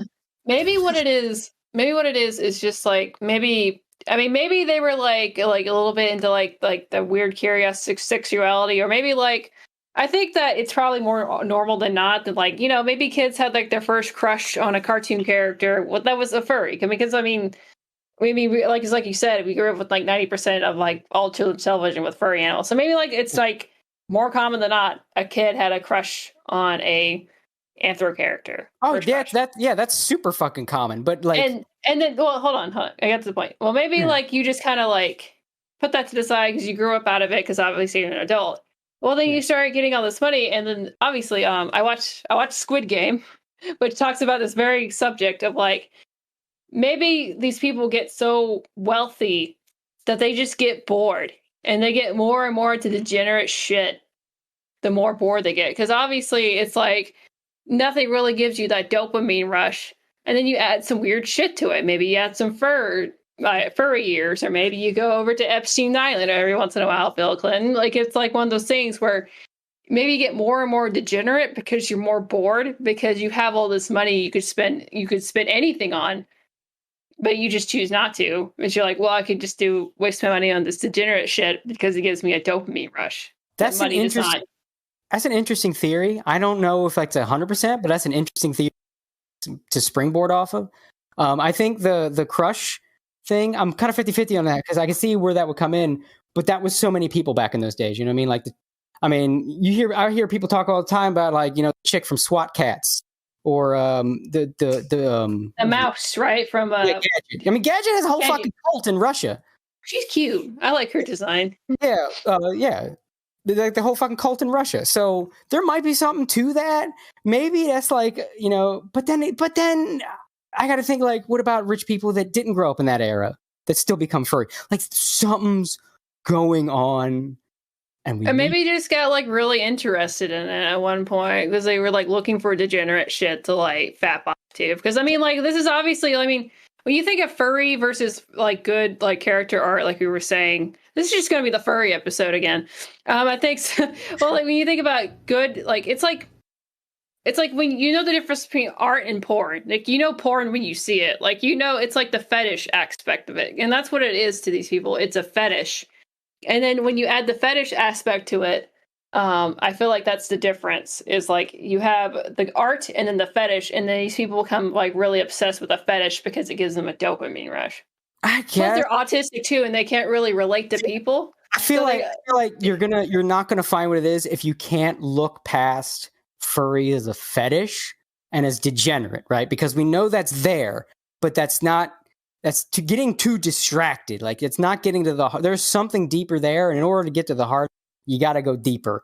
You know, furries, but like I feel like you're getting that's like window dressing, and that's you're distracted by the window dressing and not getting into the heart of the matter. It's so prevalent though; it's hard to not think about it. Yeah, but there's like more. There's something more going, and I feel like we got to get to the bottom before we got to get to the bottom of big furry. Yeah, before we do the globalist conspiracy of the furry. Before they turn our furries gay along with our frogs. No joke, we're gonna get a fucking weird cabal of like big furry if we don't figure out what the fuck is going on. Because these people are rich and they have a single fucking unifying interest. And we see how fucking fandoms circle the wagons. Imagine motherfuckers circling the wagons when they got money. I mean, we already see that kind of happening in Discord, right? Oh, yeah. Yeah, so I feel like if we don't find out what the fuck is going on, we're going to blink, and all of a sudden furries are going to be a protected class, and Google's going to be like promoting Anthrocon on their front page or some shit. Like it's going to be the LGBTQIAF. That's what it's going to be. Yeah, maybe not that far. Something, you know what I mean? Like something's gonna happen, and we're gonna get blindsided if someone find out what the fuck is the root of this. You're gonna go 20 years in the future with a time machine, and you see like a giant red banner, and it's got like a black paw print on like a white circle, and you're like, oh no. Well, like it's like what I think that'll happen whenever people like kind of accept the fact that people's persona is just it is them. It's like kind of like a weird two-spirit kind of thing. I feel like that's when people accept. This is just a. And both of them are gay, and they're both fucking gay. Yeah, like it's. I feel like that's like whenever they're like accepting, because like people already kind of like they're like their persona is not just an OC character that they like their design or whatever. It's literally just like this is me. This is like the most. This is what I picture myself. I imagine myself as a homosexual blue dog creature. I think it's kind of yes, kind of no. I mean, I don't want to get on the first. I think it's kind of weird now it's welcome, but I will say this. The Fursona thing is basically like when people make their character in an MMO, right? It's like it's me, but it's the cool guy I want to be. It's like they're playing that guy. I wouldn't say it's really who they are on the inside. Sometimes it is like Messy Tails, obviously. That's who he is on the inside. But a lot of times it's like they've crafted this cool guy that they want to be as opposed to something that's like them on the inside. I guess it's more like who they want to be on the outside as opposed to their true inner self. And YouTubers are guilty of that as well, present company included. You project this image of yourself that you want other people to kind of see you as. Mm-hmm. And like, it's just like, it's an internet thing is really what I think it is. Yeah, absolutely. Absolutely. Mm-hmm. That just transcends all groups. And it's just kind of one of the fascinating, like as someone that was like read up a lot of psychology as a hobby for like completely unrelated reasons, I sort of got roped into just wondering about people. It's funny. Like I studied psychology on my free time to learn to write so I could make more convincing characters and better people. And I did not mean to actually learn psychology when I learned psychology because I was so focused on this other thing. But like now having read it, now I just keep thinking about what's behind that? What is the root of that? And I see like a lot of fandom shit and now like all kinds, not just furries, but all these fandoms. It's like now, like God damn it, I want to be like, I almost want to like psychoanalyze fandom, and I find myself doing that a lot. Like, what is the root of your... Make a YouTube video dedicated to that. People would watch it. But I don't want to make YouTube videos. I don't want to deal with YouTube. I don't want to deal with... like an Anime Outsiders post or something like that. The deep dive into the furry menace. Yeah, that's kind of... I was kind of going to do a couple articles for that on the site, and I didn't. I guess I'll go into this story. We haven't been going a while, so I figure we're going to wind down a bit. So I guess this will be like my last big story. The early in the site, I always wanted to do the sort of like exposing the bullshit of the lolicon people, because you always hear the same argument from them, right? It's fictional. It's just drawings. We're not pedophiles. It's they'll get really clinical that no one talks like that, and that's how you know it's bullshit. Like, it's just diminutive humans. They have like an entire like manifesto that they'll read off to you. If you just say, hey man, that's kind of weird. That's a little girl. I'm not comfortable with that. And they'll literally give you like a 20-page thread about, no, actually it's a cartoon, and they'll just like go into this weird diatribe every time. Even if you engage with them, the way they dodge, fascinating, and it almost kind of proves that something's there. Like, if you say it's just drawings. If you say draw, watch what they do. Right? Just ask, okay, yes, just drawings. Of what? Now, there's the obvious answer. Drawings of children. Dragon, obviously. Yeah, they will go to actually, he's a 1,000-year-old dragon. But like, they'll go the specifics of that character, or what they do, they like, let's say if you have to explain something to somebody in steps, right? The more steps there is, the more specific you get. So you would go from character to child to the specific of the character to like, they'll jump to like diminutive human. I've heard that. Like how do you skip child and go to diminutive human? Well, clearly you didn't want to hit the child hump, right? So you like that thought process kind of also belies something going on there. So when AO first launched, I was going to do some investigative journalism. So I was going to like, I've dealt with this argument so many times. I was going to have like one article that just destroyed it. I could refer back to it if anybody started talking this shit. I was like, this is going to be, I'm going to fucking own the pervs right here. You're going to be the guy that everybody cites when they're BTFOing the cringe lolicons on Twitter. Yes, that was going to be why I was my goal here. So I start doing some research. I start writing up the article. And I started looking up into places where lolicons hang out, where it's like they're like, you should first find like, like a bunch of lolicons on Twitter, right? But there's still like, you look at the way they interact, even when they're talking about, oh my God, she's so young and breedable. I want to fucking lick her belly button and shit. But there's still something there where it's like, you are holding back for Twitter. Something. Yeah, you're holding back for Twitter. So where can I get you not holding back? And where can you get that pure, unadulterated, just absolute horrifying degeneracy? See, right. I would have assumed it would have been like on some kind of like 4chan-esque board where it's just like an image posted site. Nah, you got to go deeper. You got to go where they think they're the only people present. Because if they think someone else will wander in, then they're still holding back. And I got to prove once and for all, no, these fuckers are pedophiles. They're watching their behavior here. I know that their arguments are bullshit, that this is they're just pedophiles, just lower grade pedophiles than the CP type. You know what I mean? I've compared it to it's a slap in the face versus a punch in the stomach. Yeah, but both are still hitting you. It's just one's worse than the other, clearly. But like that's still in them.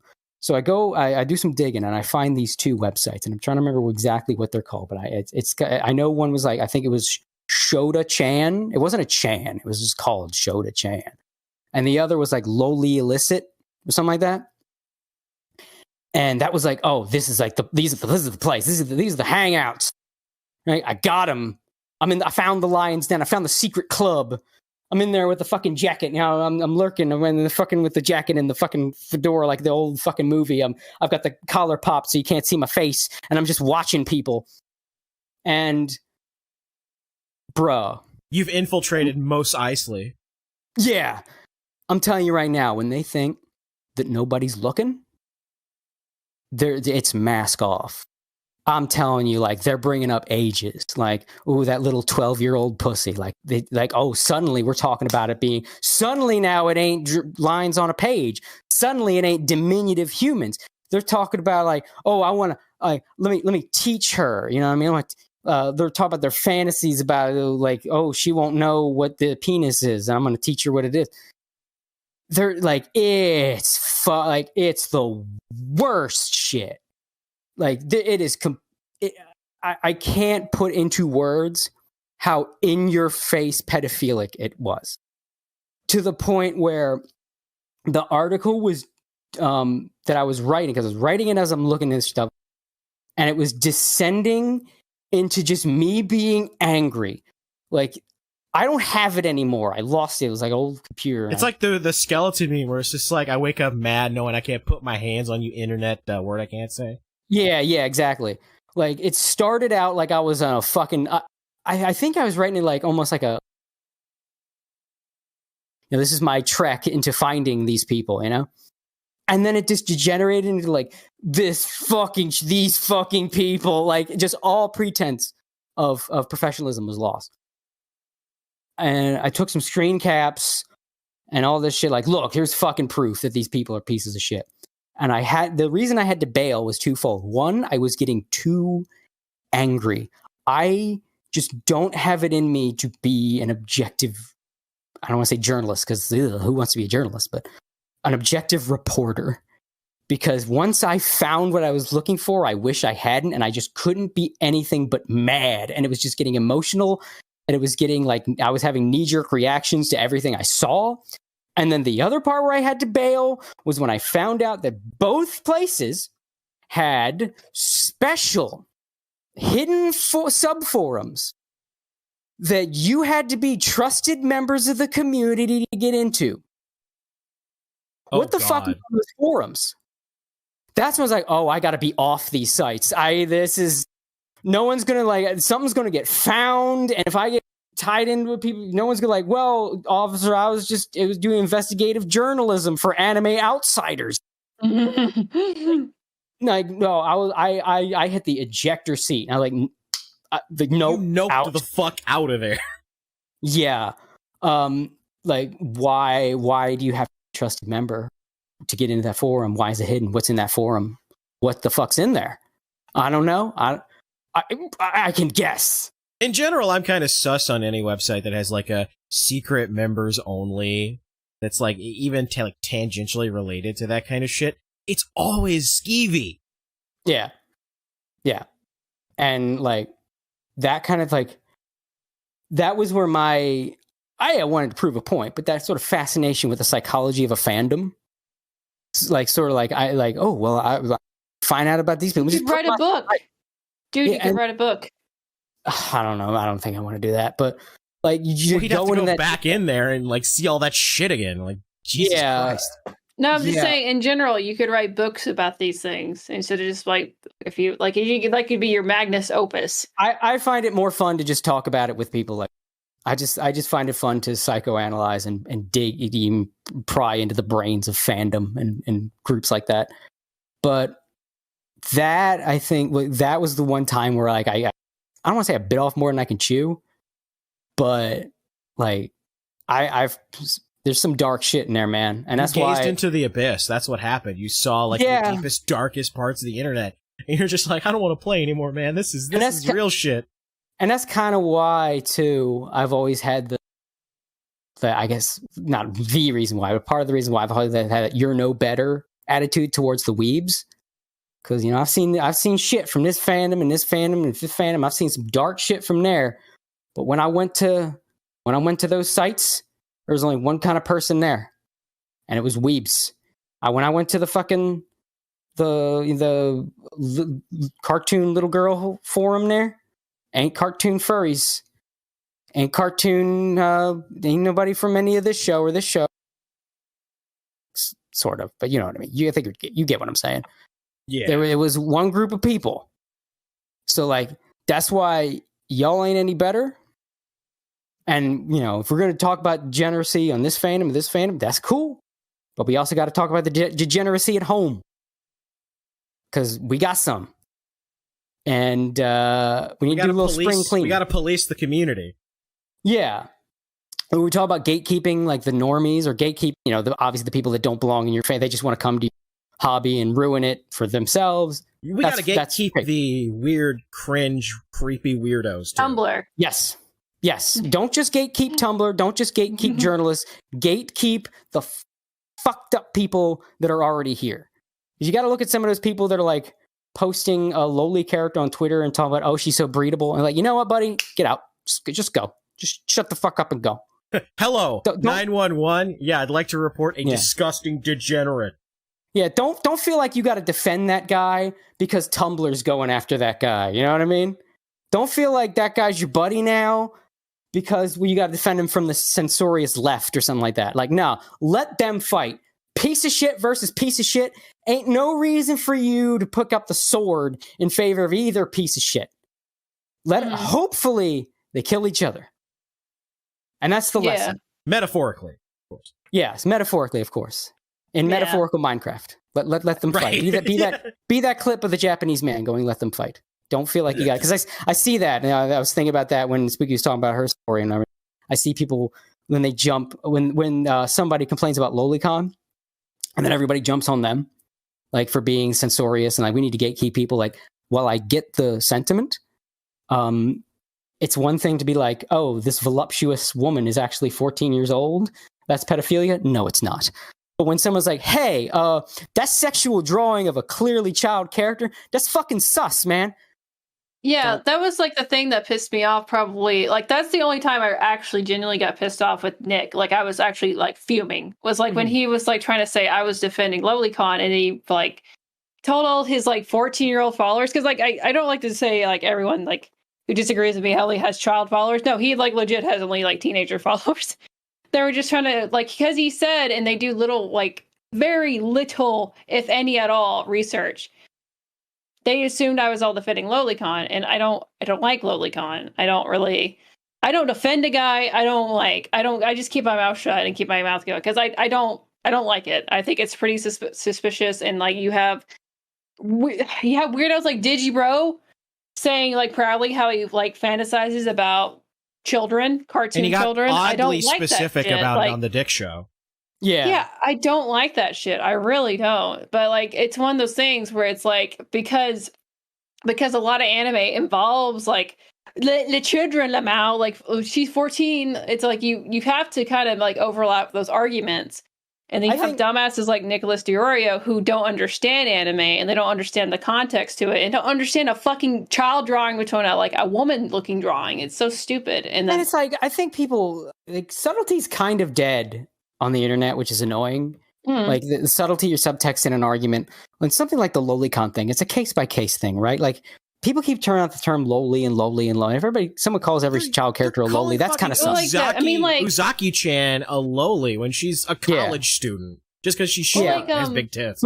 But not only that, right? It's like if there's a child character, right, and they're not sexual. If it's like fucking it could still be cute. Like they can still have a cute design to them. Yeah, because that's not like sexual. Yeah, that's the thing with Japan. They like cute. They love cute. They love cute. So you have something like Yotsuba. If you're looking at Yotsuba and you think everybody that loves that, oh, they're creepy, they're lusting after children. No, you're probably just revealing something about yourself. You're weird, bro. That's just wholesome. It's cute. Even something like Lucky Star, there's a lot of creepos that like Lucky Star, but if you look at Lucky Star, it's completely innocuous. It's supposed to be cute. It's like the Japanese equivalent of shitposting, but with like cute characters. That's like the whole. I like Lucky Star. It's I mean, it literally just sounds like teenage girls talking about everyday life. Like, I can't stand it, but I'm not gonna let you. Oh, that's pedophile stuff. No, it's Japanese like cute. They're supposed to be kids. They're cute kids. They're doing cute kid things. None of them in Lucky Star are fucking, oh, Mo, I fell over. My panties are showing. Ah! Yeah, it's not that kind of anime. But you see, like, people, and this really, like, says a lot about the people that see, like, chibi characters or whatever, and they immediately think, oh, that's a cute anime girl. Obviously, this is a sexual thing. Like, it just says a lot more about the person that goes there than, like, the people that just like chibi things or cute. Yep. Like, obviously, some shit is suspect. Obviously. The sus bus. Yeah. Like, obviously, the Uzaki-chan thing, there's a little something there. But the something that is there is, oh, she has huge tits. Oh, I am Japanese man faced with huge tits. Oh, the awkwardness. Oh, I am in sexual situation with large breast girl, but I am supposed to be uptight Japanese man. Ah, that's what it is. If you look at that and you think to yourself, pedophile, if you think child, that is something between you and your therapist and your caseworker. Damn. That's just all there is to it. Anybody that says this is a child, like, oh, because what? She's got a big head and cute features. Everything with a cute feature is a small, fuckable child to you? Is that where you're at? Yeah, is that where you're at? Is that where your mind goes? Yes, show that. Yes. Yeah. That would tweet right there. It's like one of these people that was like mad at Spooky or whatever was like one of Nick's followers, by the way. One of the people that like art. I think they either are friends with a bunch of artists over like the commentary community, or they just like they are an artist himself. But either way, it's one of Nick's followers. And I will say, Nick made fun, like tried saying, like enjoy the clout, Lamau, trying to say I was just like defending anime tits for pure clout. I was like, no, this is something I believe in. I don't care. Like, I've been roasted before on Twitter. Like, I don't care. That's projection, right? Because you care about the clout because I care about clout. That's what I said to him. I was like, you're a clout chasing retard, and that's what these people are. You're a clout chasing retard, and you're projecting onto me. And then when these stupid motherfuckers who are Nick followers came to me, I've been getting thousands and thousands of likes because of their stupidity. So thanks, Nick. Thanks for the clout, you stupid fat fuck. Eat dick.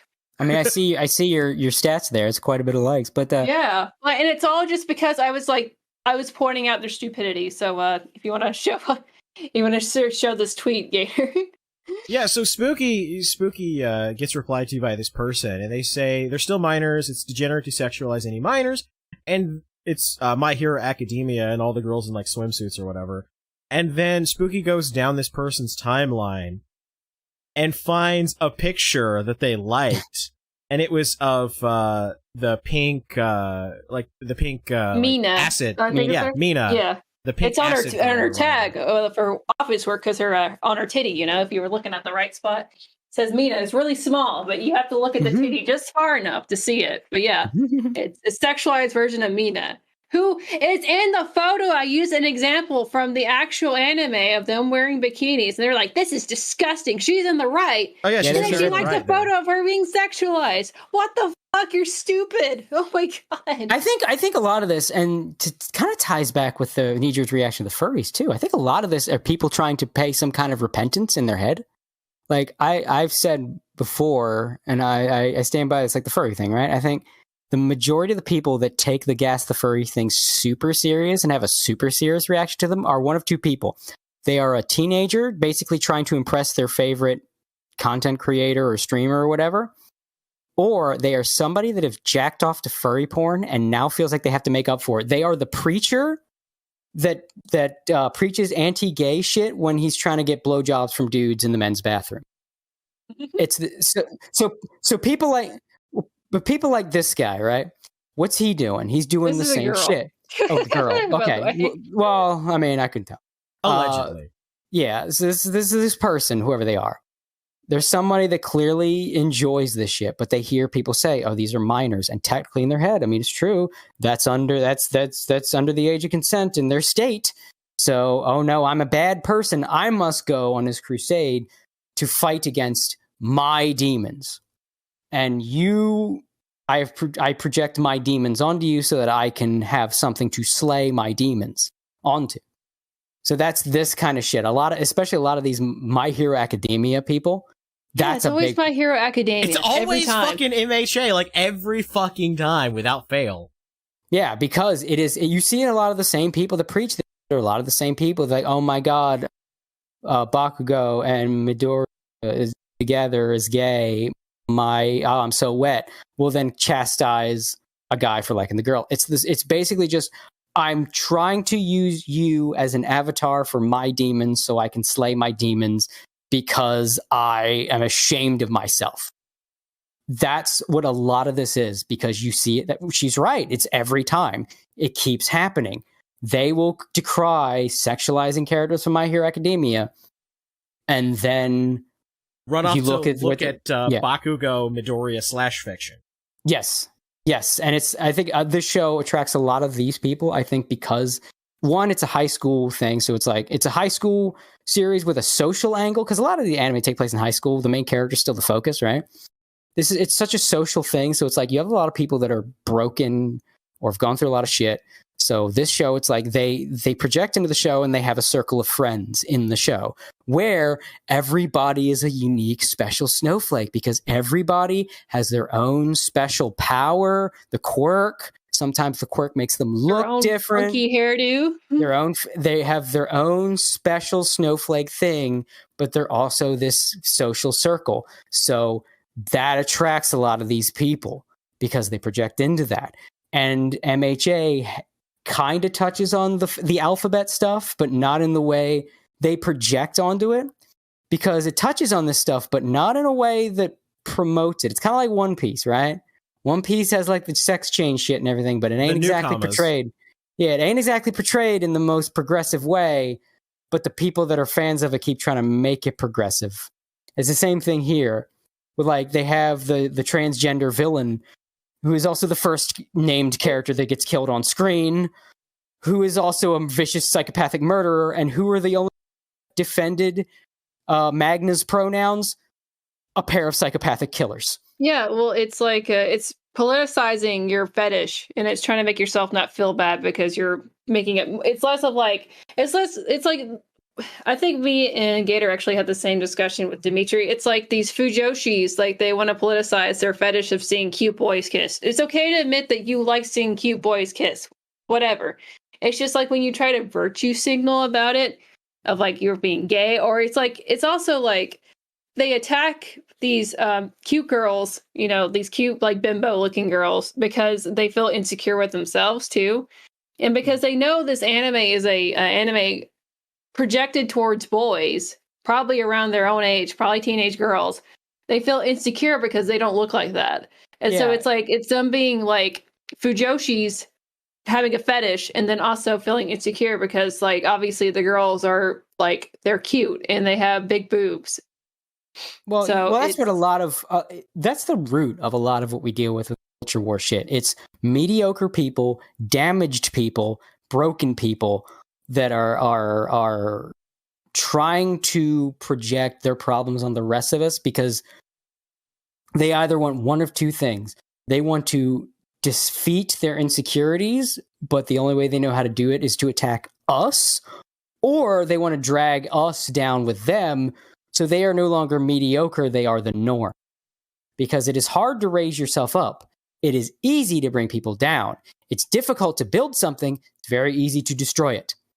So that's what, and that reason why it's always MHA is, like I said, there's those specific reasons I laid out were the reasons that attracts these people, and then they begin to do their song and dance on it. So they do the whole I am doing this degenerate thing. I must fight the thing within me by fighting you. I feel I have body image issues. Everybody here is pretty. You have to stop being pretty so I don't feel bad. Et cetera, et cetera, et cetera. Mm-hmm. It's the same song and dance with like different coats of paint. And that's why it's always MHA, because MHA just has so much fodder for this, between the reasons that I laid out, that it attracts these people, with the fact that it's got all these pretty characters that make these other people feel insecure. It's always going to be MHA for a long time. Because MHA's, I think it is entering its final arc, I think. But it's going to be around for a while. These people are going to be around for a while. And then once it ends, they're going to do what they always do. And they move on to another thing. I guess so. That makes sense to the whole friendship thing. Because, most shonen is like you start off with the main protag. He's got like a deep, sad background, and like shonen's. It's about manning the fuck up. That's what all shonen's about. It's about taking responsibility of like you're the chosen one, or you're this, and it's just literally just like, hey, you're becoming a man. You need to take responsibility, retard. And it's like, okay. And it's about working hard and achieving your goals. But MHA it's about that, but a lot of it has to do with these characters. Instead of like eventually gaining friends from your enemies, it's literally all your friends are there and they're all like working together with you. Kind of. And I'll tell you why it's different.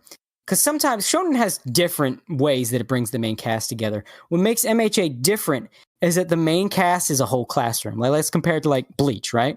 Ichigo's got a circle of friends, but it's a small circle of friends. Whereas with MHA, it's all of Class 1A. It's all of them. It's a whole class. So these people that have like shitty lives, they project themselves back into high school where they had less problems, but they have all of Class 1A is pretty much friends with each other. So you have this large friend group that they're all, like I said, they're diverse and they're all special snowflakes because of the quirk thing. If this was any other series that didn't have the superpower angle, it would not have this effect. But because of the quirks, that adds everybody is super special in their own individual way as a plot device. And that's not what the author intended, clearly. But that's how it's resonating with this specific type of people. And like even the way that quirks alter appearances, right? That ties into their whole like, maybe my friend has a cleft palate or some physical fucked up shit. It's like it's a overly pretty, beautiful version of how they want their life to be. And that's why it's MHA. Because they're like, why is it this show? Why is that? That's why. It's that little element that accidentally attracted these people. Because you have shows that attract these people on purpose, right? Like Steven Universe or She-Ra. Like they attract these kind of people on purpose. This accidentally attracted these people because of these elements.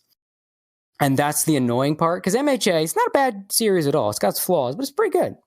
Pretty damn good. But unfortunately, like, there's nothing really we can do except, for the most part, disregard them. Just kind of, if you like MHA, just like it. Don't associate with these people. Don't really give them the fight they want either. That's the thing, right? When people post these takes of like, oh, this character is underage, you're a pedophile, you just laugh at them and then go back to doing what you're doing. I mean, that's basically what I did. I just screen capped it and I was like, yeah. Because nobody likes, well, here's the thing too. And I think like this is another thing that a lot of the anime community gets along with also. Like nobody likes hypocrites. Yeah. But like it's also like really like prevalent in Muck's anime Twitter too, because it's like everyone just assumes the worst out of an anime profile, and then you have hypocrites like this that are like caught in 4K, I guess. Like how the kids put it, and it's like you can't help but laugh and like get kind of pissed off, but also laugh at their like they too are degenerates. Like that's the thing. It's like you enjoy the shit, but you instead of embracing it, you can't think for yourself. You just come off as a hypocrite, because your likes are visible. I don't know if you guys know that, or anyone who's listening to this. Your likes are visible, and then you get caught being an asshole. Yeah. It's. I mean, I feel like we're kind of winding down here, but so I'm just gonna. I said my piece. I think in the end of the day, though, it's sort of a lesson that if you see these people, and it's going to be about MHA. Probably, or like the anime flavor of the month, like with Uzaki when that was big.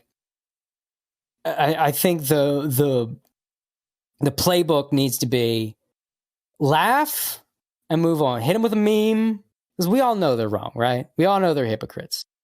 I know there's going to be one of people like, I'm so goddamn mad about their hypocrisy, but bro, they're going to keep doing it. Just laughter is far more effective than an indignant. Right, you bully them. Yeah, it's far more effective than your righteous anger. It will always be far more effective than your righteous anger.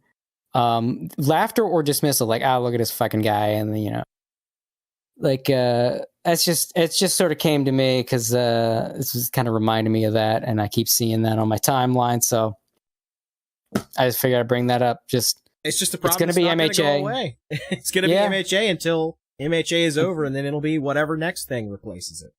Yep. If you're like MHA, just don't give them much. Don't give them the time of day. I don't want to rhyme, but don't give them the time of day. And then laugh at them when they show up, and that's the best way to gatekeep. Don't, because if you engage with them too much, you're almost accepting that they're part of your group, and that you have to sort of fix this, right? The best way to gatekeep is to disregard, because then they're not in your group. They're not part of your club if you don't let them in the door. And if you give them too much credence, you let them in the door. It's like dealing with vampires, don't let them cross the threshold. Don't invite them into your life. Right. Exactly. So at best, if you play your cards right, they're still going to be around. They're still going to latch on to MHA. But if you play your cards right, you can separate these people from what people think of MHA fans. Almost the way, because you're seeing that with JoJo, right? The manga versus the anime people. And how manga, like the anime only versus people that read the manga. And people that read the manga will make fun of the anime only people and all that shit. You kind of see that with JoJo. So if you're like MHA, you can fix this. Just, like I said, do what I said. Just disregard and mock, and don't give them too much legitimacy. That's a word I've been fucking looking for. Legitimacy, yeah. Yeah. Don't feel like you always have to fight the battles every time you see some bullshit like hot take. But if you do happen to scroll against their likes and see them liking porn of an MHA character after they talk shit, feel free to screenshot it and post it because it's funny. Bully the shit out of that motherfucker. Just bully the shit out of them. I don't know. Bullying just works sometimes. It's an effective tool. That's why it's we've seen what's happened when bullying has been banned everywhere. Now you get all these super entitled people out there. Mm-hmm. It's like the one thing Ben Kuchera was ever right about. Bring back bullying. Bring back the 80s school bully. That's what we need. Yeah, because I feel like there's a whole comedy sketch about how we need to bring back bullying, and guy these people think they're werewolves because no one bullied them. I wish you remember what it was, but it was a little while ago. But it kind of, it reinforces normality. Yeah, I think there needs to be more of just people need to be told no. That's the problem. Not enough people are told no by their parents, by the people around them. Just, you know what? Because I think we almost fetishized encouragement. You know what I mean? The underdog story, the poor outcast, and we pat them on the back and make them feel not sad. You know what? Some people are outcasts for a good reason. Some people deserve to be outcasts. Some people deserve to be sad. Some people earned that misery. And it feels good to be nice to people. This is the thing that drives me Vic Mignogna. I love the guy, but this drives me nuts. Oh, I'm sorry. People are posting their family, trying to be guess the age of my Asian family underneath my post. You people are psychos. Okay, hold on. I'm muting this thread now. I've opened up a floodgate of stuff people feel the need to post their fucking family members to make a point. Jesus Christ. Yeah, don't do that. Don't do that when you're trying to make fun of these people. That's weird. Come on. What the fuck? It's here. No, obviously don't show this on stream. I don't want hell no. I'll post it. I'll give it to Gator. I'll see. But yeah, this is weird, man. Go touch grass. No, I mean unironically, don't post your fucking family on the internet to make a point. Yeah. What the fuck? Yeah, no, is that not weird? That is really weird.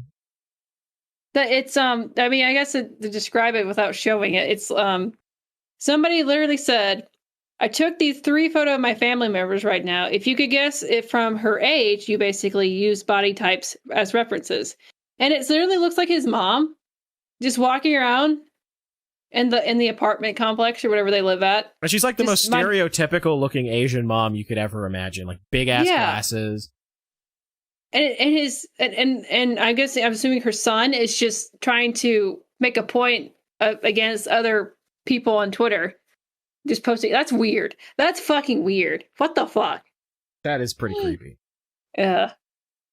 Anyways, is there anything else we need to bring up? I feel like we've been talking forever about this. With Cody, you never know what you're going to get. We have structure, but he's like, look here, we need to talk about the furries. That's why it's great to bring on Cody, because you never know what you're going to get. You know, you sit down, get ready for like an hour 30 to a 2-hour podcast, and you end up recording 4 hours.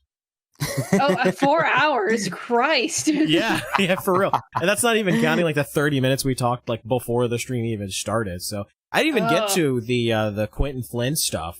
Which I guess I'll just really quickly bring this up, because I may just invite. Is this a kill stream episode, but with leaves? Jesus Christ! Yeah, what is this? A kill stream episode? So the person that's really been like focusing on this is somebody from Nick's Discord, Crumbrion or whatever, and they're trying to pull the same, like Anime News Network apparently has like brought in this like crazy person that hates Quinton Flynn and his wife, that like stalks them or whatever, to write a really nasty hit piece on Quinton Flynn, like Vic-esque sort of deal. And, like the wife posted pretty much saying, hey, you know, you guys pulled this last time and had to like put the article down. You know, we may have to get the lawyers involved. And like she deleted the tweet or whatever. Mm-hmm. But Anime News Network is in this like spiraling cope post from their like COO or whatever, or like the guy that runs it. I don't remember what his name is, like Christopher something or another. But they were just like, it's like, oh, you know, we've not been contacted by any lawyers, and this is crazy, and this person doesn't even write for our website. It's just a guest article or whatever. And it's like the same shit we saw with Vic. It's like people stop going to Anime News Network, like their views are dropping or whatever from the Vic. I didn't even know who they were before the Vic stuff, to be honest. Most people didn't. Like that's the thing, is that like their little op with Mars Girl, you know, gave them all these views and all these clicks and all this stuff, and it like they got to get that dopamine fix. They got to get those clicks up. They got to get those views up. And so it's basically like they're rehashing the Vic stuff, but with Quinton Flynn, and they picked the worst fucking person they could possibly pick to like even write this article, because their whole association with him is tainted in the first place. Yeah, well, also the main reason they're doing it, I think I talked about this on Twitter. Anime News Network is waning, right? Everything about them is waning. Their influence, their money, their status, everything about it is fading. It's part of the reason, I said before, I'm 100% certain that is half the reason that Zach Birchie killed himself, because he had two things going for him in his life: the fact that he wasn't alone, and the fact that he was important. And then he got dumped, and then ANN started to fall apart, and he was losing his importance. It was all he had going for him. He lost both. ANN, they're not important anymore. They're kind of, they're important in the fact that there's nobody to swoop in now that they're sort of crumbling and emaciated. So they're doing this they're trying to do Vic again, but they're trying to be more successful, because really Vic was an abject failure. Not that Vic himself, but the Vic op was a failure. The Vic op was because Vic had this massive fan base and all this support. And, you know, people like you that saw this, it was like, hey, this is fucked up. Let me tell my YouTube friend Nick Ricada about it and see if he can cover this whole situation, you know? Right. And Vic had this huge support network of people that, you know, cared about him and liked him to fall back on, even when, like, you know, they were doing everything in their power to destroy him. But Quinton Flynn is like, he's not as big of a known guy. Like exactly. His biggest role was Raiden in Metal Gear Solid. Yeah, Quinton Flynn, he's prolific. He's been around for a long time. He's got a lot of good roles, but he doesn't have Vic's base. Right. So what they want to do is they basically want to say, we're still important, damn it. We still have power.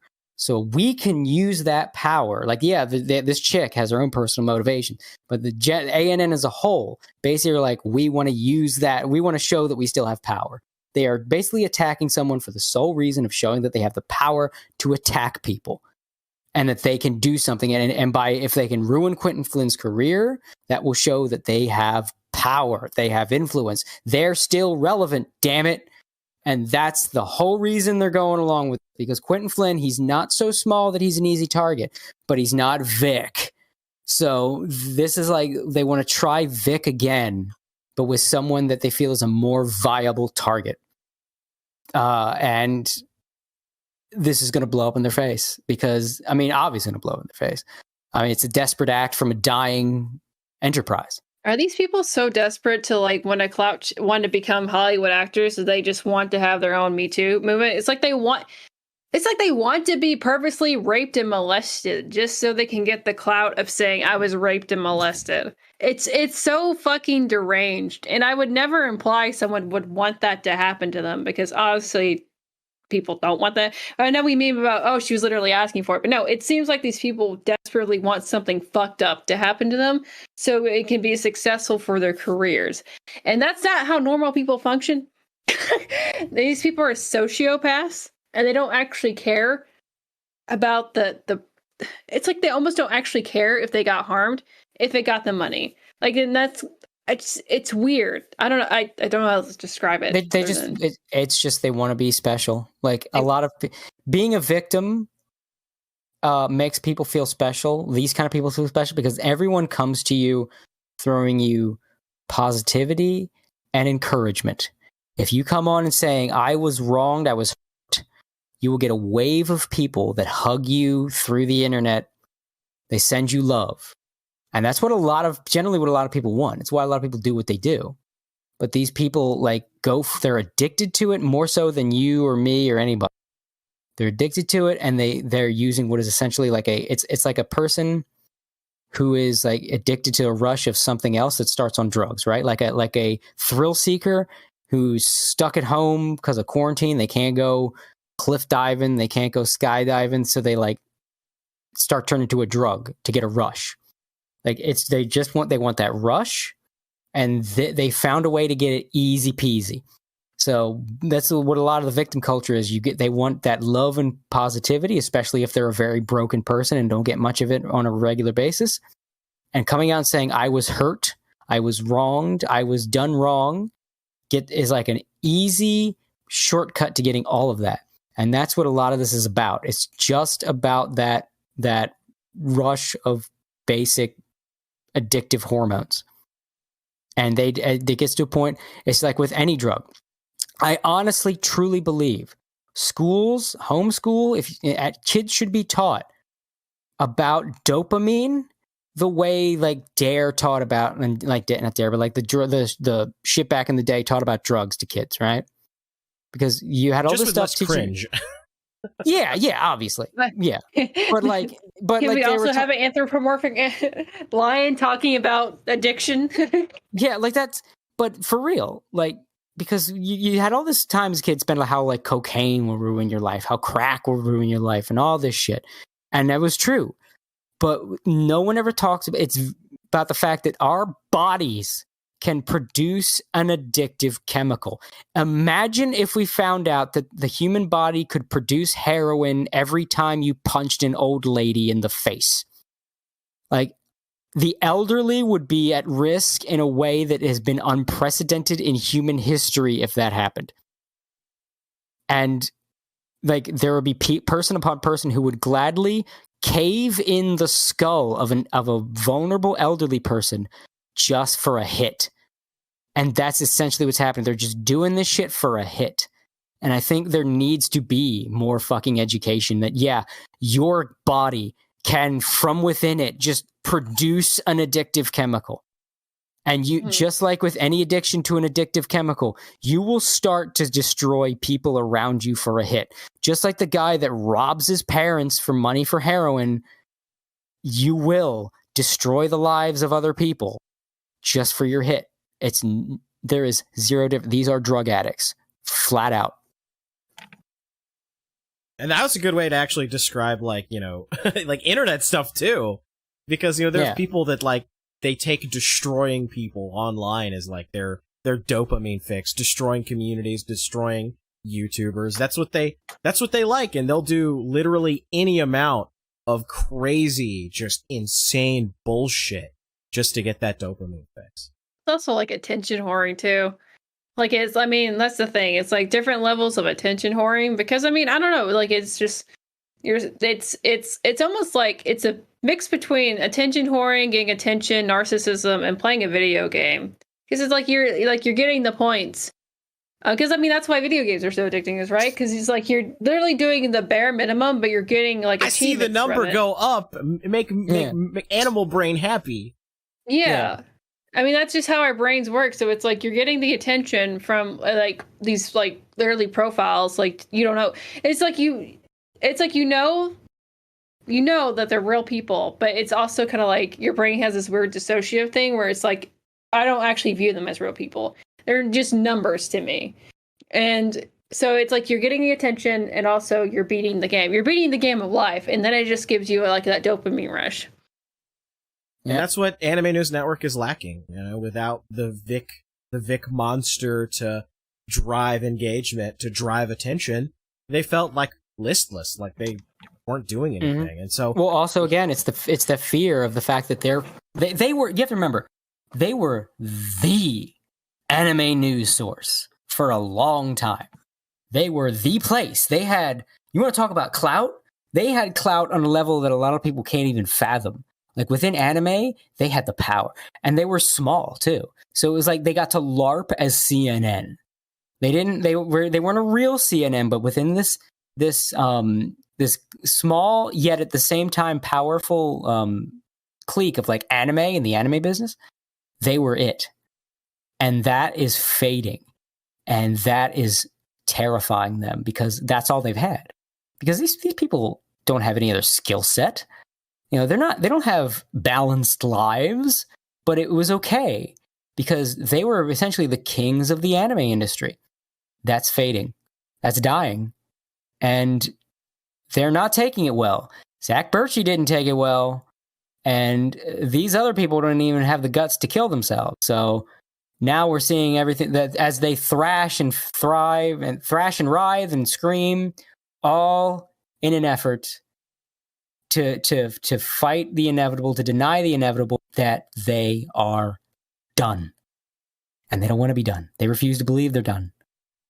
And Quinton Flynn is just another person they're more than willing to destroy just so they can lie to themselves that they have power, that they have influence, that they still matter.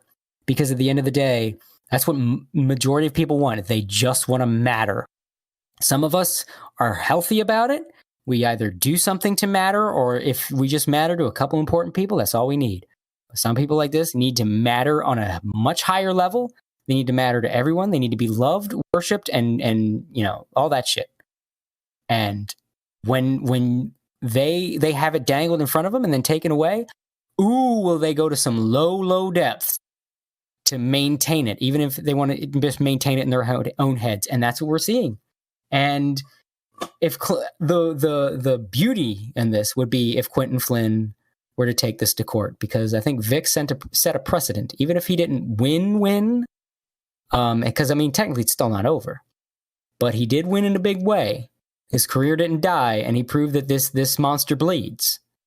So anyone else in this industry, all they got to do when the shit just starts, take him to court, and eventually. You can only be taken to court so much before you realize you should learn to start shutting your mouth and stop trying to destroy people, because there will be consequences if you try to destroy people. You add in those consequences, this shit ends.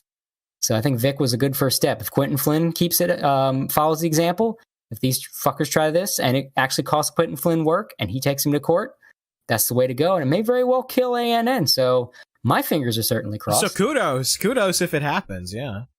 Yeah. All right, I think that is a great place to end this 4 hour and 30-minute endeavor. God damn it! Is this podcast anymore? Is it just like it's just a marathon? It's us hanging out in a bar, like bullshitting about life, philosophizing why fandoms are the way they are. I mean, hey, that's kind of the atmosphere that I was kind of going for. It's just a bunch of friends hanging out, talking about like anime and weeb shit. Current year stuff. This was supposed to be. Yeah, we were supposed to talk more about Netflix shit, but I guess it got kind of. We should talk about Netflix specifically. We should probably save it for when does the Space Cowboy IRL Netflix one come out? The Cowboy Bebop Netflix. That's a good question. Let's see. I think that's soon, right? Because they've already showed the YouTube fan animation tier, like. Opening for it. First episode is November 19th. Oh, these are episodes? Yeah, they're going to be episodic, apparently. Oh, is it going to be like a complete remake of the whole series? it's going to be 10 episodes that are going to be... I wonder if they're all going to come out at the same time. They're all going to come out at the same time. Man, that's going to suck. Cowboy Bebop was so good because it's more about, like... They had, like, the villain of the week, and I guess we could learn about this later because I'm fucking tired. But it had the whole, like, Western villain of the week aspect of it, but it didn't make every villain, like, a complete asshole. They all had their unique backstories, and, like, they all had a reason for doing what they do. And that was, like, what Cowboy... Not only the animation was beautiful, but, like, that was the best thing about it, was, like, the characters and how they interacted with each other, because they all had a human aspect to them. And they all mattered in the story. Like, they instead of being like, oh, you're a special snowflake because you have a quirk. No, they actually, like... were unique characters special to Cowboy Bebop, and that's what it made it so unique and such a good story. Were the characters and the villains of the week. But that's my little side tangent there. I mean, I think there's plenty to talk about there. I'd love to come back on that because I talked about it with Nick, and I'll just summarize it as: don't fucking watch it. Don't even hate watch it. Don't even talk about it. Yeah. But I mean, I kind of brought it, like I said so much about it on Nick's stream. I don't really have anything new to say. It's just going to suck. It's going to suck. Terrible. You're going to be upset. And that's what they're counting on. I am convinced now that Netflix is making these shows, and they're making them bad on purpose because they want to drive engagement, and they want to drive people to, like, complain about it, and they want to drive the SJWs or whatever into watching it to own the right wing on Twitter. I mean, that's why the actress came out saying her dumbass statements, because she was totally told and encouraged to do that by the studio. Yeah, that's pretty much what I said too on Nick's show. Just a lot of that, they want you to be mad. They learned to promote it for them. Yeah, they learned that pissing people off is a virus. We should stop feeding them. We should actually rewatch Cowboy Bebop and review the episodes. Well, maybe not episodic. We should just rewatch this Cowboy Bebop again, because I haven't seen it yet, and just talk about how good that was, and how, like, Netflix is a fucking shitty company that allows people to make shittier versions of, like, the original product just to piss people off. And I feel like that would be a better episode. Yeah, man, I'll rewatch Cowboy Bebop anytime, man. That's my absolute favorite show. Like, I adore that show. Let's do it by the premiere episode. When does it come out again, Gator? November 19th. I'm sorry. So just in, like, a month. Yeah, let's just, like, watch them all within a month. Let's watch the better Bebop. Let's Bebop. Yeah, instead of giving this thing any promotion, just encourage people to watch the good one instead. We should just title it "Why Anime Bebop Was Better." You know what isn't built on the business model of my comic, which is on the screen right now. That's right. Yeah, Cody Bayer, the author of Cloud Scratcher. Bayer. Damn it, I did it again. Yeah, Cody Bayer, the author of Cloud Scratcher. You can find it at cloudscratcher.com. Yeah, the Indiegogo. We met our funding goal. We're in demand now, I believe. So if you want it, you can still get it. It's a love letter to the 90s. It's the shows we talked about on the podcast today. It's like, if you like the Disney afternoon, if you like the early Don Bluth stuff, if you like stuff like SWAT Cats or Bucky O'Hare, that's pretty much what I'm going for with this comic. And it's all ages friendly, so there ain't nothing weird in it. Don't worry. It's like a Saturday morning cartoon vibe. Yep, that is straight up what it is. I'm actually, even in the current pages, I think I started with page 500. I started doing all of the pages with a VCR filter to try to make it look more like it was like on a 90s TV. So I'm still trying to perfect it with every page, but yeah, now it even like looks like a 90s cartoon. So that's basically the gist of it. If you want to, and it's just got a damn good story with damn good cast. So even if the gimmick doesn't grab you, there's still a lot to enjoy. And if you just want to feel like a kid again, damn it, you read it, you feel like you're a kid on Saturday morning, you got your bowl of cereal in your lap, and you're sitting on the floor, and you're just having a time, going on an adventure. And that's what it is. And if you don't have the knee-jerk reaction to the anthropomorphic characters, I think you're really going to dig it. All right, everybody, that is cloudscratcher.com. And of course, we've got my friend here, Spooky Web Trash, who's, getting all of this engagement and all of these follows from her little spat with Nick Diorio. I can't help it. I see a fat woman crying on Twitter, and I just can't help but make fun of her. Spooky also has a YouTube channel, youtube.com/spookyweeptrash, where she will post content eventually. She's working on the big Gamergate documentary, so definitely look forward to when that comes out. Well, it's a doozy from what she said. Well, like I wrote the first draft of it. It's about one particular person in Gamergate, because God forbid I would not want to do how Jim did like a multi-series on like the guy with glasses people and each individual person. I would want to kill myself if I had to do that. But it's just one person, and it's a general overview of Gamergate. So I wrote the first draft. I don't know what's coming out. Don't ask. Don't at me. All right, well, and that's the end of our show. I want to thank everybody for tuning in and listening to the podcast, watching it on YouTube. You can find us at GatorTime.live. It'll take you directly to the YouTube channel. I say this in every episode, but at some point there's going to be a website there when I actually have enough time to work on it and get everything going. You can go directly to the Anchor feed, anchor.fm/animeboomers. You can also go to animeboomers.live. It'll link you directly there. Sign up for our Patreon, patreon.com/thegatorgamer, where you'll be able to watch us record these episodes live and interact with us as we go. At some point, I do want to do like an Anime Boomers live episode where we actually like record it publicly, but those will be like, ever so often when we like feel the need to do like a public live stream or whatever, and then upload it onto the podcast feed. We're going to give people that want to sign up and become members of our show value for their commitment. So that's kind of why we don't do the live streams public. And also you can find us youtube.com/thegatorgamer memberships. The memberships are basically structured exactly the same way as the Patreon. So if you don't want to give Patreon money and you want to give Google your money instead, you can sign up that way. But this has been a wild marathon of an episode. As of this moment, it's clocking in at about 4 hours and 40 minutes. God. Time flies when you're having fun. That's true. That's true. This was a fun episode to record. We had like the most weird tangent of like tangents I think ever, but we'll have to like not do this for a minute because it's a podcast. We'll have to wind it down to 2 hours again. This is, yeah. For those of you that have even made it this far on the podcast or the video, well done. You have earned stripes. You've earned your weeb stripes at this point, because wow, this has been a long one. Anyway, I'm your host, Gator. Thank you guys for tuning in, and we'll see you guys next time.